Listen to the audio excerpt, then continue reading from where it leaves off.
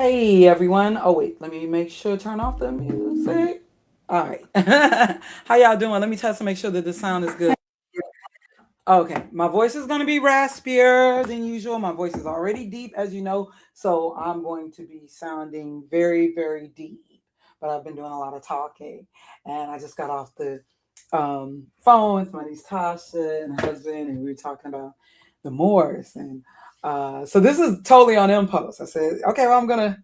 I was like, you didn't see my video on the Moors, so I'm doing this video particularly for my niece and nephew, nephew-in-law, but nephew, Tasha and her husband. I'm doing this live stream more specifically for them because we were having a discussion talking about the Moors and our family background and everything because they just, Tasha and her husband, they just went to a family reunion on his side of with his family. And yeah, so it just led to this discussion about yeah, if there were people who were in the Americas prior to 1619 or prior to those being quote unquote black people enslaved in the Americas, as we know, slavery or chattel slavery. It just led to a discussion, and then eventually we ended up talking about the Moors. Okay, let me test my voice one more time. Okay. All right. So let me share this video that I did some years ago. Although I've talked about this many years before, but this video, when I was still taking the time to put together videos, I didn't like how it came out because when I initially uploaded this on my channel, because something was wrong with my what was then referred to as Sony Vegas program that I put together these videos on, or something was wrong with my software. It just had like a reddish filter, it seemed a ruddy filter on everything, so I didn't like the way that it came out. But let me share this video. Okay, but before I do that, how about we type in, let me do a screen share. I'm going to type in more and see what they have as more. Let's see how they describe more today. Okay, of course, what's first going to come up is an AI overview. All right, let's see. What do they have? Let me first do a screen share using more, see what they're going to come up with right away in a Google search, do AI overview. Okay, AI overview. More can refer to three distinct meanings: a type of landscape, the historical and cultural term for North African and Muslim populations, or a nautical and securing verb. Okay, so it's a noun either way. It's a, yeah, but it can also like in saying Moorish, it can also be like an adjective, but as a noun and in reference to the people. Let's go to the second definition. Okay, the source being Merriam-Webster. Okay, for the people, historically, the term designates the Muslim populations of North Africa, the Maghreb, and the Iberian Peninsula during the Al-Andalus during the Middle Ages. Notice they say Middle Ages, but not the Dark Ages. Okay, now primarily of mixed Arab and Berber. This is what they're gonna. Okay, this is what they're telling you today. Primarily of mixed Arab and Berber Amazigh, forgive me for any mispronunciations, descent. They ruled significant portions of Spain and Portugal from 711 AD to 1492. All right. 711. Now, what happened before that period? What happened before that period? Well, before that, you had the sacking of Rome, just for the knowing, which was around the 5th century AD or 410 AD. Okay, the official year that's, yeah, or when the Romans were undertaken by the Visigoths. Okay, 410 AD. So by 711 AD, you had the period that was referred to as the Dark Ages. All right. Whereas we now refer to, they claim that they called it the Dark Ages because it was a gloomy period for Europe, a period of famines, pestilence, hunger, poverty. Yeah. Kind of third world conditions, if you will, throughout Europe, right? That's why they claim today they call it the Dark Ages, but could it have been for another reason, especially considering the people who were in power at that time, the Moors in much of Europe, okay, and not just Spain and Portugal, but we mainly think Spain and Portugal. We mainly think of the area that was around near the Mediterranean that was referred to as Iberia, Spain and Portugal. Okay, again, now what they have today is historically the term designates the Muslim populations of North Africa, the Maghreb, forgive me for any mispronunciations, and the Iberian Peninsula during the Middle Ages, or what used to be referred to as the Dark Ages. Now they refer to it as the Middle Ages or medieval times, right? All right, and they're saying that these people were primarily of mixed Arab and Berber descent. That's what they'll tell you today. And a lot of times when you think of Arab people today, this is what you think of. A lot of times let's go to images of Arab people. This is what we think of today when we think of Arab people. Usually think of someone that looked like this, or maybe as dark as this. That's what we typically think of when we think of Arab people, definitely today. This being a great example right here, right? And people who would still be put in the racial categorization, although outdated, they would still be put in the categorization of Caucasoid, right? And they may get as dark as this guy on the right, but they could be as white as this. Yeah, that's what we usually think of when we typically think of Arab people, right? So this is what they want you to believe.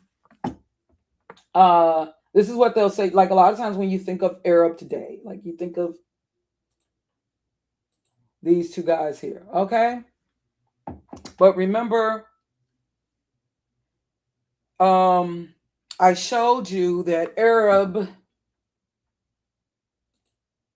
But anyways, I'm gonna get back to that. We will get back to that. We're gonna get back to that. So, and also like when we think of some of the people, like if I say Arab people of Morocco, or of Morocco, like North Africa, where many of the Moors, after being dispelled from Europe, more particularly Spain and Portugal,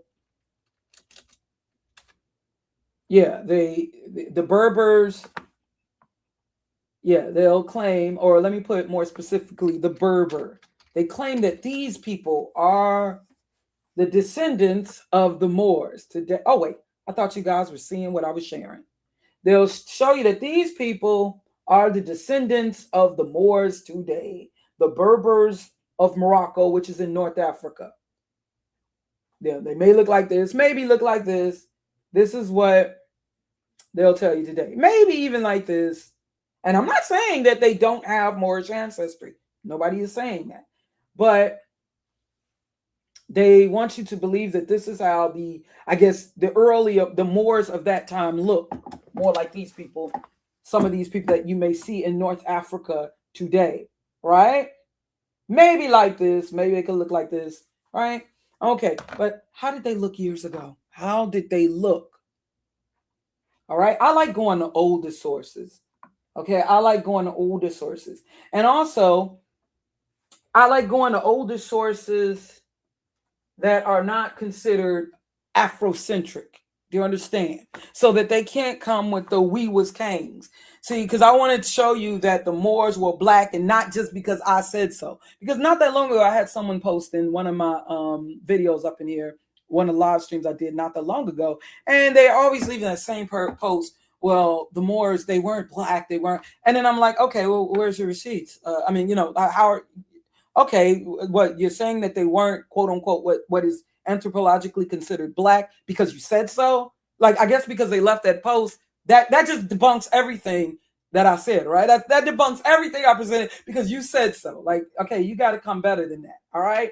And I'm not going to just go by what I see they describe today, okay? Because give it 50 years and Martin Luther King will be he'll be biracial and Malcolm X will be white, totally white.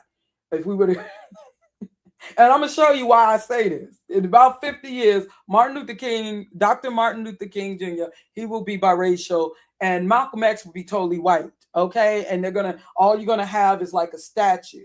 A statue, there'll be statues. All of the old photos are gonna be restored, or seriously, this is happening. Like when I was a kid, Benjamin Banneker looked one way. He was shown to us one way.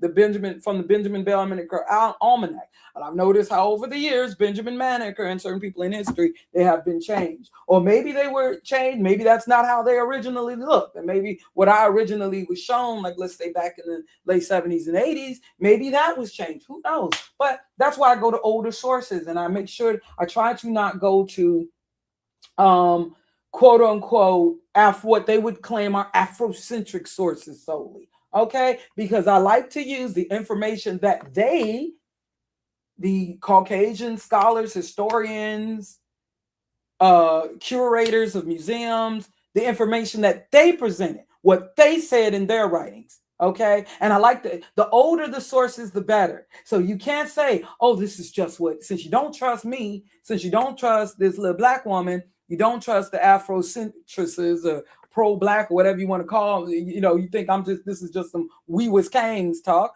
Okay, so then this is what your people, or what the so-called authorities on history, this is what the scholars and historians and the painters and of that time, this is what they expressed, this is what the information they presented. So anyways, let me go first with this video that I did back in this one I uploaded about 6 years ago, back in August of 2019, not long after I had lost my original channel.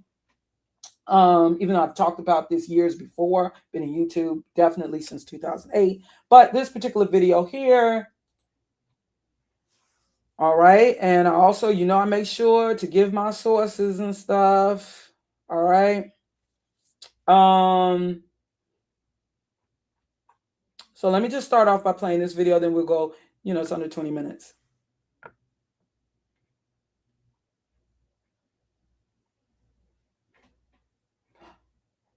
Oh, and being that I may, let me get this out the way because I may share a clip from something. So I may go further beyond this video.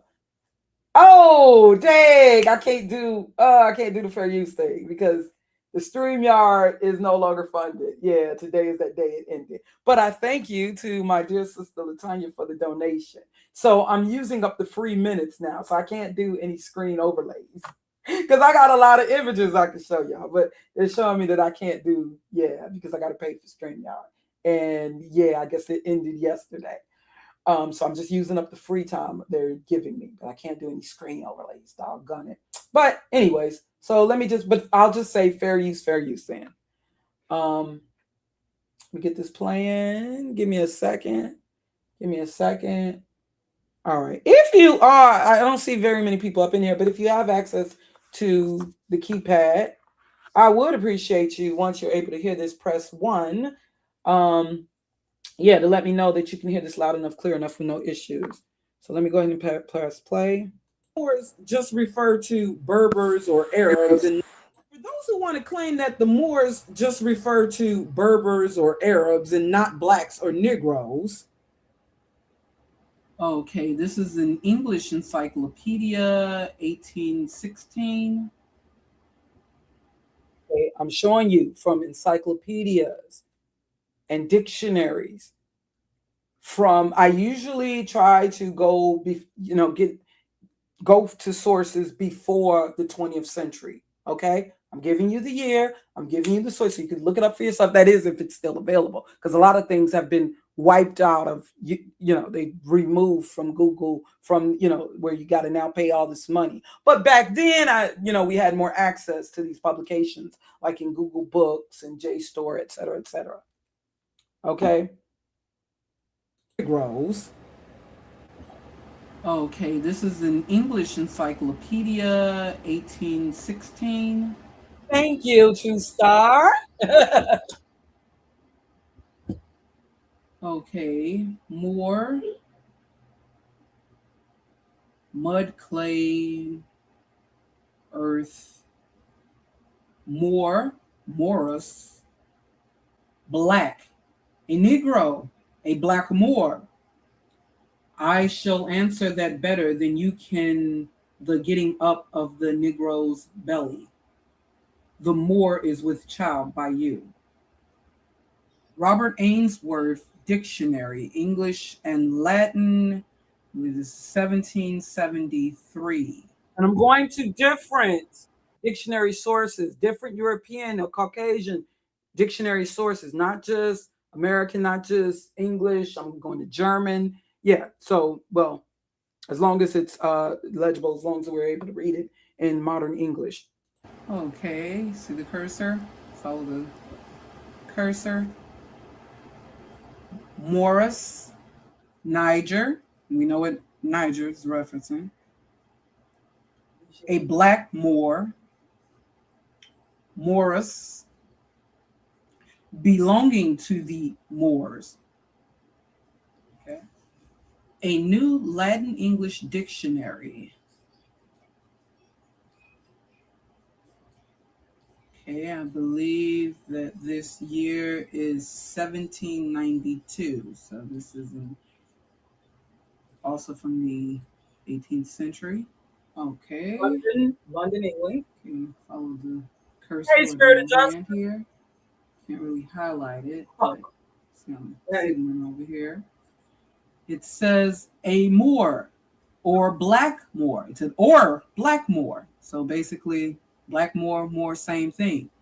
Ethiops. Okay. Signaling right here. Also, let me. Oh yeah, note the Moors. They were breeding with the European women, which changed the complexion. Thus, there was a need to make a distinction, make a black distinction, i.e., blackamoor. Even though that sounds redundant. Now, I'm not saying that there are those who said that Moor did not originally mean black. That could be. That could very much be. Okay. And I don't even believe that those who were referred to as Moors even referred to themselves as Moors necessarily. But that's the thing, though. White people, just like Sudan, it did not originally mean black, but they always change it. And who knows, even with Kush and Ham, but they changed it. Now, Ham meaning hot, burnt, Kush, black. They always change term to just mean black. All right. For all we know, Negro could have just meant death, like more mortality. Why do you think they call it, Negro, that's Spanish, Portuguese, necro, like death, necrophilia, more, mortality, mortician, morticia, morgue, meaning death. Okay. But anyways, like I said, the Moors were breeding with the European women, which changed the complexion. Thus, there was a need to make a quote unquote black distinction, i.e., blackamoor. A black Moor. So you do have, like, there are people who are pointing out all of these people who were biracial or mixed or mulatto in Europe, and they say it was. But you they talk as if the chicken come or the egg. The egg comes before the chicken. Well, if you believe in creation, you know that the chicken comes before the egg.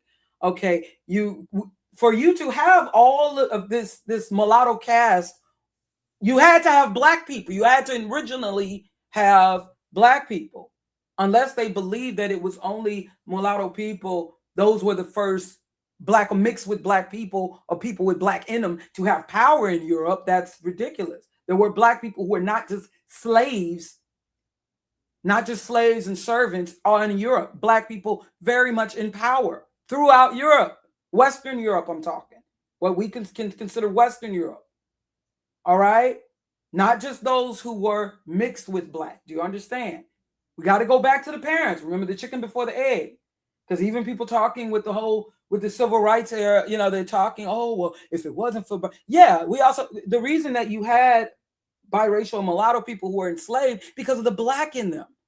It wasn't about them being just biracial. It was about them it was the black that was the enemy. Okay. All right. So it wasn't like the mulatto, it wasn't like they were just doing this, like doing a favor for black people. This was also about themselves. Okay. Yeah, because a lot of the talk that I'm hearing, as if there was no, you know what I'm saying? There's all this talk as if black people needed, it's like they're totally forgetting about the parents. You gotta have the monoracial to even have the biracial. I'm saying, and this is not as a put down, but there were black people in there were black people in Europe, not just those who were, because whenever you question, well, what were these paintings of? Why did we have these paintings of black people? They're always claiming that, oh, they were slaves. They were slaves. They were slaves. Well, you don't put slaves on coins. You know this, right? You don't put slaves on coins.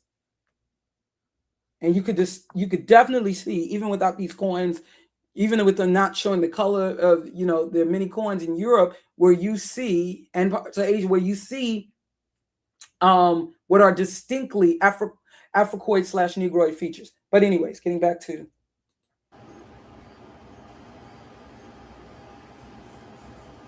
a Negro or Negro, Ethiops, Moors. Now, some may look at this and they may say, well, it's obvious that there were Moors of different races. They're mentioning blackamoors as if it is something different. Well, if that was the case, this blackamoor would not be under the definition of Moor, just Moor. It would be more the other way around. You would look up blackamoor and it would give you a definition saying something like a Moor who is of Negro descent. Obviously, this definition of Moor is telling you that a Moor could not be Caucasian or white. A Moor is someone of Negro descent. They are black. And why was...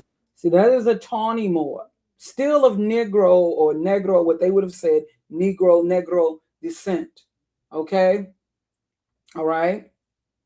It's believed that the Borgia family in Europe were mixed people. But a tawny, like this is, in the complexion tawny. Like my complexion would be put in the category of tawny. Of course, swarthier than your typical Caucasian. But yeah, so he would be considered like a tawny Moor. Is there a need to make this clear? Obviously, there had been a lot of racial mixing over time. Now, this is a painting, and understand, I did these videos, and before there was all this advanced AI technology with the images, I did not. Do you understand? These are not Photoshop, and these are from original paintings. I hate the way that this came out when I did this video originally. Even I do still have these paintings, saved on my drive. It came out all reddish looking and not as clear. Plus, this video is old now. But yeah, I do still have these paintings, and but as you can see here, you have this black Moorish man and his harem of the Turkic or the Caucasian women of Iberia. They were known, at least those in the and definitely like in Portugal, Spain, in North Africa, the harems, as you can see this being an image here. And also some of this fed into certain stereotypes. And understand, there weren't these were white European, said to be white European men who painted these pictures, not Afrocentricists, as y'all claim, or at least as we have been taught. And this led to those who may have been referred to as Moors becoming lighter skinned or whiter skinned as Moors. There's another painting. Okay, slave market. This is from 1836, Forrest Burnett. You see, you got a what appears to be a more Caucasian woman, looking woman, Turkic, and on the left, and you see a black woman on the right. Becoming lighter skinned or whiter skinned. So it appears here that they had to make it clear that Moor is synonymous with Blackamoor, is synonymous with black, is synonymous with Negro. And you see here, and it says here, Moor, Morus, Latin, Greek, black, Morus, Latin, a Negro, Negro, or Blackamoor. I shall answer that better than you can. What's that say? I can't see because I got the red mark over it. Can the getting up of the Negro's belly, the more is with child by you. They took that from Shakespeare. Okay. In other words, when they're talking about Moors, they're not talking about these Caucasian Berbers or whatever, or these Caucasian Arabs or just Muslims of any race. They're specifically talking about black Negroes when they are referring to Moors. And remember, the Slavic people who were captive under the Moors, okay, the Slavic people being quote unquote white, Caucasian, as we know. That's where actually slave, that's where I believe slave, the term slave derived from. And in fact, I had, like I said to my niece, there was a guy in YouTube years ago when I was first earlier in YouTube, and he was debating with me, and he was saying that, like, going against what I was saying, you know, and just calling out slavery and racism, he was claiming, oh, well, the white man was getting back at the black man, getting back at the black man for enslaving slaving yeah, if you notice, white people, they will talk about the Barbary slave trade when they're, you know, painting the narrative of white people as being victims. Okay, they'll go to, just like with the whole, with the Irish cargo, they'll, or white cargo publication, they'll go to, like, pointing out the Barbary slave trade, for instance. But who were the Moors, and is there some truth to this? So that would say, if there were these black people enslaving the more, if enslaving Caucasian people, then that means that there were specific group of black people who would even be put in the category of quote unquote Negro, anthropologically speaking, who were in positions of power. That's the only way you could be able to enslave a group of people, unless you were, if you were in a position of power, and yeah, and not just as an individual. These are the original people referred to as to talking about black Negroes when they are referring to Moors. These are the original people referred to as Moors. Look, you don't put slaves. Anybody could. Okay, this is Barbados Penny, 1792. You don't put slaves. These are the original people referred to as Moors. You don't put slaves on coins. You can clearly see. Look at the hair. I wouldn't even assume that this was a biracial person. Look at the hair. Look at the profile. The profile, receding chin, protrusion in the mouth, the nose was flat and broad, forehead retreated, the hair even looked like it may be a dolichocephalic, or some pronounce I believe the correct dolichocephalic head shape even. And this is from 1792, Barbados Penny. Why is it that all of these dictionaries and encyclopedias from the 18th century, and this is during the Enlightenment era, why is it that they all define Moor, black, Negro synonymously? Right here. The New and Complete Dictionary of the English Language, this is 1775. Moor is defined as a Negro, a black. Negro, black, Moor, synonymous. Now, this one's from the 19th century, 1873. Dictionary of the German and English Languages, page 615. It's German and English language. So this is German. More MOHR. Okay. It defines Moor, MOHR, it's spelled. A blackamoor, a Negro, a Negress, a Negro woman. The year is 1756. Samuel Johnson, Dictionary of the English Language. Follow the cursor here. The cursor is going to change, so to the selection tool, so I'm going to have to highlight it. Okay, over here on your right, you have top at the right, have Moor. Definition, a Negro, a black amour. Highlight it again. A Negro, a black amour, and a... Notice, why come I don't see Arab anyway? I don't see Arab. And I remember what I showed you, that Arab definitely, in the Bible, Arab meant coming from word Erev or Ereb, meaning mixed. It can also mean wanderer, like a person traveling, but it also meant mixed. Not necessarily just mixed race, but also it could be mixed nations, like nations of the same, of different black people. People would be put in the racial category of black. That's what I believe meant definitely in biblical times. But these nations mixed together, like the Ishmaelites mixing with the Ammonites, mixing with the Edomites, and then the Moabites. You know, the original people who made up what was referred to as Arab or Arab in the Bible, they were traveling mixed groups, wanderers, nomads, mixed groups of Shemitic people, eventually united, by religion. Whereas with Latinos, like in the United States or in the Americas, they seem to be more united by the Latin language or languages, like Portuguese and Spanish. The ethnicity seemed to be united, you know what I'm saying, more by, but basically some could say the Latinos, they're just basically mixed people, like mestizo and Negro, yeah, like a mestizo mulatto mix of native, of course, Caucasian, native, and Africoid or Negroid and Mongoloid. Those are outdated terms. I know.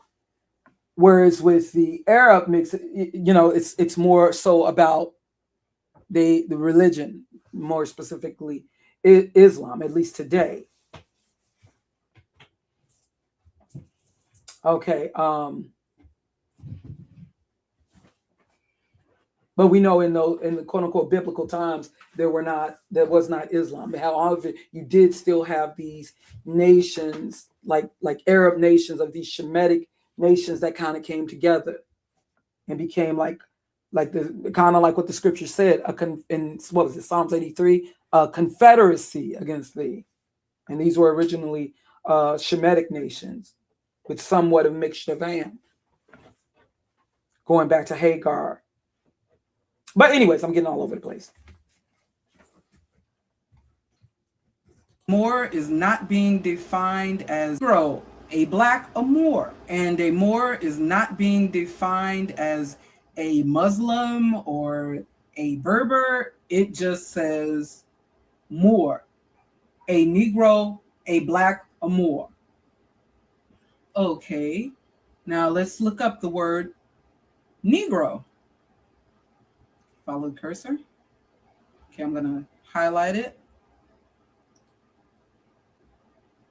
See where I'm highlighting it down here? Negro, a black Moor, brown. See that? I have it highlighted in blue down here to your left. So it is obvious that Negro is synonymous with Moor, is synonymous with black. And look at this from the Negro Law of South. At least racially speaking. However, they did make a distinction between the Moors and the Jews of Spain and Portugal.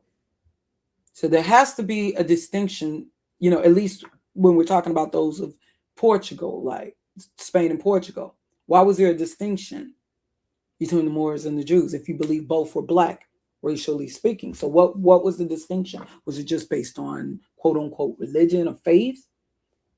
Or could they have represented different black, quote unquote, black lineages? Perhaps. And look at this from the Negro Law of South Carolina, which was originally printed in 1848. In Section 4, it reads, "The term Negro is confined to slave Africans, the ancient Berbers, and their descendants. It does not embrace the free inhabitants of Africa, such as the Egyptians, Moors, or the Negro Asiatics, such as Lascars. It Africans." So I just want to go back that. Why did they refer to the Negro? Okay, if these are the Berbers, hold on a second. If these are the Berbers, the ones, today, if the Berber people, if these are the Berbers today, right? That they want us to believe are the Berbers, even some looking as white as these two. If these are the Berbers, why did they refer to and Berber, it just means like barbar, Berber, barbar. It just means foreigner, strangers. These people like the Moors, they were seen as these particular Moors were seen as these strangers or foreigners, supposedly, in the land. That's all that Berber make you wonder about the Barber of Seville, that musical number or whatever, that play. But barbar, even make you wonder. Yeah, it just means foreigner. Like I always think, when I think of the term barbarian, it makes me wonder, is barbarian a combination of Berber but of Aryan descent? Like Berber, Aryan. They're foreigners, but of quote unquote Aryan descent. Like you think of, like I'm going to show you a depiction of Arnold Schwarzenegger's character and Conan, and even when learn that name, Conan the Barbarian. Oh, and did you know that He-Man, the name He-Man, like He-Man, Masters of the Universe? Did you know that was the descendant of the Horites?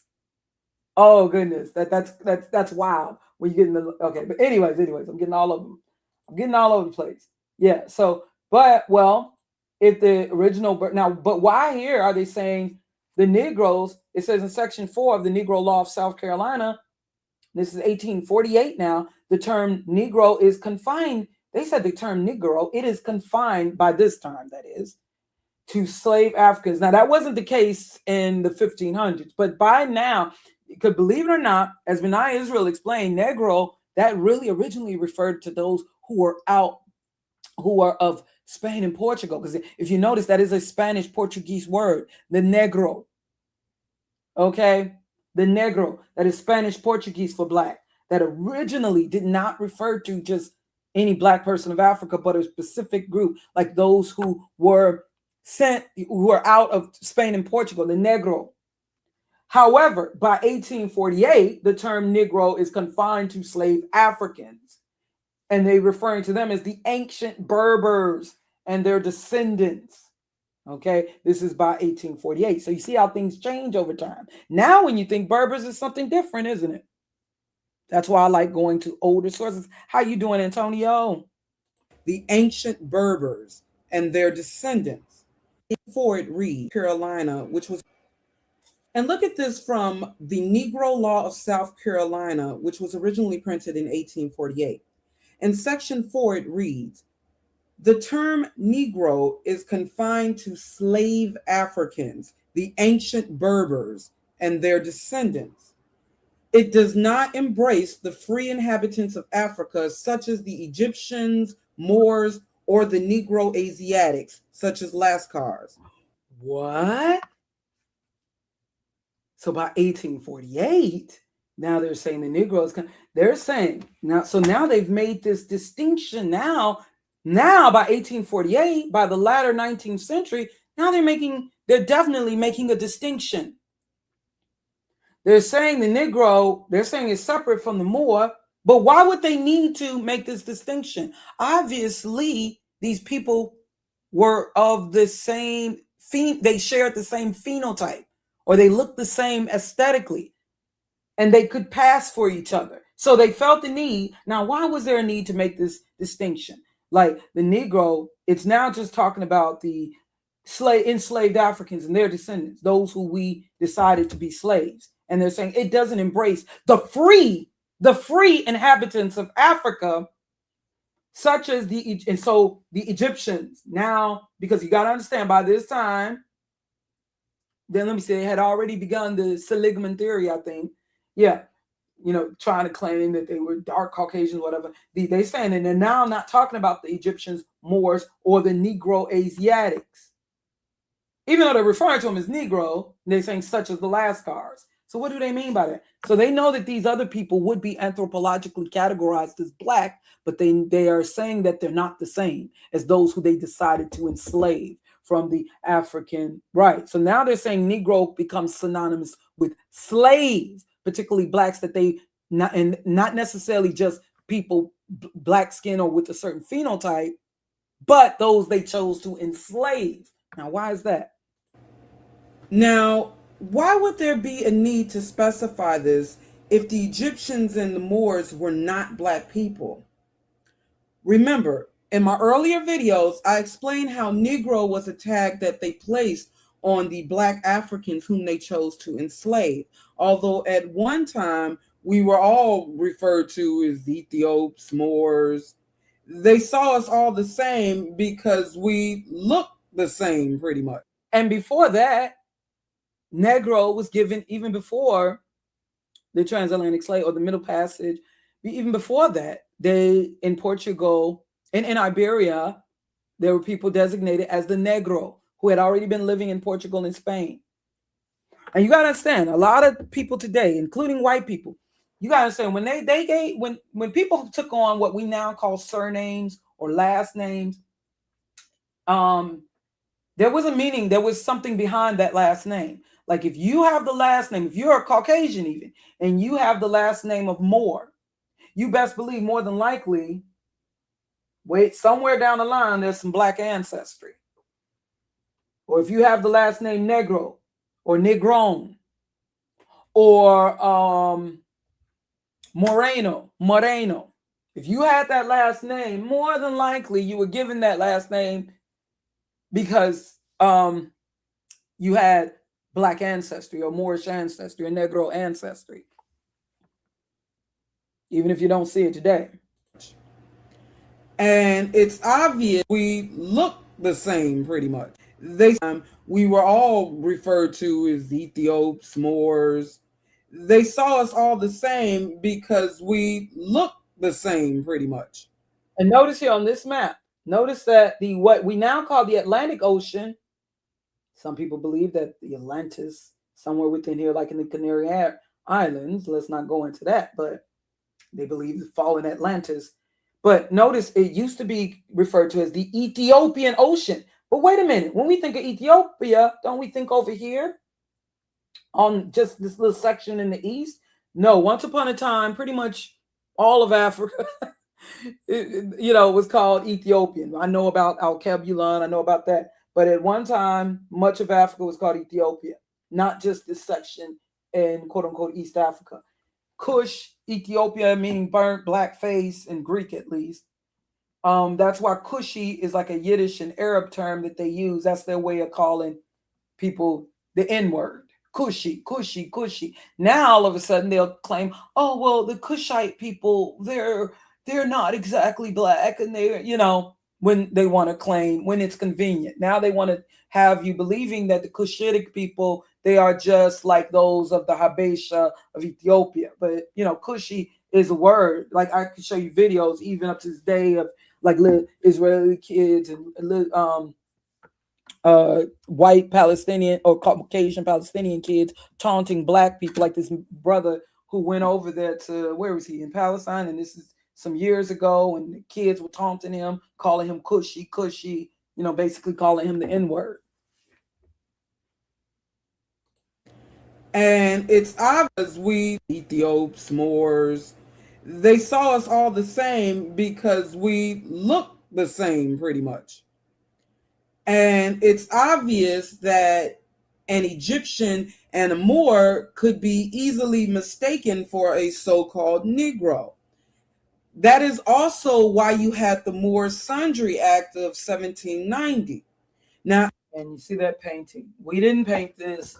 This is now, if you were to look at this girl and put her on some Black American garb, you would automatically think, nothing ambiguous about her. You would think Black, and not just Black, you would think Negro.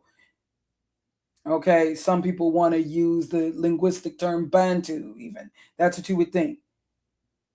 But this is supposedly a painting of an Egyptian girl. Now, maybe this Vasily Polinov, and this is the period is from 1844 to 1927, which believe maybe he didn't really know how the Egyptians look. Maybe this is how he perceived the Egyptians to look in his mind. But why would he even perceive, and this is a Caucasian, why would he even perceive the Egyptians to look like this? Even if, let's say, they didn't exactly look like this girl, why would that be the perception? Why would that be the common perception of Europeans, white Europeans? Also, why you had the Moors Sundry Act of 1790. Now, as someone questioned, if the Moors were the... Oh, yeah, that's 1790. I thought it was years later. Yeah, the Moors Sundry Act of 1790. I'm sorry, let me let it play. Now, as someone questioned, if the Moors were these Caucasian Arabs, why would they have to plead with the court to not judge them under Negro law? Wait, I got to read this because I understand now that people are listening to videos and they're not really watching, but they're more so listening to videos. So let me read this out. Now, this is, of course, from this cut here from a section from Wikipedia. And when I originally did this video, because things might have changed. You might go there now and it says something different. Who knows? But this one I did the video in 2019. This is from Wikipedia. Petition from Sundry Free Moors. On January 20th, 1790, a petition was presented to the South Carolina House of Representatives from a group of 4 individuals who were subjects. They were subjects of the Moroccan emperor and residents of the state. They desired that if they happened to commit any fault amenable to be brought to justice, that as subjects to a prince allied with the United States, so obviously the Prince of Morocco, North Africa, they were in an alliance with the United States in 1790. So, yeah, okay. They desired that if they happened to commit any fault amenable to be brought to justice, that as subjects to a prince allied with the United States through the Moroccan-American Treaty of Friendship. So United States of America and Morocco, they made this Treaty of Friendship. Okay, that through the Moroccan-American Treaty of Friendship, they would be tried as citizens instead of under the Negro Act of 1740. So, in other words, these quote-unquote Black people who were in the United States, in South Carolina, they were not under. They knew that they were descendants of Moors, okay, who had now made, the Moroccans had made this treaty with the United States, and they were not to be affected by the Negro Act of 1740 or treated like Negroes or like slaves. So I don't know how they were able to reach Morocco, but so they petitioned, and and it was presented to the South Carolina House of Representatives. So that would have to tell me that to some degree you still had certain Moorish people in the U.S. that had some sort of power and influence for them to even be able to petition. Obviously, they knew that somebody in the House of Representatives in 1790 was able to represent them on behalf of Morocco. Get it? There's a lot that's being hidden from us. Obviously, they were being mistaken for the enslaved Africans who were tagged as Negro. And for those who say that the Moors were Berbers, not blacks, notice how the so called Negroes are referred to as being the ancient Berbers here. And notice how they refer to the Lascars as Negro Asiatics. Obviously, with the Negro Law of South Carolina, there was a need to specify all people who could be enslaved as a Negro or who could be put under Negro law, considering that they could all pass for Negro, being that they were black. And I'm All of these people that I have just shown, all these images of people that I've just shown, these are not people who are said to be quote unquote African. This is a Australian. Okay. They also had Australian at one point. They had them under the anthropological category of Negro. I remember seeing that when I was a child, but they no longer, now they have their own category, Australoid. They also represent a different haplogroup. These are people representing different haplogroups, Y-DNA and mtDNA, or maternal and paternal haplogroups. a Negro Who are not the people of Andaman Island off India. Andaman Islands, the Jarawa people, I believe, off of Andaman Islands near India, not African, totally different haplogroup. So they just go to show you, and these are very indigenous people right here. So no telling how the people of India actually probably originally Negro, or who could be put under Negro law. That last girl you saw, yeah, that woman said to the sketch of this woman. They also have a photo said to represent the last of the indigenous Australians or Australoids, Tasmanian, Be enslaved as a Negro, or who could be put. This is of the indigenous people of the Philippines. Of course, we know, Philippines, colonize, the Spaniard, the Spanish. That's why many speak Spanish today. But these represent, even though this is an old picture photo and probably 70s, 80s, and many of these people are kind of almost like extinct. The Aeta, AETA of the Philippines, but this is how the original indigenous Filipino people look under Negro law. This is a Hawaiian prince. Of course, the Hawaiians, their ancestry is believed to become what we now call Oceania, like Polynesian islands. But you see this, just look like a brother with, if what some of us would say many of us who have been brainwashed call quote unquote good her, or with a perm. Considering that they could all. This is a person, totally different haplogroup.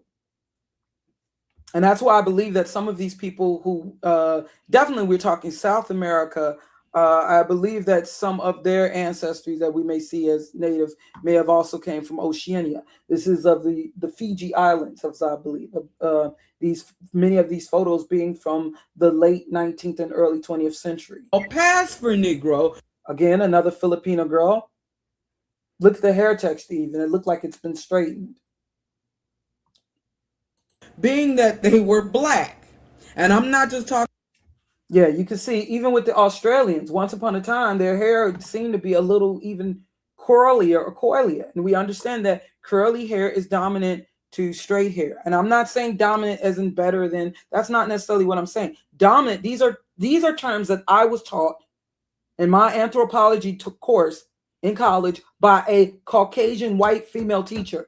Dominant traits versus recessive traits. This is what they teach. That's what they teach. They teach that curly hair, along with melanated hair and eyes and stuff, it's dominant to straight hair. And, that's why do you think, and they're saying that straight hair is more of a recessive trait in comparison to curly hair, that you get straight hair from curly hair. That is why usually, like I said, when you have a black, white, biracial child, quote unquote black, quote unquote white, if you notice, usually the hair is still going to come out curlier, like even if the Caucasian parent had really really straight hair that's put in the category today of like 1A, a lot of times the child is still going to have hair like in the threes or fours. Even you don't really find many that come out. You'll even find some biracial with 4C texture hair, but it's very rare that you're going to find them like 1A or even hair in the twos, even with hair like Chili from TLC.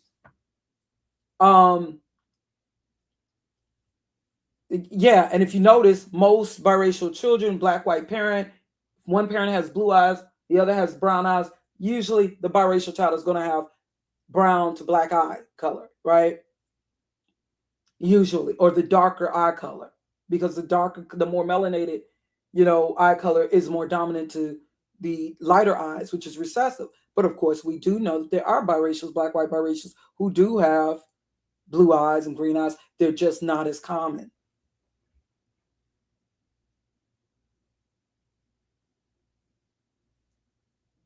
Talking about in complexion. The Negro law, considering that they could all pass for Negro, being that they were black. And I'm not just talking about in complexion. You would not mistaken this person for a Negro. Right. See this guy right here. Now you can see this guy, even though he has dark skin. Hold on. This is not you would not mistaken this person. This person has dark skin, but you don't look at this person and you don't think, oh, this could be a Negro or even someone of Negro descent. You wouldn't think that, despite him having a darker complexion. Person for a Negro. Or this guy here, who appears to be Dravidian, of somewhat Dravidian descent. And notice in the 1783 dictionary and Universal Etymological English Dictionary, Negro, now not Moor, but Negro is defined as one born in Nigritia in Africa or of Niger, black, a blackamoor or black slave. Now notice how the Moor and the black slave, they are both put in the category of Negro, which is now being used as a racial classification, anthropologically speaking. So they are both. Well, now come to find out, I was told they're no longer using. I was told, what was it, the 2020 census, or maybe even what was it, 2010? I didn't know this. That negro is no longer even being used at all. So it's like outdated. But you see how they change things over time,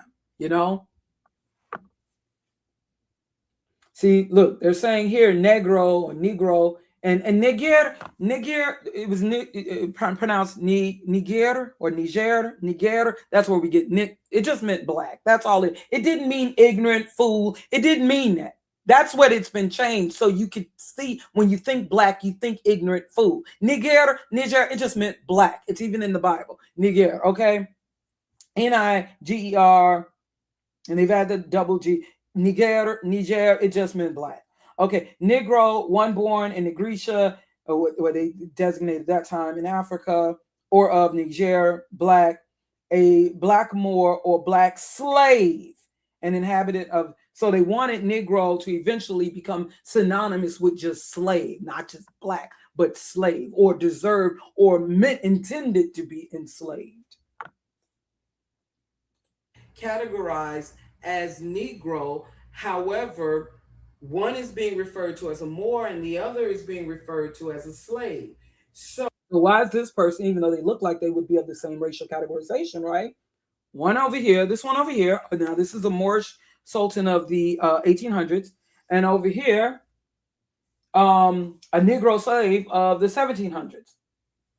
It's obvious that they would be put in the same racial anthropological category. Am I right or am I wrong? But why are they being referred to differently? One is being referred to as a Moor and the other is being referred to as a slave. So does that mean that they are not both of the same race? Now remember, also, there are books talking about, there was also a distinction, the Moor, they used to say, Moors and the Jews, or the people of Judah. Now all of a sudden, Moor and Negro, Moor and slave. You get it? Get where we're going? Well, we know that the French and the Irish, they represent different nations, different cultures, but they are both of the same race. They are just different people, not all black people or those who are categorized as Negro. All of these are not, none of these people are African, although they would be racially categorized as Africoid, but none of these people are African here. You got Malaysia.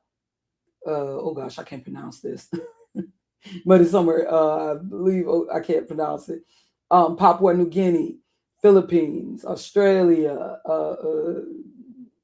Fiji in the mid, Australia, Andaman Islands near India. And these are some of the darkest people on the planet, even darker than those in Africa. And people say, oh, well, they came out of Africa. No, they didn't. These people, no, no. Of course, I believe mankind originated somewhere, but no, they did not, as we think of, come out of.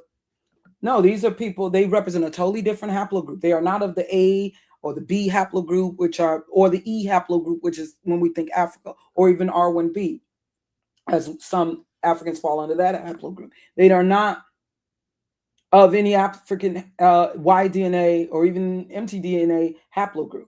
These are totally separate people down here, bottom left of the Andaman Islands, Thailand, New Zealand. They are not all the same. They do not. But understand, I'm sorry, I just got to feel I got to explain. Race was not based on, it wasn't really based on lineage. Race was just basically this concept of race. It was originally around skull shape. Had nothing to do with your lineage. It was about skull shape and basically aesthetics, what you see on the surface. If that's how they initially, in defining what we came to know of race, it wasn't really so much about lineage. It was more so like what's in your actual DNA today, or what's, and it wasn't just about geography, like just Africa. They just later wanted you to think that, oh, the Negroes all came, It was based on eventually just your phenotype, starting with your skull shape, then how your mouth, how much prognathism you have, facial prognathism. Well, before they weren't looking at that either. They weren't even looking at that initially. Initially, just, black or not black, your skin color, your hair texture. It wasn't, the width and shape of your nose and forehead, all that stuff. It was just about aesthetics.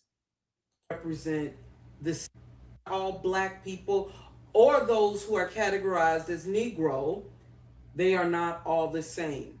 They do not represent the same nation or tribe or lineage, but they would still be classified, anthropologically speaking, they would be classified as Negro or Black. At one time, Black was synonymous with Negro. In fact, with the initial racial classifications, there was no differentiation between Black and Negro. In fact, we were put in the category of Ethiops. Now today, they say the Ethiopia or the Kushites. Like, this is a more indigenous Ethiopian, but today, of course, you got like of the Habesha, and I found that Habesha means mixed. But only distinction with the darker people, and believe it or not, the only quote unquote white people with white skin were those initially classified as Caucasian. They did not, in fact, they didn't even see the Italians. Did you know once upon a time, even in the United States, the Italians could not, they definitely could not categorize as white, and the Grecians at one time. And even in the early 20th century, what's that woman NYT her channel showed? I was like, wow, it showed like a census form or something where they couldn't be, like, before, like in the early 20th century, before World War II and stuff, they could not mark themselves off as official white people once upon a time, Italians even. Because why? They had Moorish ancestry, and it was too prominent still. And they saw them as minors who was one of the initial people behind racial categorization, along with Johann Blumenbach. They saw them, Italians, a lot of the Italians, as soiled Caucasian, stained, because they had, believed to have, especially like if they were Southern Italian, they were believed to have Moorish especially like those of Sicily. They had that Moorish ancestry. And she had pointed out something, NYTN, on her channel on Frank Sinatra and why, he kind of, one of the reasons he was kind of given this extra exposure and blew up in popularity. The Italian singer, like definitely around the 1950s, because there was a time when all these people coming together that could be classified as white, all being able to move to the suburbs together, especially after the time of World War II, them all coming together, all becoming representing the white race, whereas before they could not. But in them promoting Frank Sinatra as old blue eyes, like, oh, look, see, he got blue eyes. He looked just like us. Do you understand? A lot of these differences were put aside. I talked about this even with why is it that Madonna, unlike certain other singers that were also like of Italian descent, like the singer Alicia, why she was able to get more exposed. Well, it helped that she was attractive, but also unlike the singer Alicia of the 80s, Madonna had, and especially dyeing her hair blonde, she had a whiter aesthetic, bluer eyes, a whiter aesthetic, unlike the singer Alicia, who was also Italian. With burnt faces, black people. But they eventually decided to tag those put in the category. So there's the Caucasian, of course, and the Malay, the people over here on the right, and Malay, just like Melanesia, Malay that represent the melanated people of Asia. Okay, like Southeast Asia, like over here, like Ethiopia. They put us all American, or the Native American. They were actually ruddy skinned or brown skinned. And then you had the Mongoloid people. And did you know, like a lot of those Asian people, they also represented some of the earlier mixed people. Okay. They represented, in fact, Mongoloid sounds very similar to mongrel, which also means mixed. But I've even shown you images of Chinese people with rather dark skin. You got to go to them, find really early photos. And I'm not saying they were black, like of the same race as us, but they weren't. Apparently, a lot of Chinese and Japanese, they had kind of darker skin. Rather, definitely what we see today in film. Of Ethiops, those with burnt faces, black people. But they eventually decided to tag those who they chose to enslave as being Negro. Now, with the N word, it was believed to have been spelled with just one G, what we would now pronounce as Niger today, or Niger. And you see it in the scriptures, Acts 13:1. Now, there were at Antioch in the church that was there prophets and teachers, Simeon, who was called Niger, and Lucius of Cyrene, and Manian, who had been brought up with Herod the Tetrarch, Herod being Edomite, and Saul. And that just basically means black. It did not necessarily mean anything derogatory. In fact, you can find that term in the Bible. But Negro, could that be a combination of Niger or Niger and Igbo? And these were, that's just me guessing, the primary people chosen to ship off into slavery, into the Americas.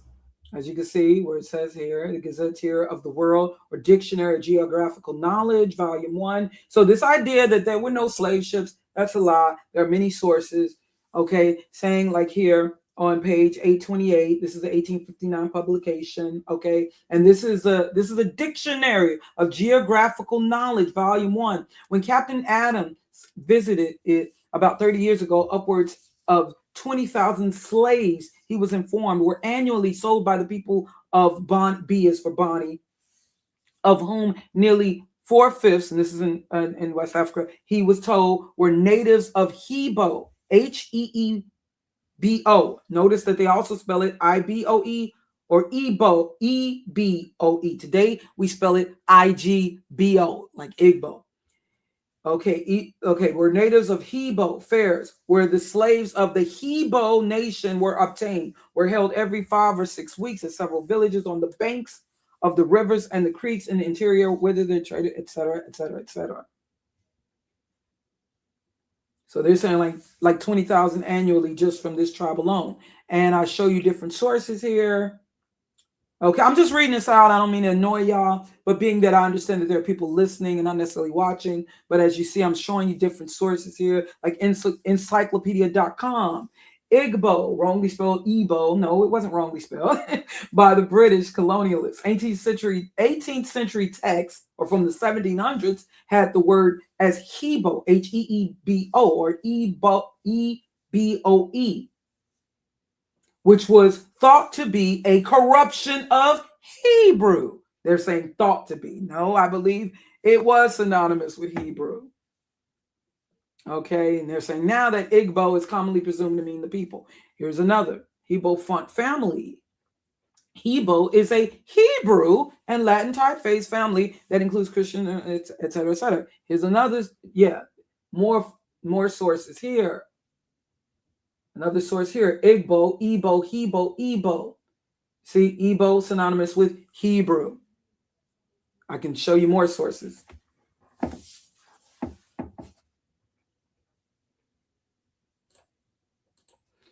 You see, there are publications on the Igbos in Africa. Black Hebrew, rather. Just something to think about.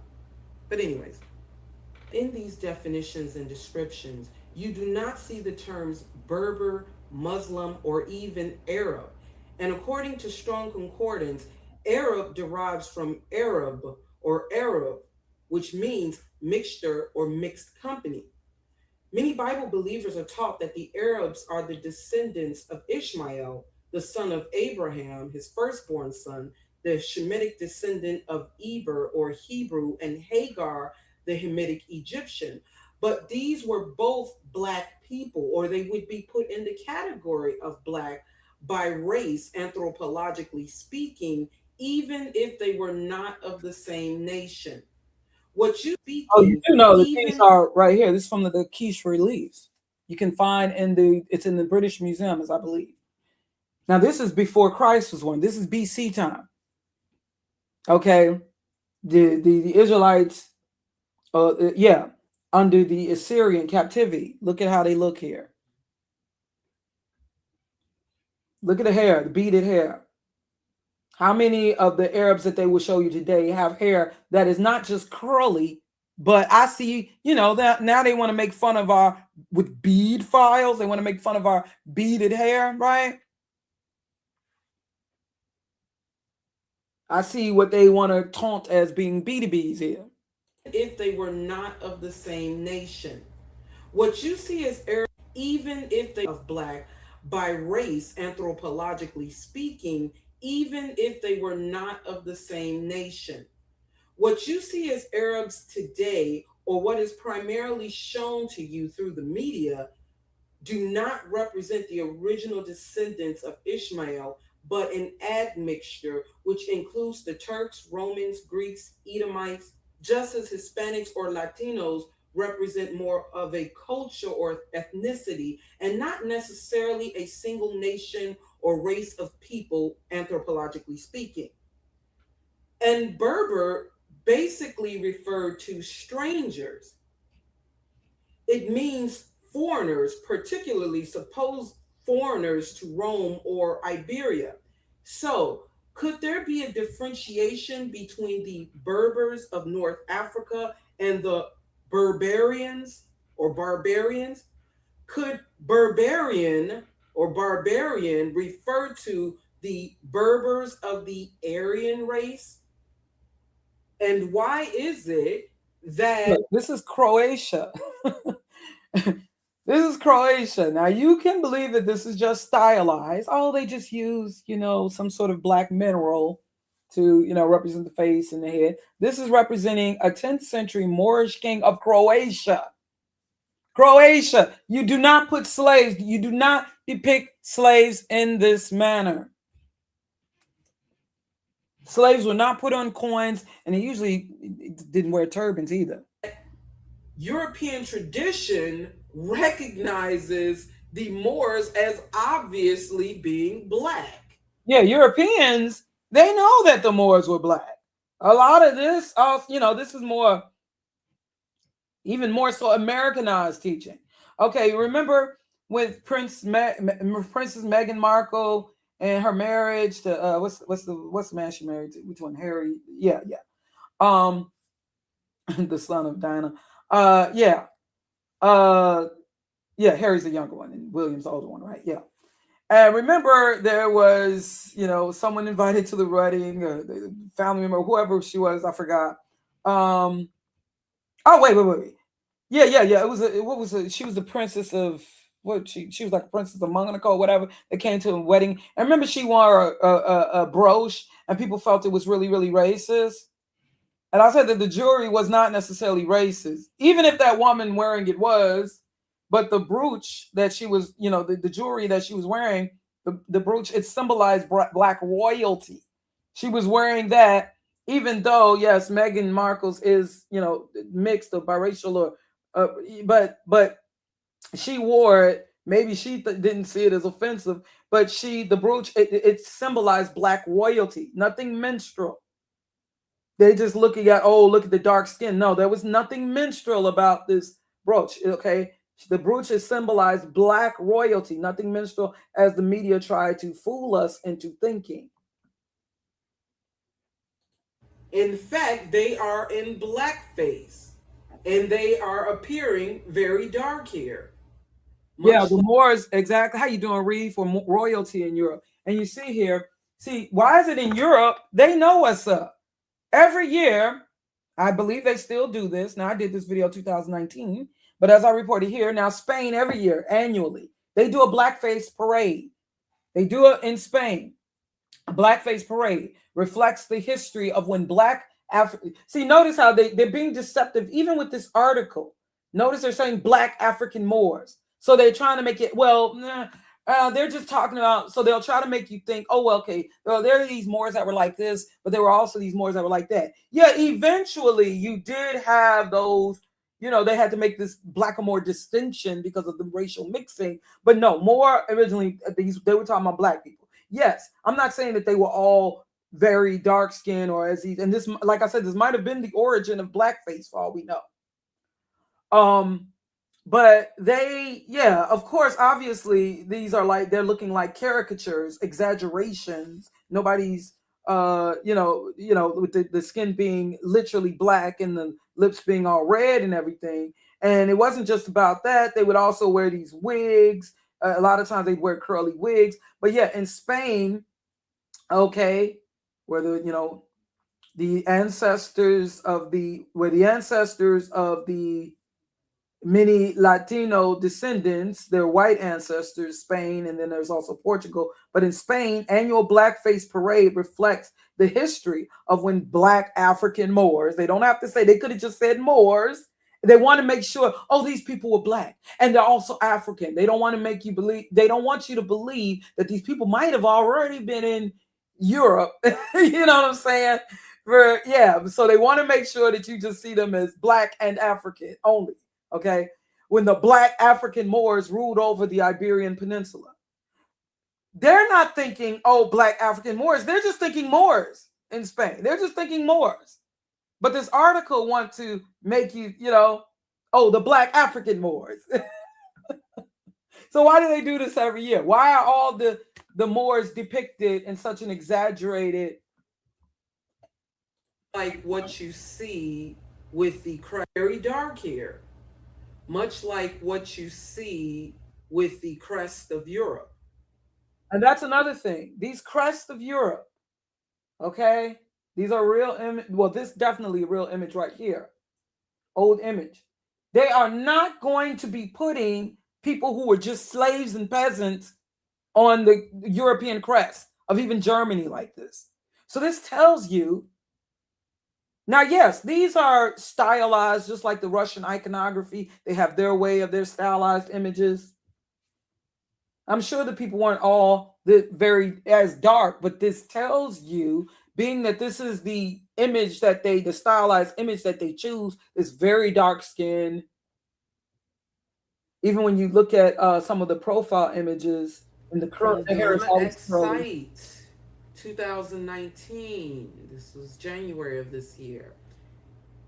Spain annual blackface parade reflects the history of when African Moors ruled over the Iberian Peninsula.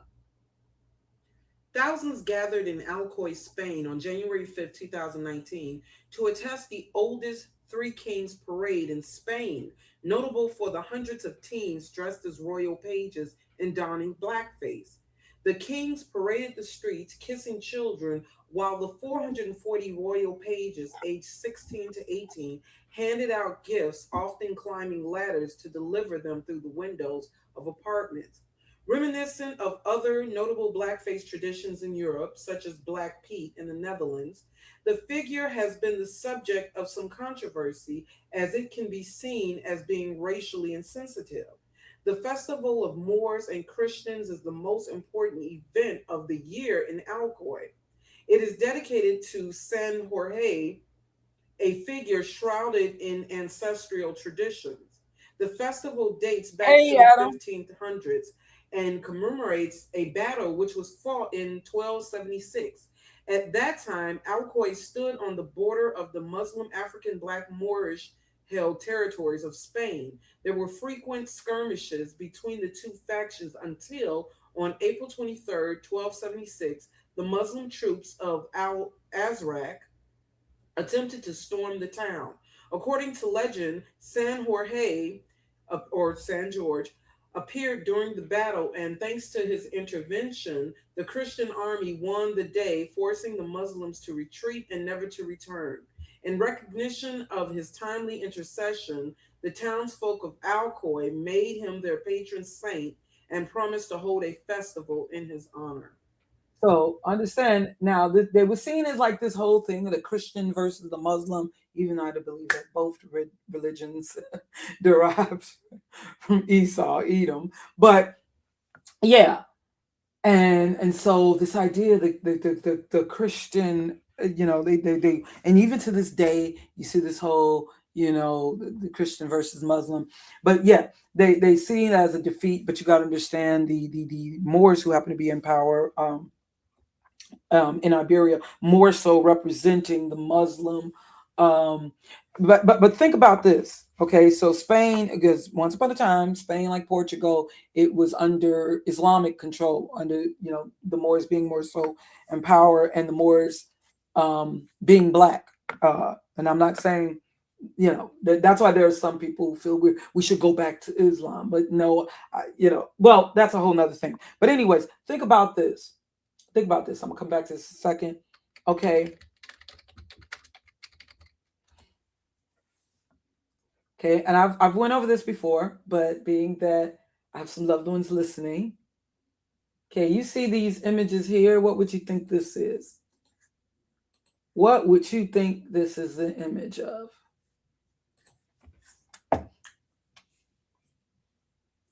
I'm hoping that I'm sharing it. Now, you look at these costumes, they got the hole in the eyes. I mean, it is, do you think it is a coincidence, a coinky dink? Now, a lot of you, look at this image and you may get terrified if you are a quote unquote black person in this country, but because you think of this, I mean, you may think that this is the KKK. No, actually, I know those of you who've been following my channel for a while already know this, but actually, this is the Holy Week, representing Holy Week in Spain. Do you think it is a coincidence? And the care that the costumes, even though they'll give you look up now what's the origin of the KKK costume, and they may tell you a different story. Do you think that's a coincidence?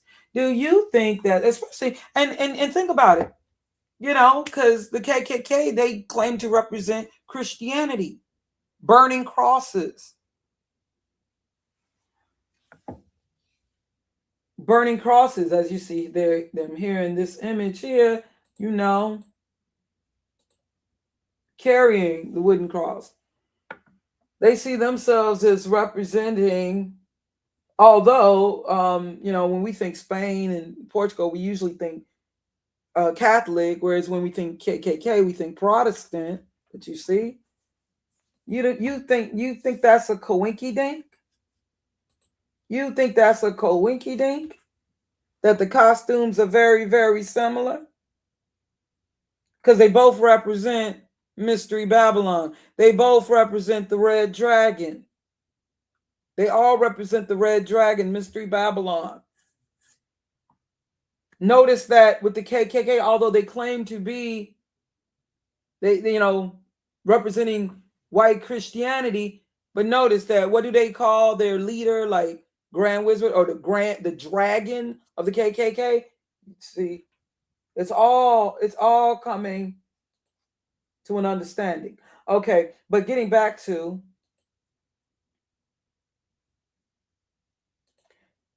now, notice, yeah, I put here, they're showing you Zwart Piet. Schwarzer, that's another name for black. Like Schwarzenegger, you best believe Arnold Schwarzenegger, despite what his father was involved in, because I believe his father was a Nazi or involved with them, with the Third Reich or whatever, Arnold Schwarzenegger. But if you look at Arnold Schwarzenegger's daddy, he kind of have a little dark hair, don't he? That name, Schwarzenegger, you best believe down the line somewhere. But yeah, Schwarzer, that's another, you know, they also use that as a Yiddish term that's, you know, Germanic Yiddish term that's also like basically the N word, but it Schwarz meaning black, or Zwart Piet. Now, yeah, or they, yeah, notice here it says in Wikipedia, Zwart Piet is black because he is a Moor from Spain. But wait, I put here, I thought the Moors were not black, Wikipedia. One minute they say the Moors weren't black or they were just these Berbers. But notice down here, they're saying in Wikipedia, and this is 2019, Zwart Piet is black because he's a Moor from Spain. He's like this in the Netherlands or whatever. They see their tale of Santa Claus, and even if we can go into Santa Claus, is a little different. They have like he was like this little elf, this little Moor that he has captive. And there are people, black people in the Netherlands, who have been kind of protesting against the depiction of Zwart Piet, or Piet de Moor. Zwart Piet de Moor, because they see it as, you know, racially insensitive, obviously. Yeah, Black Peter, Zwart Piet, or Piet the Saint, and promised to hold a festival in his honor. Now, I may not be pronouncing this correctly. Zwarte Piet. Because even when you look at the English cartoons, Black Piet, why would a lot of those racist cartoons, why did they always have them depicted not just with blackface, but why were they always these really red lips? Like as if this goes way back. Why was the depiction always like this? Not just with a like really charcoal face, but why the red lips? As if it, you know, this is some sort of, this part of some sort of iconography or stylization. Or why was the caricature? So that tells me that this form of blackface goes way back, even before the minstrel shows, before vaudeville, before all of that. This must goes back to something even further back. But yeah. or Black Peter, is a companion of Saint Nicholas in the folklore of the Low Countries. The character first appeared in an 1850 book by Amsterdam schoolteacher Jan Schenkman. Traditionally, Zwart Piet is black because he is a Moor from Spain. Those portraying Zwart Piet usually put on blackface makeup and colorful Renaissance attire in addition. Renaissance attire. And what does Adam Guidry says here? Adam Guidry is posting here, as I was talking to my niece and nephew, Adam, the Renaissance was a massive, exactly, whitewashing of European history. Exactly. Right. Schwartz Schwarzer means black. And they'll give you a different explanation for nigger, but we're not stupid. So, yeah, let's see. Arnold Schwarzenegger daddy. Hold on.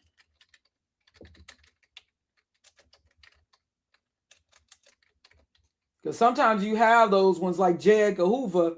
They may have some black ancestry, and that's their way of totally distancing themselves. You best believe. Because even when you look at his daddy, remember what I talked to what Benjamin Franklin said about Germany. And when I show you the crest of Germany, this is Arnold Schwarzenegger's daddy. I'm going to tell you right now, there was probably down the line in this man's ancestry, some Negro.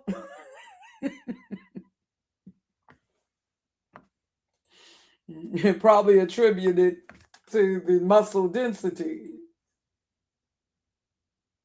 You know, they said, Arnold Schwarzenegger himself, and I'm a fan of his movies and all that, but it's one black bodybuilder who was famous. Forgive me for not knowing his name, but he said when Arnold, like kind of earlier days in the United States as a bodybuilder, saying some stuff down with the black, like, I noticed Arnold talk like in these biographies, like he has these regrets.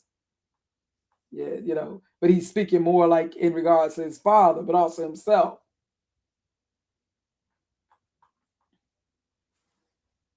But yeah, but just like J. Edgar Hoover, who come to find out is believed to have some mixed ancestry, although he's the father of COINTELPRO.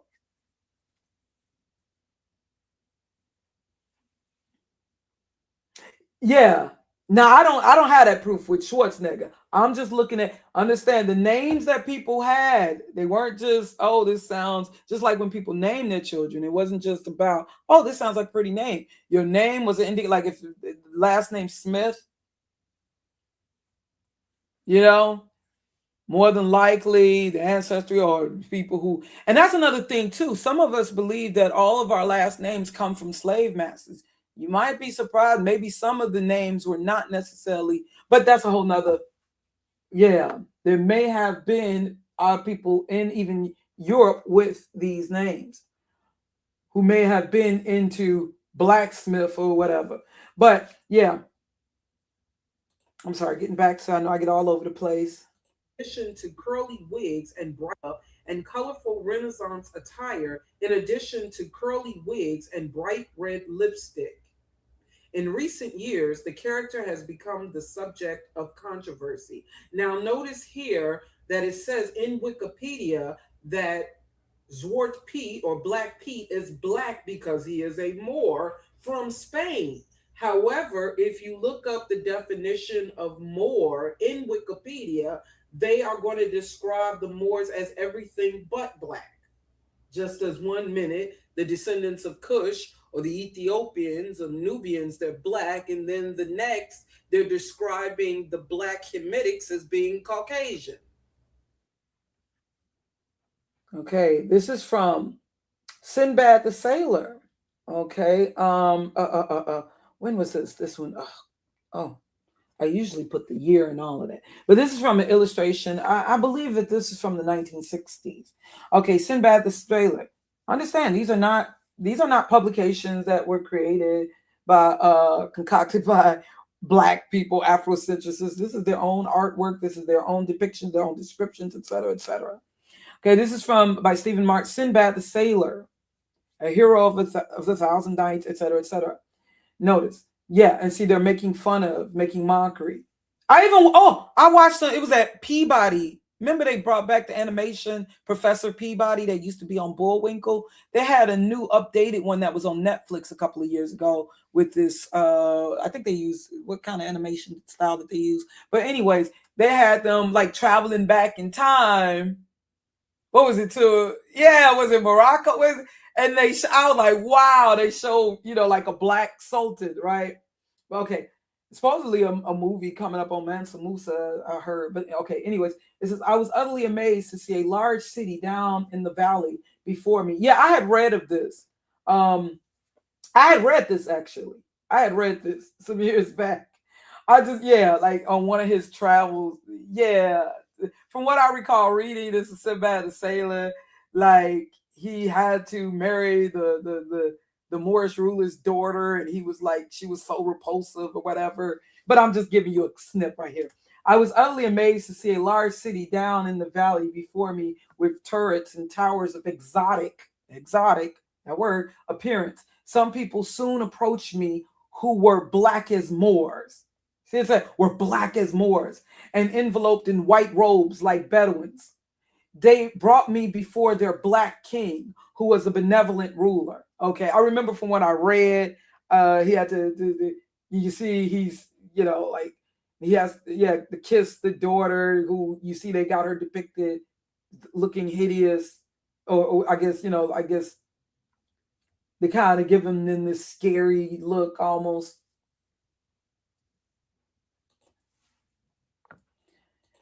And you see here, Laurence Olivier, this is in 1965, Laurence Olivier portraying a Moor in Othello. 1965. Okay, so if the Moors were these, okay, I'm looking at Laurence Olivier here in his natural form on the right. He already got dark hair, dark eyes from what I'm seeing here, the actor. He already could pass for, like, let's say an Arab, right? As we see him today. He could. So why did they need to put him on blackface? Oh yeah, and his lips are red too for whatever reason. I don't know what the emphasis of the red lips, but why would they have needed to put him on blackface if he was already swarthy? He looked like what they want to claim is olive skin. If he would, what they want to claim is, oh, swarthy doesn't necessarily mean dark, like it's dark or black skin. Well, then why do they need to put him on blackface to play, Shakespeare, Othello? And of course, later you had Lawrence Fishburne playing Othello. I think they've also had Denzel Washington. Am I wrong? Okay, Sidney Poitier. And this is 1964, The Long Ships. And I think some of this may have been used, films like this also used as propaganda to get white, especially now that, we're in the sexual revolution and, miscegenation laws had ended. Probably used movies like this to kind of scare white folks. Okay, see, these black folks gonna get in power. It's gonna be like the Moors again. It's gonna be like how it was. Yeah, and you gotta understand when they would do that stuff like these little celebrations in Spain, and it's basically celebrating. They want to be reminded of when they, I guess, like kicked their behinds or kicked them out of, yay, when we defeated these black people, ending the Dark Ages or whatever. So you see here, Sidney Poitier portrays a Moorish sultan, Moors versus Vikings. This is showing the Moors versus like the Vikings. See, black versus white, and the long ships. And you got to be kidding. See, they were very slick back then. And those the Edomites / Khazars who control the film industry, they were very slick, like with Shaft, using these terms that could be like phallic terms, like almost like sending messages to white men. Just think, you know what I'm hinting at. Don't think I got a dirty mind, but I just know how they think. I've read, I know what. Think Francis Cress Welsing, if you understand what I'm saying. They knew how to. Yeah, I thought I might have seen something. You might be right though, but yeah, I know Lawrence Fishburne played Othello. You see here, The Long Ships, 1964. Lawrence, yeah. And see and they had him in the movie with Caucasian white women. Sidney Poitier. Sidney Poitier definitely was an actor. Oh yeah, see, I wanted to go to this scene. Let me just go to this scene really, or maybe I'll go afterward. Dennis Hopper and the 1992 film True Romance, one of the first films that Quentin Tarantino worked on. You had Christopher Walken and Dennis Hopper, and they're talking about when Dennis Hopper's character, he knew that they were going to kill him. So these Italian, drug lord gangsters or whatever, And so when he found out Christopher Walken's character saying that he's from Sicily, Italy, from Sicily more specifically, so then he figured I'm going to piss them off before, since they're going to kill me anyway, and I'm going to hit him with something that he hate to hear, that he has Nigger ancestry.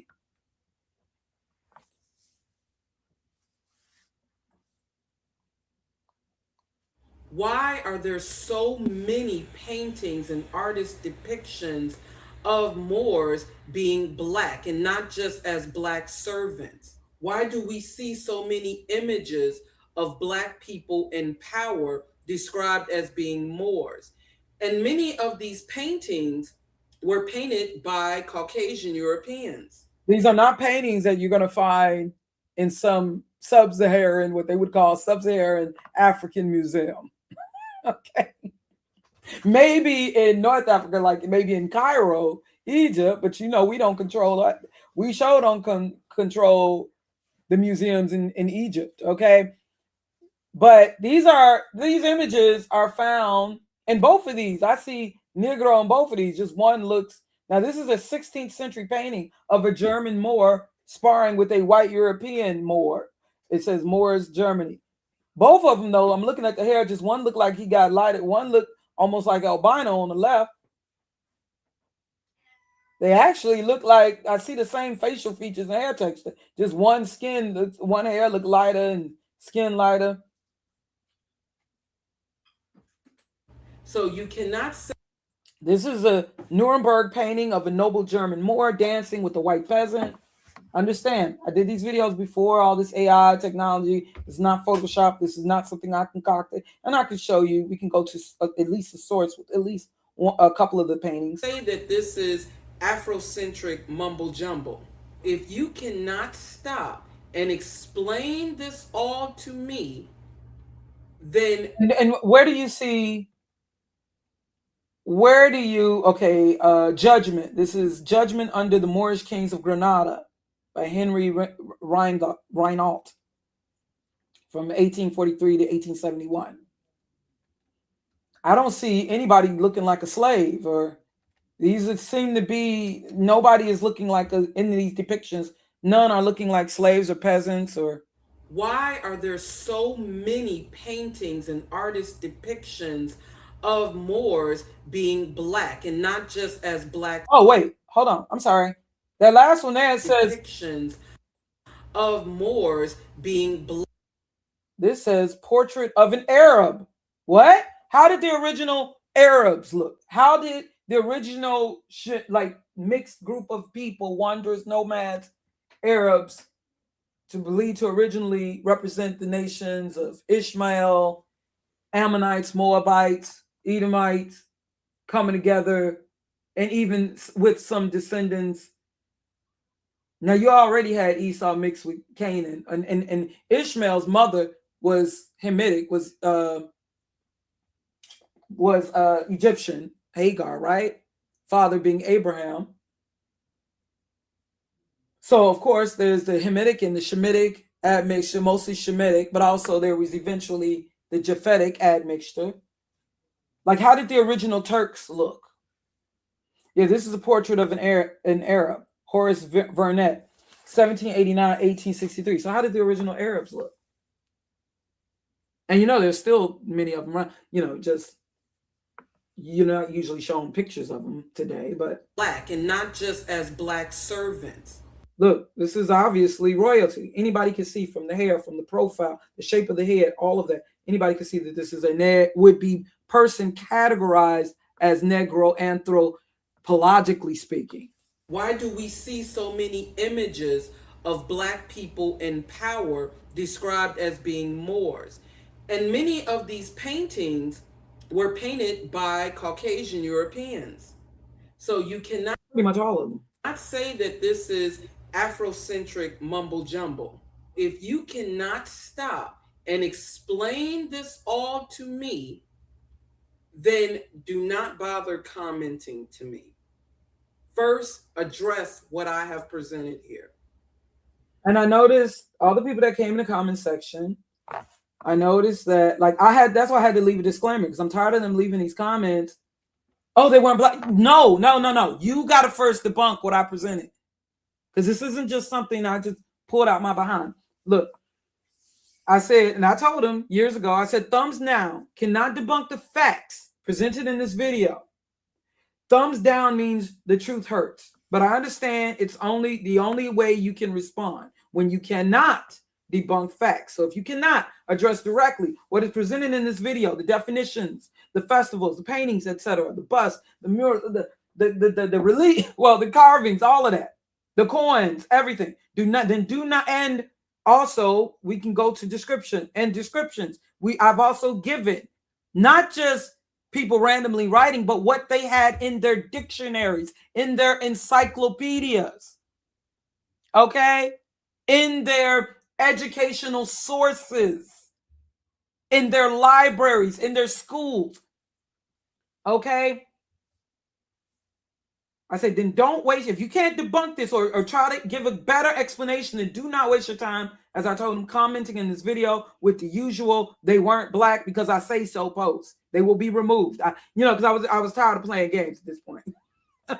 I said, just stick to playing with your thumbs years ago, And of course, understand that years ago, was this the original upload? This was the update. Yeah, years ago. Well, the last upload I did was able to, now I got it on unlisted. I don't know. But I believe the initial, it was able to get, of course you understand I lost my original channel. So this only got under 3,000 views. But back then I did have more people, including,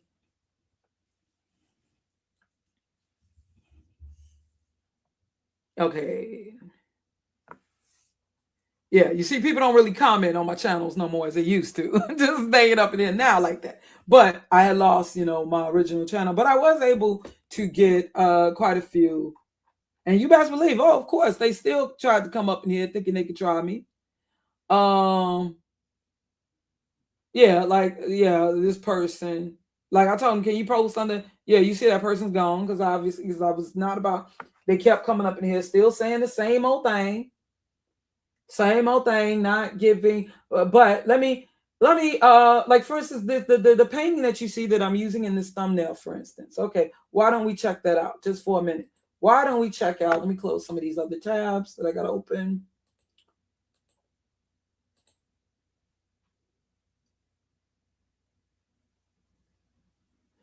So like I said, now they want you to believe that the Berber people look, or the Arab people. Yeah. Today,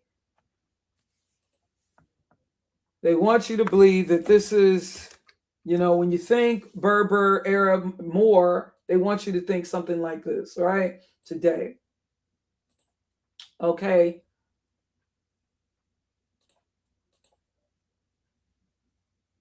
And, I showed you how they are described today.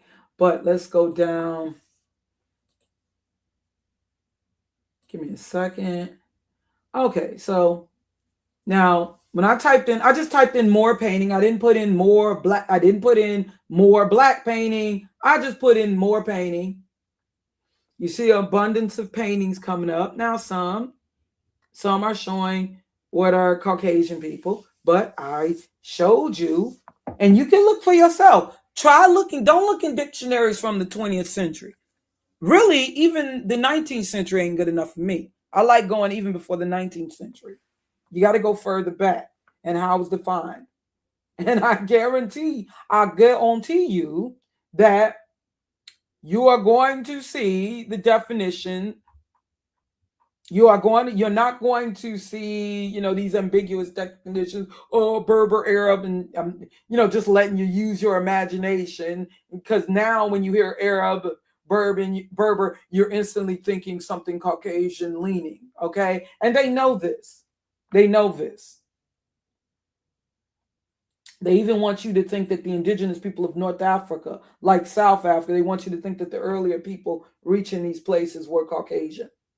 Okay, so that particular painting that I have here that you see that I'm using for the thumbnail, okay, just to show you that this isn't just something that has been, because you got to go find the sources, because there are these, now I'm noticing there are images that are being used in these videos and they've been created with AI, or they're relatively recent, or they've been changed in some sort of way. So you got to be careful. So I'm just going to, just to show you at least a couple of examples. Okay, so this is called a Moor wearing a turban, and our Moor. I'm using this image specifically because you could see the features even. Look, nose similar to mine, rather wide nose and everything, right? We can't quite see the hair, but I'm going to assume that the hair is tightly coiled in the fours, right? So you see the okay? And they're saying that the painting is by Karel van Mander the Third, or Karel van the Third Mander, right? Okay. So I said, let me find this. So you see not only the complexion, but you also see the facial features, and okay, what the exoticals and YouTube would call unambiguous black, right? Okay, so let me first look at the artist. Okay, Carl, this is the artist, the painter. It said painter. Okay, this looks like, for the most part, Caucasian. Yeah, but like I said, how did they look once upon a time? Carl van Mander said was a Dutch. Now he was lived in the 17th century from 1609 to 1670 AD, and he was a Dutch Golden Age painter and the grandson of Karel van Mander. Okay, and Karel van Mander the Third. Yeah, okay, he was born in Delft. Okay, so he's from the Netherlands. He's Dutch. Okay, the Netherlands. The same place where the whole Zwarte Piet and Netherlands, and that's where you got some of the whitest of white people in the Netherlands, the tallest people as well in the Netherlands, like Sweden. Okay, here are some more of his paintings, just so you can have an idea. So he is this painter. What is this painting? I didn't even see this. Ooh, what is this? I just found this right now. I'm curious. Let me click on to this. What's this about?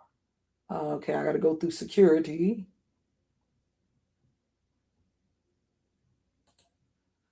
Okay, I never seen this. It just says painting of 1630, painting of Persina and Hydaspes gazing at artwork. They're looking at artwork in Haarlem. I gotta look this up. I'm gonna keep this up here. I'm gonna have to do research. I never seen this before, but these sure don't look like no slaves right here. So, but anyways, these are many of his paintings, so you can see. Oh, there it is right there, Fine Art America. So I said, so since we know something about the painter and the time period he lived in, so I said, they said that it was that, and they said that where it was in the Denmark art collection, the National Gallery of Denmark. That's where they say we could find this. So I said, let me go here. Let me just make sure. So here's the site. Here's the site. I just want, so you could know that I'm not, hey, Pentazoid. All of Denmark's art collection. So what I did is, I said, let me go to the site. And, I typed in more just to see what would come up. I see that there are a lot of these artworks not showing. A lot of it is not showing.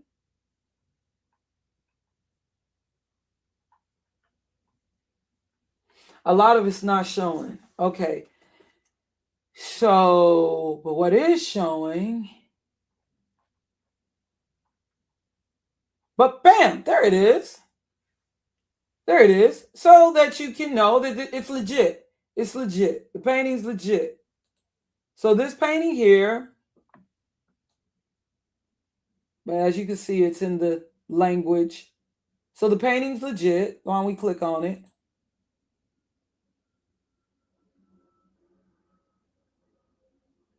Oh, now they're saying a man with a turban and armor. It just says a man with a turban and armor. Hold on. Why don't I go back? It just says a man. Okay.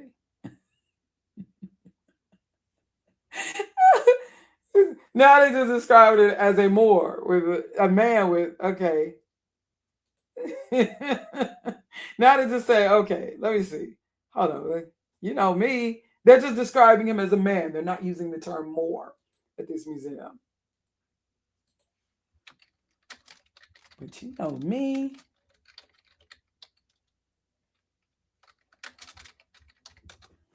So I got to, you know me, I gotta go. How about I look at books or something? How about I look in books? Because I like taking it back, you know. Okay. How do I, let me see. Because you know me,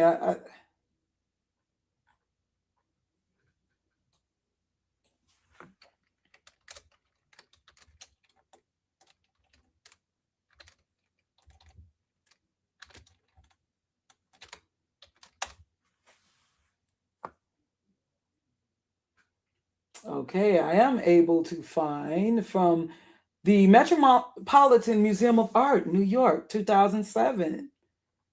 Because you know, I got to go further back. Okay. No, that's not it. But it does say here in the Dutch, right here, the painting is described as, now this is, give me a sec. Let me go to Google Classics. That's what I'm used to. So about this publication. So understand this is not an Afrocentric. Okay, Dutch paintings in the Metropolitan Museum of Art, Volume 2. This is from the published by the Metropolitan Museum of Art, 2007. Walter A. Leakey, Metropolitan Museum of Art, New York, New York. So this once was at the Metropolitan, you know. So this is in the category of art. You can see here, 2007. So how was this? Even though now it will say at the site, oh, a man with a turban. However, in 2007, and you know, this is an art.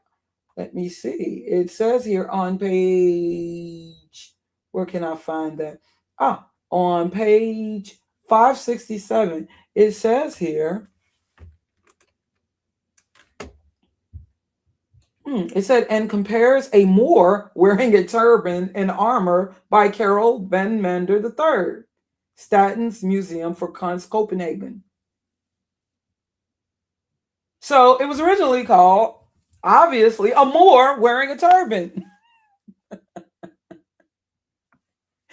I mean, you see right here, Reef. You see how they being slick now? The little slick stuff they do now?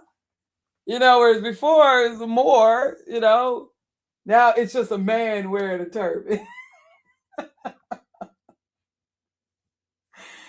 Yeah. So I think we could trust the New York, the Metropolitan Museum, you know, like you think the Met Gala. I think we can trust the Metropolitan Museum of Art in New York. Shouldn't we be able to trust what they claim? But so obviously, this was initially referred to as the Metropolitan Museum of Art.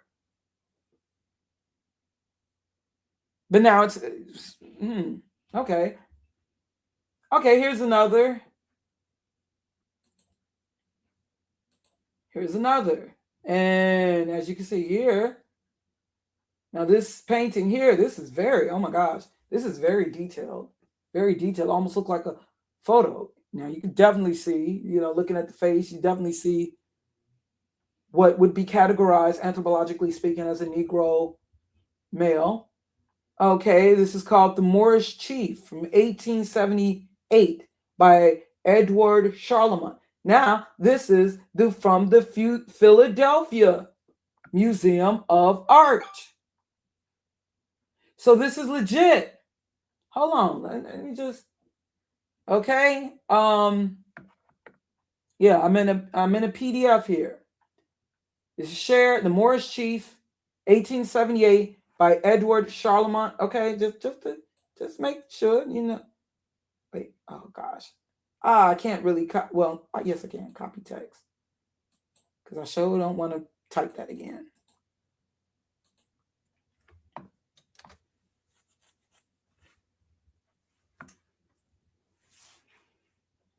Okay, who is Okay, so who's Edward? Edward Charlemont. Okay, he's from Austria, you know, where Arnold Schwarzenegger was from. Austria, near Germany. Austrian, okay, Edward Charlemont was born in Vienna, capital of the Austrian Empire in 1848. Okay. So he lived more so in the 19th century. He died in 1906. Okay, his father, Matthias Adolf Charlemagne, was a painter, specialized. Now, understand, these are the Austrians and the Germans, and you know, these were, I think, Blumenbach, the people that was behind the whole concept of supposedly the people behind concept, the modern concept of race and racial categorizations. So, why on earth would they be depicting a Moor as being black? And this was a man who obviously had some sort of prestige. His father, Matthias Adolf Charlemagne, was also a painter specializing in painting miniature portraits. His younger brother, Hugo Charlemagne, was an equally famous impressionist painter. At the age of 15, Charlemagne exhibited his works for the first time at the Academy of Fine Arts, Vienna, where he studied fine arts. Now, understand, he went to the Academy of Fine Arts, Vienna, where he studied fine arts. At the same age, Edward Charlemont was also hired by a girls' school to teach drawing. Okay, so this is him. So let me try to go to his, what will they put as in paintings? Okay, let's see. His paintings. Oh, this is what's coming up. These are his paintings.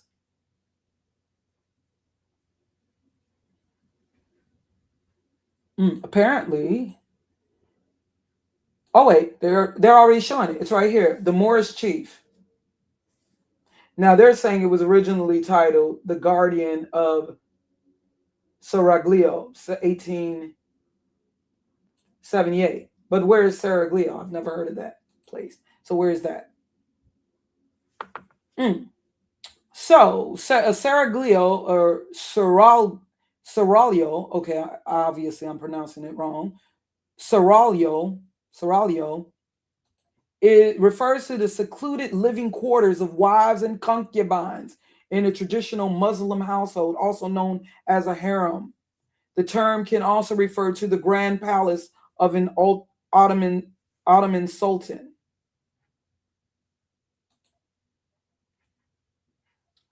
Okay, now they're saying it was originally referred to as the Moorish chief. Let's just see. Let me do a search.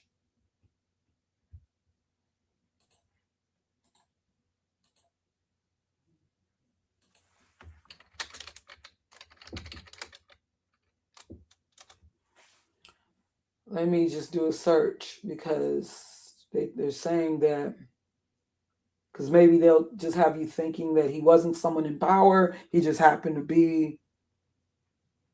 And I like doing my searches. I like to, I can only like click on one tab at a time. I'm going to search before the year 1950. How about that? I can't find anything as in.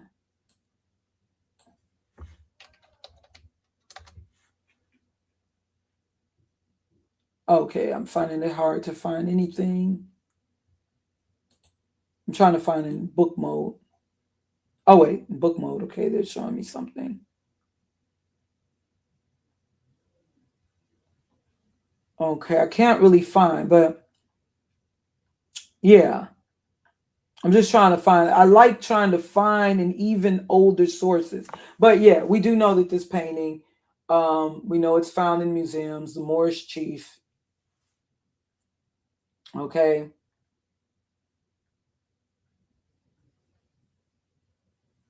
Okay, and this is an image commonly used, but I got lots more sources. You know what? I want to go to. Oh, definitely. Now you see here. Look here. This is my book tab. Books that I've read or books I'm supposed to come back to read that I haven't finished reading. And you see under here in my folder for the Moors, that over the years, even though my computer crashed around 2019, but I still got a lot of bookmarks. And you see, I got a lot of things under Moor that I go back to. Now, usually if I put exclamation points on it, It's like, oh, this is right here. This is understand that with some of these things that I've marked off, um, I a lot of them are no longer. A lot of them are. I go to the source and they're gone. Which is why, yeah, I should have got on it a long time ago in doing the videos that I was supposed to do. Because there are certain things that I came back to read, like I'm gonna read later, I'm gonna show y'all later, and didn't finish reading or whatever. And I come back and it's gone. I can't find it, man, and I don't have the book, Now I'll show you, of course, my husband and I, we got plenty books, but there are some things that I got directly from like JSTOR. Like when I was last in college, I had access to Hoover books. That was my first time really getting access to an online library, but I no longer have that access. I don't think I would be able to. Is there still the online site for Hoover books? I love that. It made it so much easier for us doing our reports and everything with the online library. Because it used to have to be, you really did have to go to the library. Like when I was a preteen, when I was like 11 years old and stuff, and really started going to the library, learning Black history on my own at the age of 11. But now, yeah, so when I went back to college and we had access to Hoover books, that was awesome. It really made it easier for doing reports and stuff.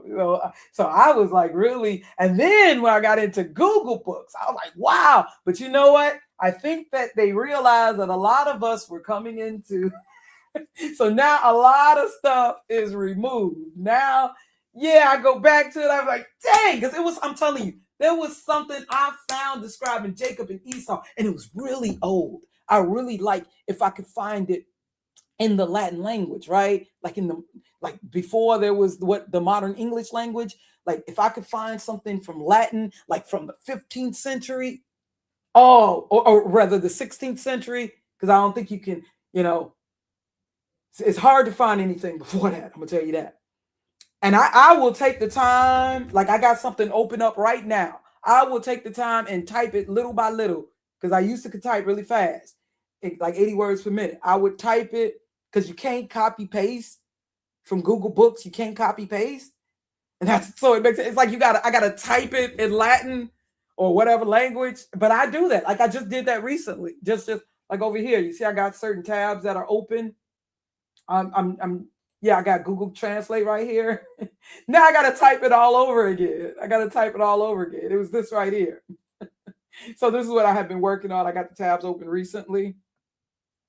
Let's see here. Ooh, what I typed up here scared me. But that's how I was supposed to be doing a stream on in the Hittites. Yeah, these are the books right now that I got open, right? Yeah, that's how I was supposed to be doing a stream on eventually. I was supposed to do this stream. I had these tabs open for some days. From my next stream was supposed to be from like Mount Seir to Caesar to Khazar to, that's what I wanted to do. But but anyways, yeah, quite a few things I come back to and they're gone. And there's certain things that we were able to have access to in Google Books, but now it's like you got to pay thousands of dollars for. Like, I'm glad there was someone gracious enough, a brother who traveled. He had the book on Russian iconography and all that. There are some people who, they have these books, these publications, and they have been gracious enough to share, what they have purchased and stuff. I ain't got no money like that. All right. Like, I remember when I first was told that, we were of the descendants of Yasharel, and I remember my brothers and them, and who they was studying. This was the late 80s with one of my older brothers, and he was the first to put us up on it. And they would meet together on the north side of Chicago, and we had the Bible studies. The brother named Emmett. I didn't know nothing about these Hebrew Israelite camps that, they coming out of New York, the ISU. No, we wasn't with that. And I remember they had all these books, and I was like, where y'all get these? And, and also, I had never heard the term apocrypha, and they just had all these publications. Yeah, because back then you had to really, really dig or pay. That's what I said. But you gotta understand, Reef. Over time, this has been years of me, And what's crazy, after I lost my original channel, my computer also crashed. I lost so much information. I got all this information on my Kindle, my old Kindle that's got dusty now. I had all this, and I was like, oh, I can't wait to show y'all this. And I lost so much. I had, not only did I lose my channel, my original channel, and the way that they just took my last channel without me even having a warning. So anything I didn't save, like certain videos that I didn't, where I've learned now to, even with these live streams, I'm going to have to download. But, that takes up a lot of space. I was so, and when I lost my original channel, I lost a lot of those videos. I believe it was like Yah's blessing that I was able to get my channel back, because they just did that abruptly. It was no warning, 3 strikes, y'all. They just totally canceled my channel like that. You can thank Tommy and Soto Nation for that. But so soon as I got my original channel back, and what was it, 2022 or 2023, and they start coming at my channel right away, giving me strikes. That's why I put everything on private. And I just had to, my husband paid for something where I could download multiple videos. And it was like, for hours, I had to download all my videos, at least get the videos downloaded. Because I was like, so imagine I thought that I lost a lot of videos for good, that I put work and effort into. And then to shortly after that, have my computer crash. It's like, we got to hold on to flash drives around here. What you said, okay, I'm going to have to remember that. I don't know if Hoover Books is still. Yeah, so I was like, let me do some of, maybe one by one, I need to just go to each of these tabs. But it's just been so, I think that's what's also caused me to crash out, kind of. Because it's like, when it's so much information, and you got to understand, around the time I did my series for ancient Egypt, I still wasn't totally convinced about the original Israelite, even though this was something my brother showed me and taught me going back to the late 80s. I wasn't totally convinced. But when I did the series proving that the ancient Egyptians were indeed, quote unquote, black, there was information coming to me that I wasn't even seeking.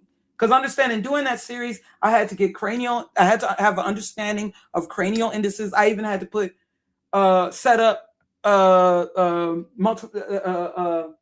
mathematic formulas in damn, you gotta understand, I'm going, the sister going, and that's another thing too. I don't want to be losing my mind going through brain fog. Excel. In Microsoft Excel, I had to set up, mathematic formulas. I had to do calculus. I had to understand how to figure out cranial indices. I had to get an understanding of cross-section hair trigonometry, how they did it in the past. It took months and months, actually years, with the Ancient Egypt series. I printed out things, downloaded things. I was able to find online Shika and Tadiabs to download. It was a lot of research. And as I was doing that research, it was information coming to me that I was not seeking.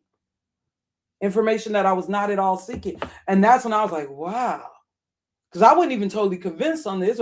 I was like, wow. So by part 8 of the series, I had garnered all this information. And I was like, man, I guess my brother was right. Guess they weren't lying, Oh, thank you, Reef. I thank you for that. And I was so, when they put it up in Egypt Search Reloaded, I was so flattered, because I really respected that site. And I was, of course there were certain naysayers, but just the fact they shared it. So can you imagine when I lost my channel and stuff, and I would go to the site, Egypt Search Reloaded, and I'd feel really sad because I see where they shared my video, but I would click onto it, and it would say this channel doesn't exist no more. That had me really, really sad. That had me so sad. Thank you. Yeah, people were telling me. So how I've been feeling, yeah. And see, Tommy, you and and so that person, the one that got me my channel, he was a person that was trolling me on behalf of Tommy. I think he felt a little guilt. Yeah, they took 2 of my channels, so I just had a 4th one removed. But yeah, so now what's this right here? If I put it in exclamation points in front of, that means it's something I really found. Let me see what I got right here. But I wanted to show my niece and nephew, I wanted to show them I wanted to, let me see, what's this right here? Because I got a whole bunch. So you gotta understand. So, oh my gosh, this ain't I gotta buy the book. No, absolutely no, no, no, no. You see this? Now I gotta buy the book. This is wrong, y'all. This is wrong. Do you see what I'm saying? It says I got to no preview available. Buy this book. This is so wrong. Wait, what did I have it bookmarked as? Now you see I had all these exclamation points. Okay, prophecies of, oh, it was given detailed information on the Moors defeated. Hold on. No. Oh, that's bogus. They're not even telling me the page. It's a prophecies of Nostradamus on the defeat of the Moors, savage black one, when he will have tried his bloody hand at fire. It's missing. I can't click into it. Oh my gosh. Seeing the greatest ones hung by neck and feet. Le Noir, for you know that Noir means black. Oh my goodness. We're gonna have to look for that again. We're gonna find that somewhere. See what I'm saying? Now, why is this stuff all of a sudden? Why now is it not available? Hold on. Hey. Okay, you said it's only it's only $1.90. Okay. All right. We go. If I got a one by one, because see, that's the thing though, because you don't understand. Sometimes I would be like up all night looking at these sources, and so how do you share? Oh gosh. Okay, well, that's that. Well, no, we're gonna find it. It's called Prophecies of Nostradamus. We're gonna find it. It's probably in another language, more than likely. But yeah, so I got a lot of, but and going more specifically in the bookmarks. Yeah, well, let me see. This is Prophecies of Nostradamus. Yeah, it's talking more specifically about the Moors, the savage black being defeated. I may have to come back later and, okay, but something I wanted to show. Let me search in my bookmarks manager and all of my bookmarks. Let me search more specifically about, let me see, do I have something that was, Beethoven. Oh, okay, let me see. Let's see all that I had here on Beethoven. I told my niece, she's like, what? Like, yeah. Now, I'm not saying that he was, I believe that he was mixed. She's like, no, I thought he was white. And I'm like, no.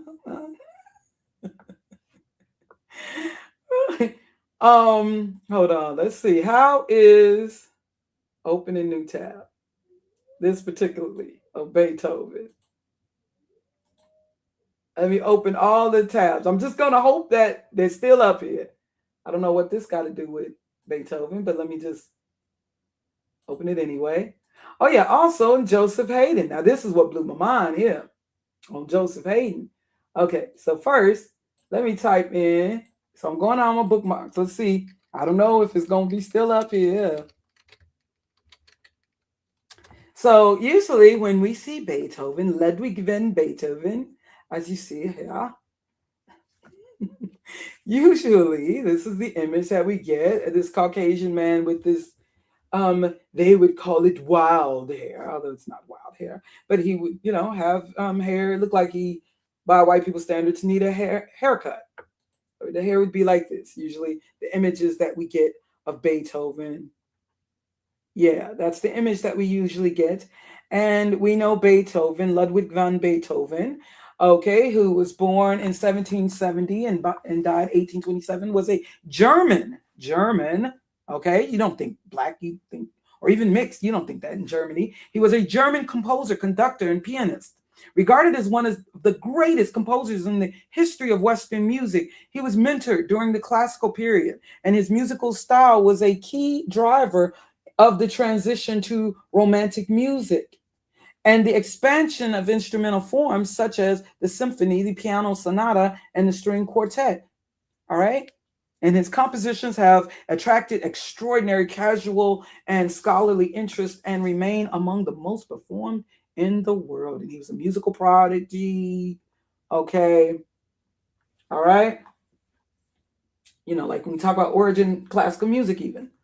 Okay. So that's how we see the more modern artistic depictions. Okay. This is how he's usually depicted. All right. But let me see. Let me see. What do I have here? What do I have here? Okay, it's been a while, so give me a second. Okay, I'm able to go to this page. Okay, this is United States Democratic Review by J. and H. G. Langley, 1844. United States, what's it put under? Contains political and literary portions.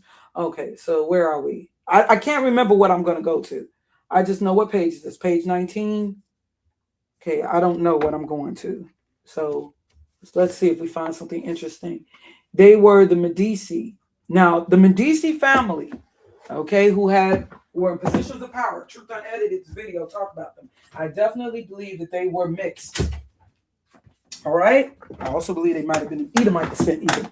Okay, they were the Medici and Vienna, the Florence of the modern. They were the Medici and Vienna, the Florence of modern music.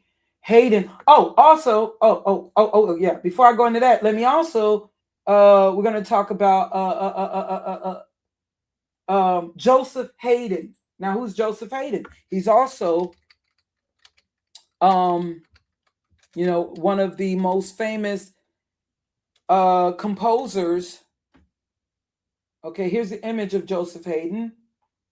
Okay, look kind of like George Washington, right? This is the depiction that we're given at Wikipedia and more modern. See, this is from Britannica, classical music, Joseph Haydn. Okay. And giving you a wiki quickie, Joseph Haydn.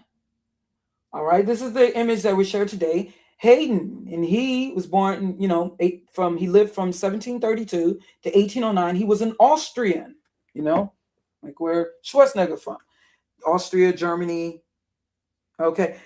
He was an Austrian composer of the classical period. He was pivotal. In the evolution of chamber music forms like the string quartet and piano trio. His contributions to musical form have led him to be called father of the symphony, father of the string quartet, father of sonata form. Okay. So this is how Haydn is depicted. However, let's go to these publications, and here's Beethoven.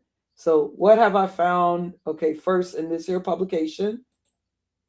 Okay, this publication from 1844. Let me just see. I don't know what I'm going to find here. It's been a while. Let me say Haydn. Okay, it says Haydn, Mozart, Beethoven, most of the magnates in the new empire of instrumental harmony had their reign. Okay, I don't know what are we leading up to. What are we leading up to? Okay, it says reading down. In the middle of the first allegro, the prince interrupted performers and demanded to know who composed such admirable music. Haydn was led forward trembling and blushing. What is the music by this Moor? Now, Haydn, who we just looked at, was led forward trembling and blushing. What is the music by this Moor? He's being questioned. His complexion was dark, and those who were jealous of him could sometimes call him a vulgar-looking little fellow. Well, Moor, from this time you are in my service. What is your name? Joseph Haydn. Haydn, I remember that name. You belong to me already. Why have I never seen you? He was too confused to answer. And the imperious man proceeded, well, go and dress. I'm not going to read all this, of course. yourself like a professor. Do not let me see you anymore in this trim. You cut a pitiful figure. Okay, so um, what? Okay, okay. It says here, it was so at first, going further down in this, it was so at first with learning and the arts, scholars and artists were in bondage to and patronized in a most humiliating way by those immeasurably their inferiors, only surrounded by with the pomp of circumstances. Music came, the Messiah of the 18th century or the 1700s. It too must serve its time in Egypt, must judge like Hercules, a deity in disguise, must be despised and patronized. Out of the Moor and vulgar looking little fellow, trembling before the imposing splendor of the imperious Esther was okay. So we definitely see that. You see, they're saying not only is he being referred to as a Moor, but they're saying his complexion was dark. Hold on. Does this look like what we just seen? Does this look like a dark man to you? Oh, thank you, Medici. Okay, I thought it was Medici. I guess I'm not the only one been pronouncing it wrong because I'm also, certain people who have done videos on them. Okay, thank you, Medici. Okay. Okay, well, I see. I'm not alone in pronouncing it wrong, but I'm gonna look into it. Thank you for correcting me. So, do you see? What I'm telling you? We're being lied to. There's a lot of history, but that ain't the only. Hold on. I think I got more sources here, and that's just talking about Hayden. You see him clearly being described as not only a Moor but dark and supposedly black and vulgar looking. But you got to understand, we're now in like the I believe 18th century, so black is ugly by that, supposedly, at least in certain parts. Okay, so what's this here? What is this here? This Appleton's journal. What's this? Okay. Okay, Appleton's Journal, a magazine of general literature, volume 4, D. Appleton, 1870, the year. This is put in the category of literature. And on page 412, I don't know what I'm going to read. Okay, I don't know what I'm going to read. Okay. But if we start with Haydn, go down to Mozart, Beethoven, Weber, Rossini, Meyerbeer, Schubert, et cetera, Chopin. Okay, let me see. I would not have bookmarked it if it wasn't for a reason. Okay, I do see over here where it says the Arabs, olive and almost blonde complexioned, in Armenia and Syria, and are decidedly swarthy in the Yemen and Mascate country. No, that's not what I'm looking for. It's not what I'm looking for. Okay, for some reason, I'm gonna probably have to. I think the Tuaregs dwelling upon the southern slopes of Atlas Range are simply olive complexion, while those of their brethren in the interior Africa are black, ancient monuments. I'm wondering what is it that I had to have marked this for some reason. I would not have saved this. Maybe I was intending on going back to reading this. No. Let me see. I didn't put an exclamation point in front of it.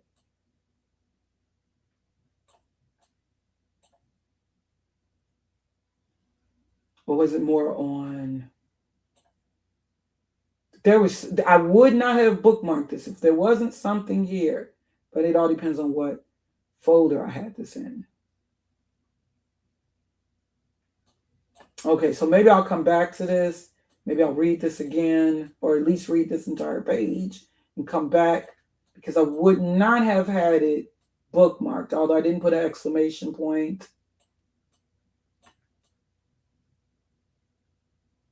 Okay, in Europe, we find 3 variations of coloration of skin: olive brown with black eyes, black hair and beard, auburn hair and beard with dark blue eyes. Maybe it's something more to do with race, period, and descriptions in Europe at that time. The Scytho-Arabic race has only half of its representatives in Europe and Central Asia. Interesting.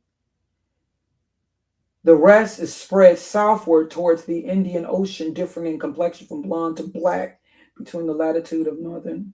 Okay, maybe it's more to do with that. But okay, so let me try another source. Oh, okay, so here's another source that I put in the category Beethoven and Swarthy. Okay, let's see what this says. An Unrequited Love, an episode in the life of Beethoven from the diary of a young lady by Fanny Giannatasio del Rio and Ludwig Noll. This is from 1876, and this is on page 60. Okay, Beethoven could not possibly, and we're talking about the same Beethoven here, the musician, could not possibly be called a handsome man. They're saying that he wasn't handsome, saying he's unattractive. His somewhat flat, broad nose, he's being described, Beethoven, as having a flat, broad nose. Now, usually white people or Caucasian race typically, not always, but typically have long, narrow noses, not flat, broad noses, but long, narrow noses. But his nose is being described as his somewhat flat, broad nose and rather wide mouth. Okay. His small, piercing eyes and swarthy complexion. They're saying that he had a swarthy complexion. And as you know what the swarthy means, swarthy, adjective used to describe a person's complexion, skin tone that is dark in color, dark skin, basically. Schwarz, meaning black. Swarthy. The meaning of swarthy is dark color, complexion, or cast. Swarthy is dark skin. Now, some could say, well, maybe they're saying that the skin is darker than. Maybe they're saying that his skin was darker than other white people. Well, if we are to go by these paintings of Beethoven that we have seen, if we were to go by these paintings, no, this is the typical complexion. If we were to go by these complexion, no, I don't think swarthy when I think of this depiction. I don't even think what they claim is olive skinned.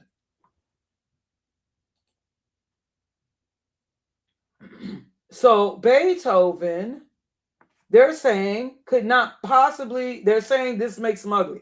His somewhat flat, not only is he, and I don't see from these paintings a flat, broad nose, rather wide mouth.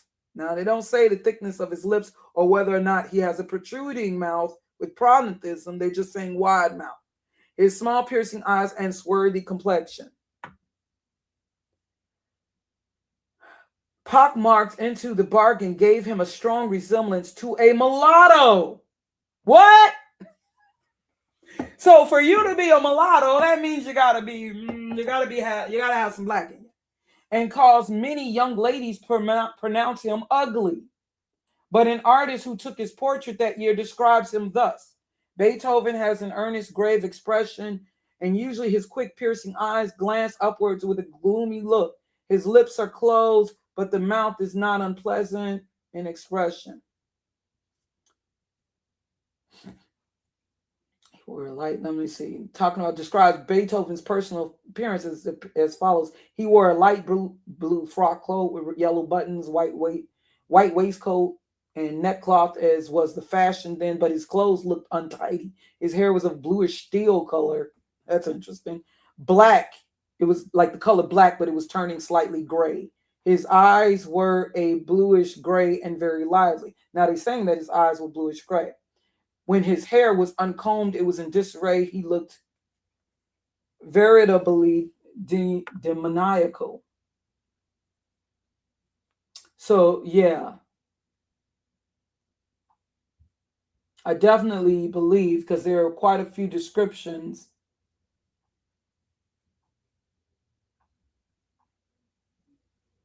And this isn't the only, saying that he had this swarthy face, like he had darker skin.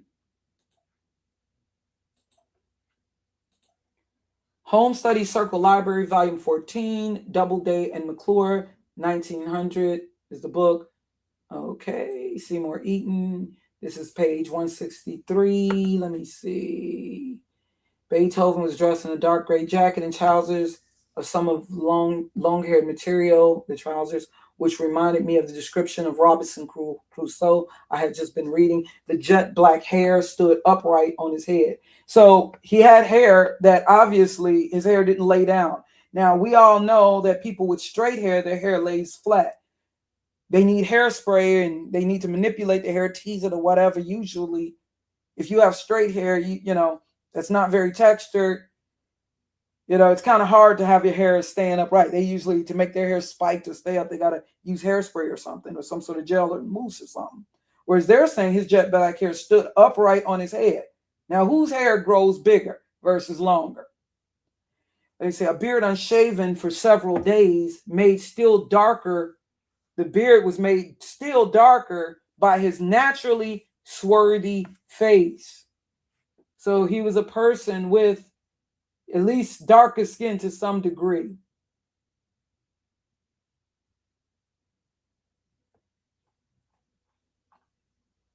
Okay. Let me see. I got other sources. But what's crazy here, they're saying Beethoven had dark hair. I mean, dark eyes. And this one, okay. Now, this is another source.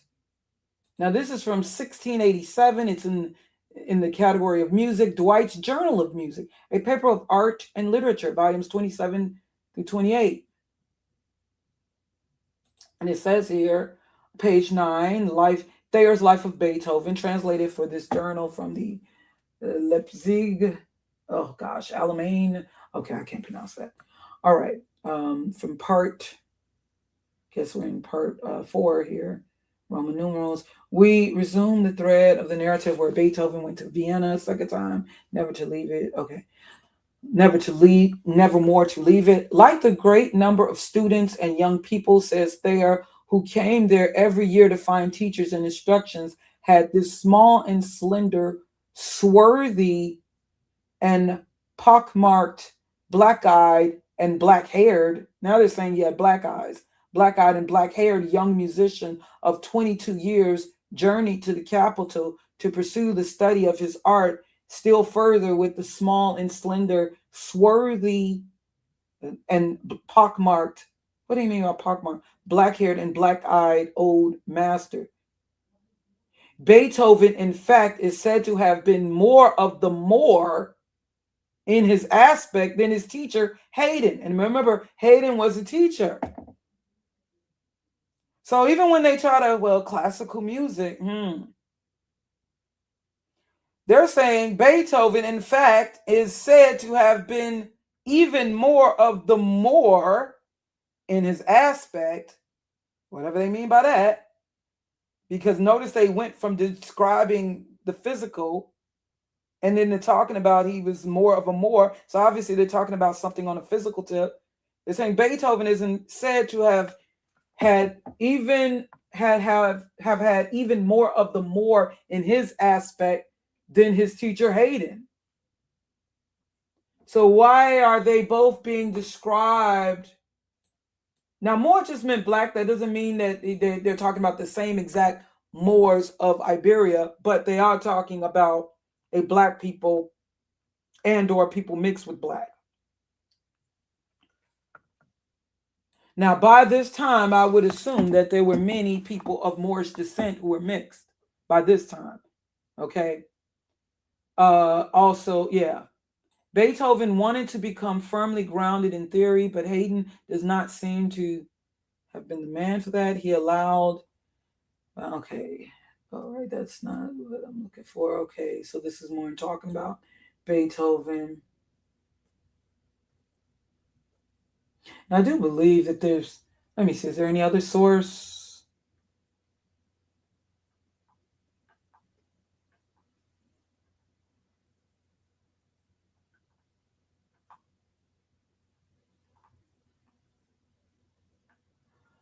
Let me see. Why do I obviously have this.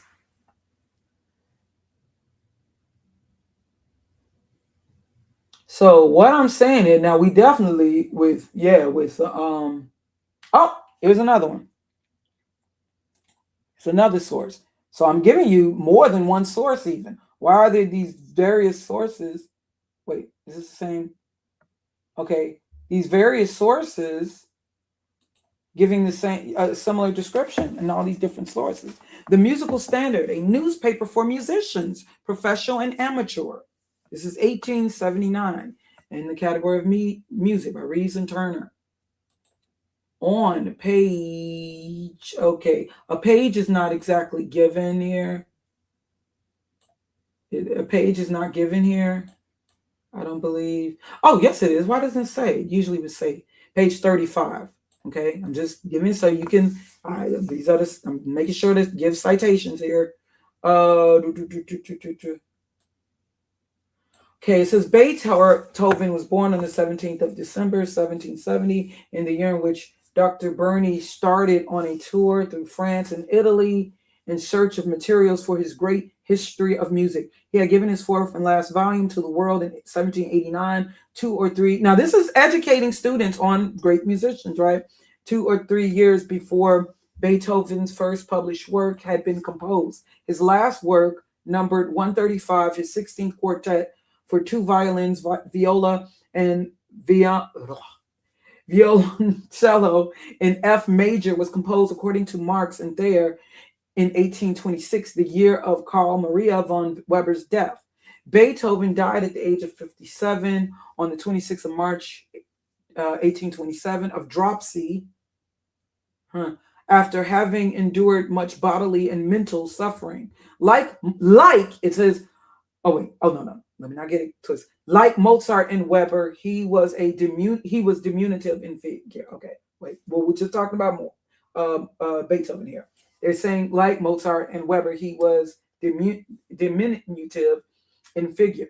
Excuse me. His forehead was ample, an idea of the great mind within.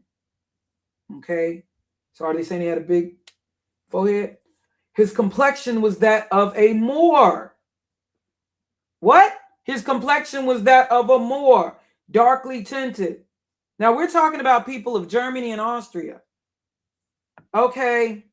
I do not think of anyone being darkly tinted when I think of the supposedly what they will tell us are the indigenous people of Germany. But they're saying his complexion was that of a Moor, darkly tinted.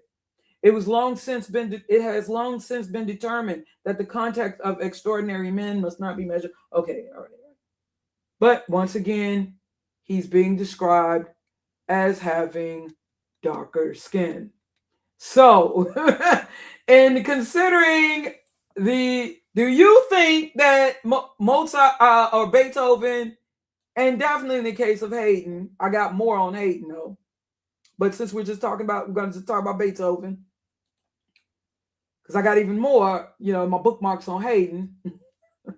Do you think that this is how he looked? But as you can see, I got a lot more on I got more on Haydn here, as you can see in my bookmarks. But I think me just going into Beethoven was enough. Okay.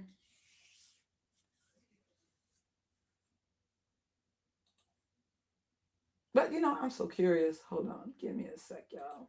Give me a sec. Let me see. I need to see. Maybe there's some little mind blowing. So what I'm saying is, now I ain't gonna lie. Oh, why don't we look at this one right here? Since we didn't on Joseph Haydn. It blew my mind when I found a lot of this stuff. I said we have been so lied to. So much we've been lied to. There's so many lies.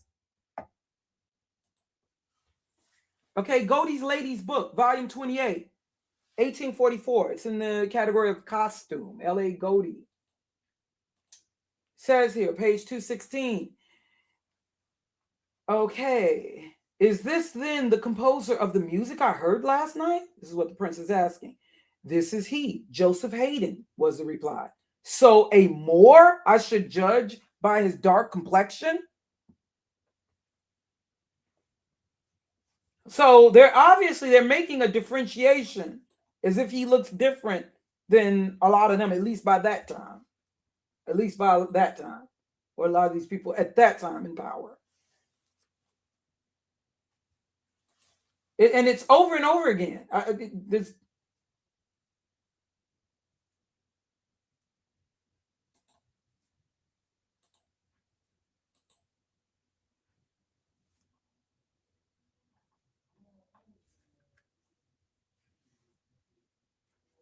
hold on this right here. What's this?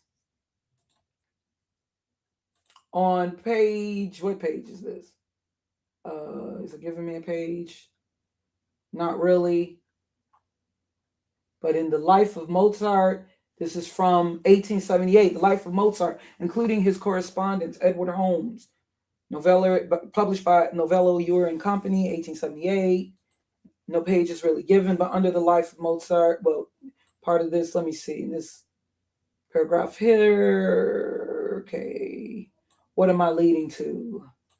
Some description of this tyrant and his family. Wait, are we talking about Mozart here? It's been a minute. Okay, no, we're talking about Haydn. The intercourse of the princes of Germany. The intercourse of the princes of Germany with the musicians of their household appears to have been at this time remarkable for anything rather than the suaviter in modo. I don't know what that means. When old Prince Anthony Esterhazy recognized the genius of the Moor, as he used to call Haydn, on account of his swarthy complexion, he is said to have received him into his establishments with these words: "Go and dress yourself like a professor. Do not let me see you anymore in this trim." Okay, so I don't know why Mozart though is highlighted, but I might have found something also on Mozart, but just forgot. I'd have to read this again. It's been a while, y'all, because I might have also found something on Mozart. But we're talking about Haydn once again, who was the teacher of Beethoven. So you see, let me see. Let me see.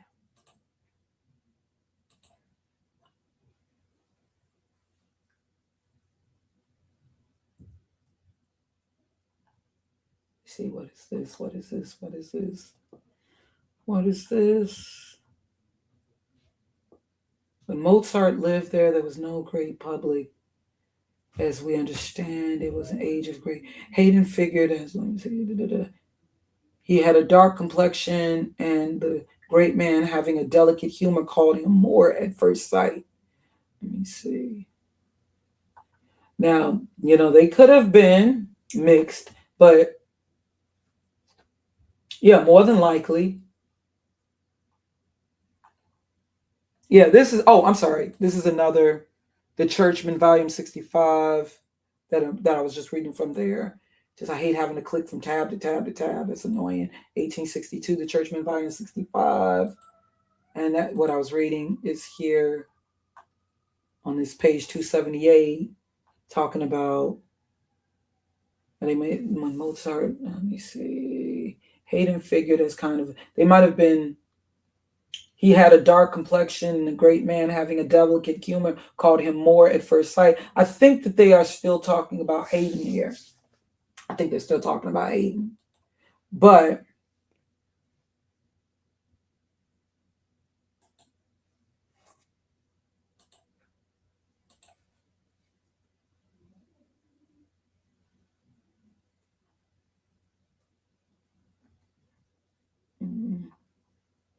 yeah, and this is another publication. I don't mean to go Niagara Index. So the reason, so you could see, why would there be, this is Niagara University, 1881, college student newspapers, Niagara Index, volume 14, page 206. Once again, we're talking about Haydn and Mozart, and then once again, they're talking about how, let me see, the prince, on seeing him, once again, they're going, when the prince saw him and referred to Haydn, "A Moor I should judge from his dark complexion. More, henceforth I retain you in my service." Yeah, but I always retain it. So you see, being repeatedly described as a Moor. And if you notice, they keep feeling the need to also reference as being dark skinned. So when they were talking, they didn't say, oh, because he's an Arab, because he's a Berber, because it's just like how they use black. Maybe years down the line, they'll be claiming that black, when they were referencing black people in the 20th century, they'll probably years later saying, oh, we were talking about these Christians in the United States. Well, some of them happen to have, and we already kind of have that, because if you know those who are mixed biracial, and especially considering the one drop rule, they have been put in the ethnicity of black in the United States. But what I'm saying is, yeah, but for you to have these mixed people, you had to originally have black people. Now they'll have you thinking, oh, okay, maybe they, had sexual intercourse with black servants and slaves, and that's how you got the mixed people. But they don't want you to believe that there were black people in positions of power in Europe.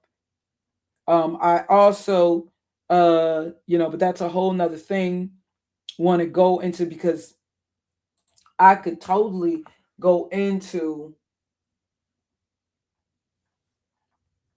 because I got a big folder here of blacks in Europe, and I'm talking people of power in Europe. Okay,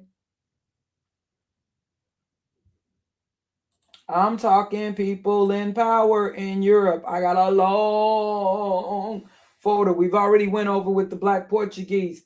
I got a long folder. Wait, can we find this again? Let me see. Is it possible that I can once again find this on the defeat? Oh, woo! I was able to find something else on the defeat. Okay, remember what I was trying to go to on Nostradamus? I was able to find it. It's no longer in Google Books, but I think I was able to find it somewhere else. I didn't know I had it marked twice.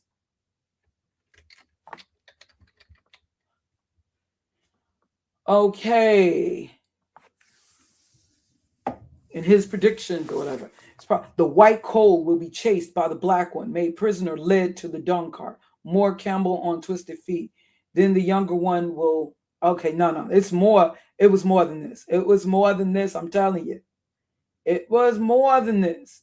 Giving you, saying like this so-called prediction or prophecy or prediction of what the defeat of the Moors is being discussed here.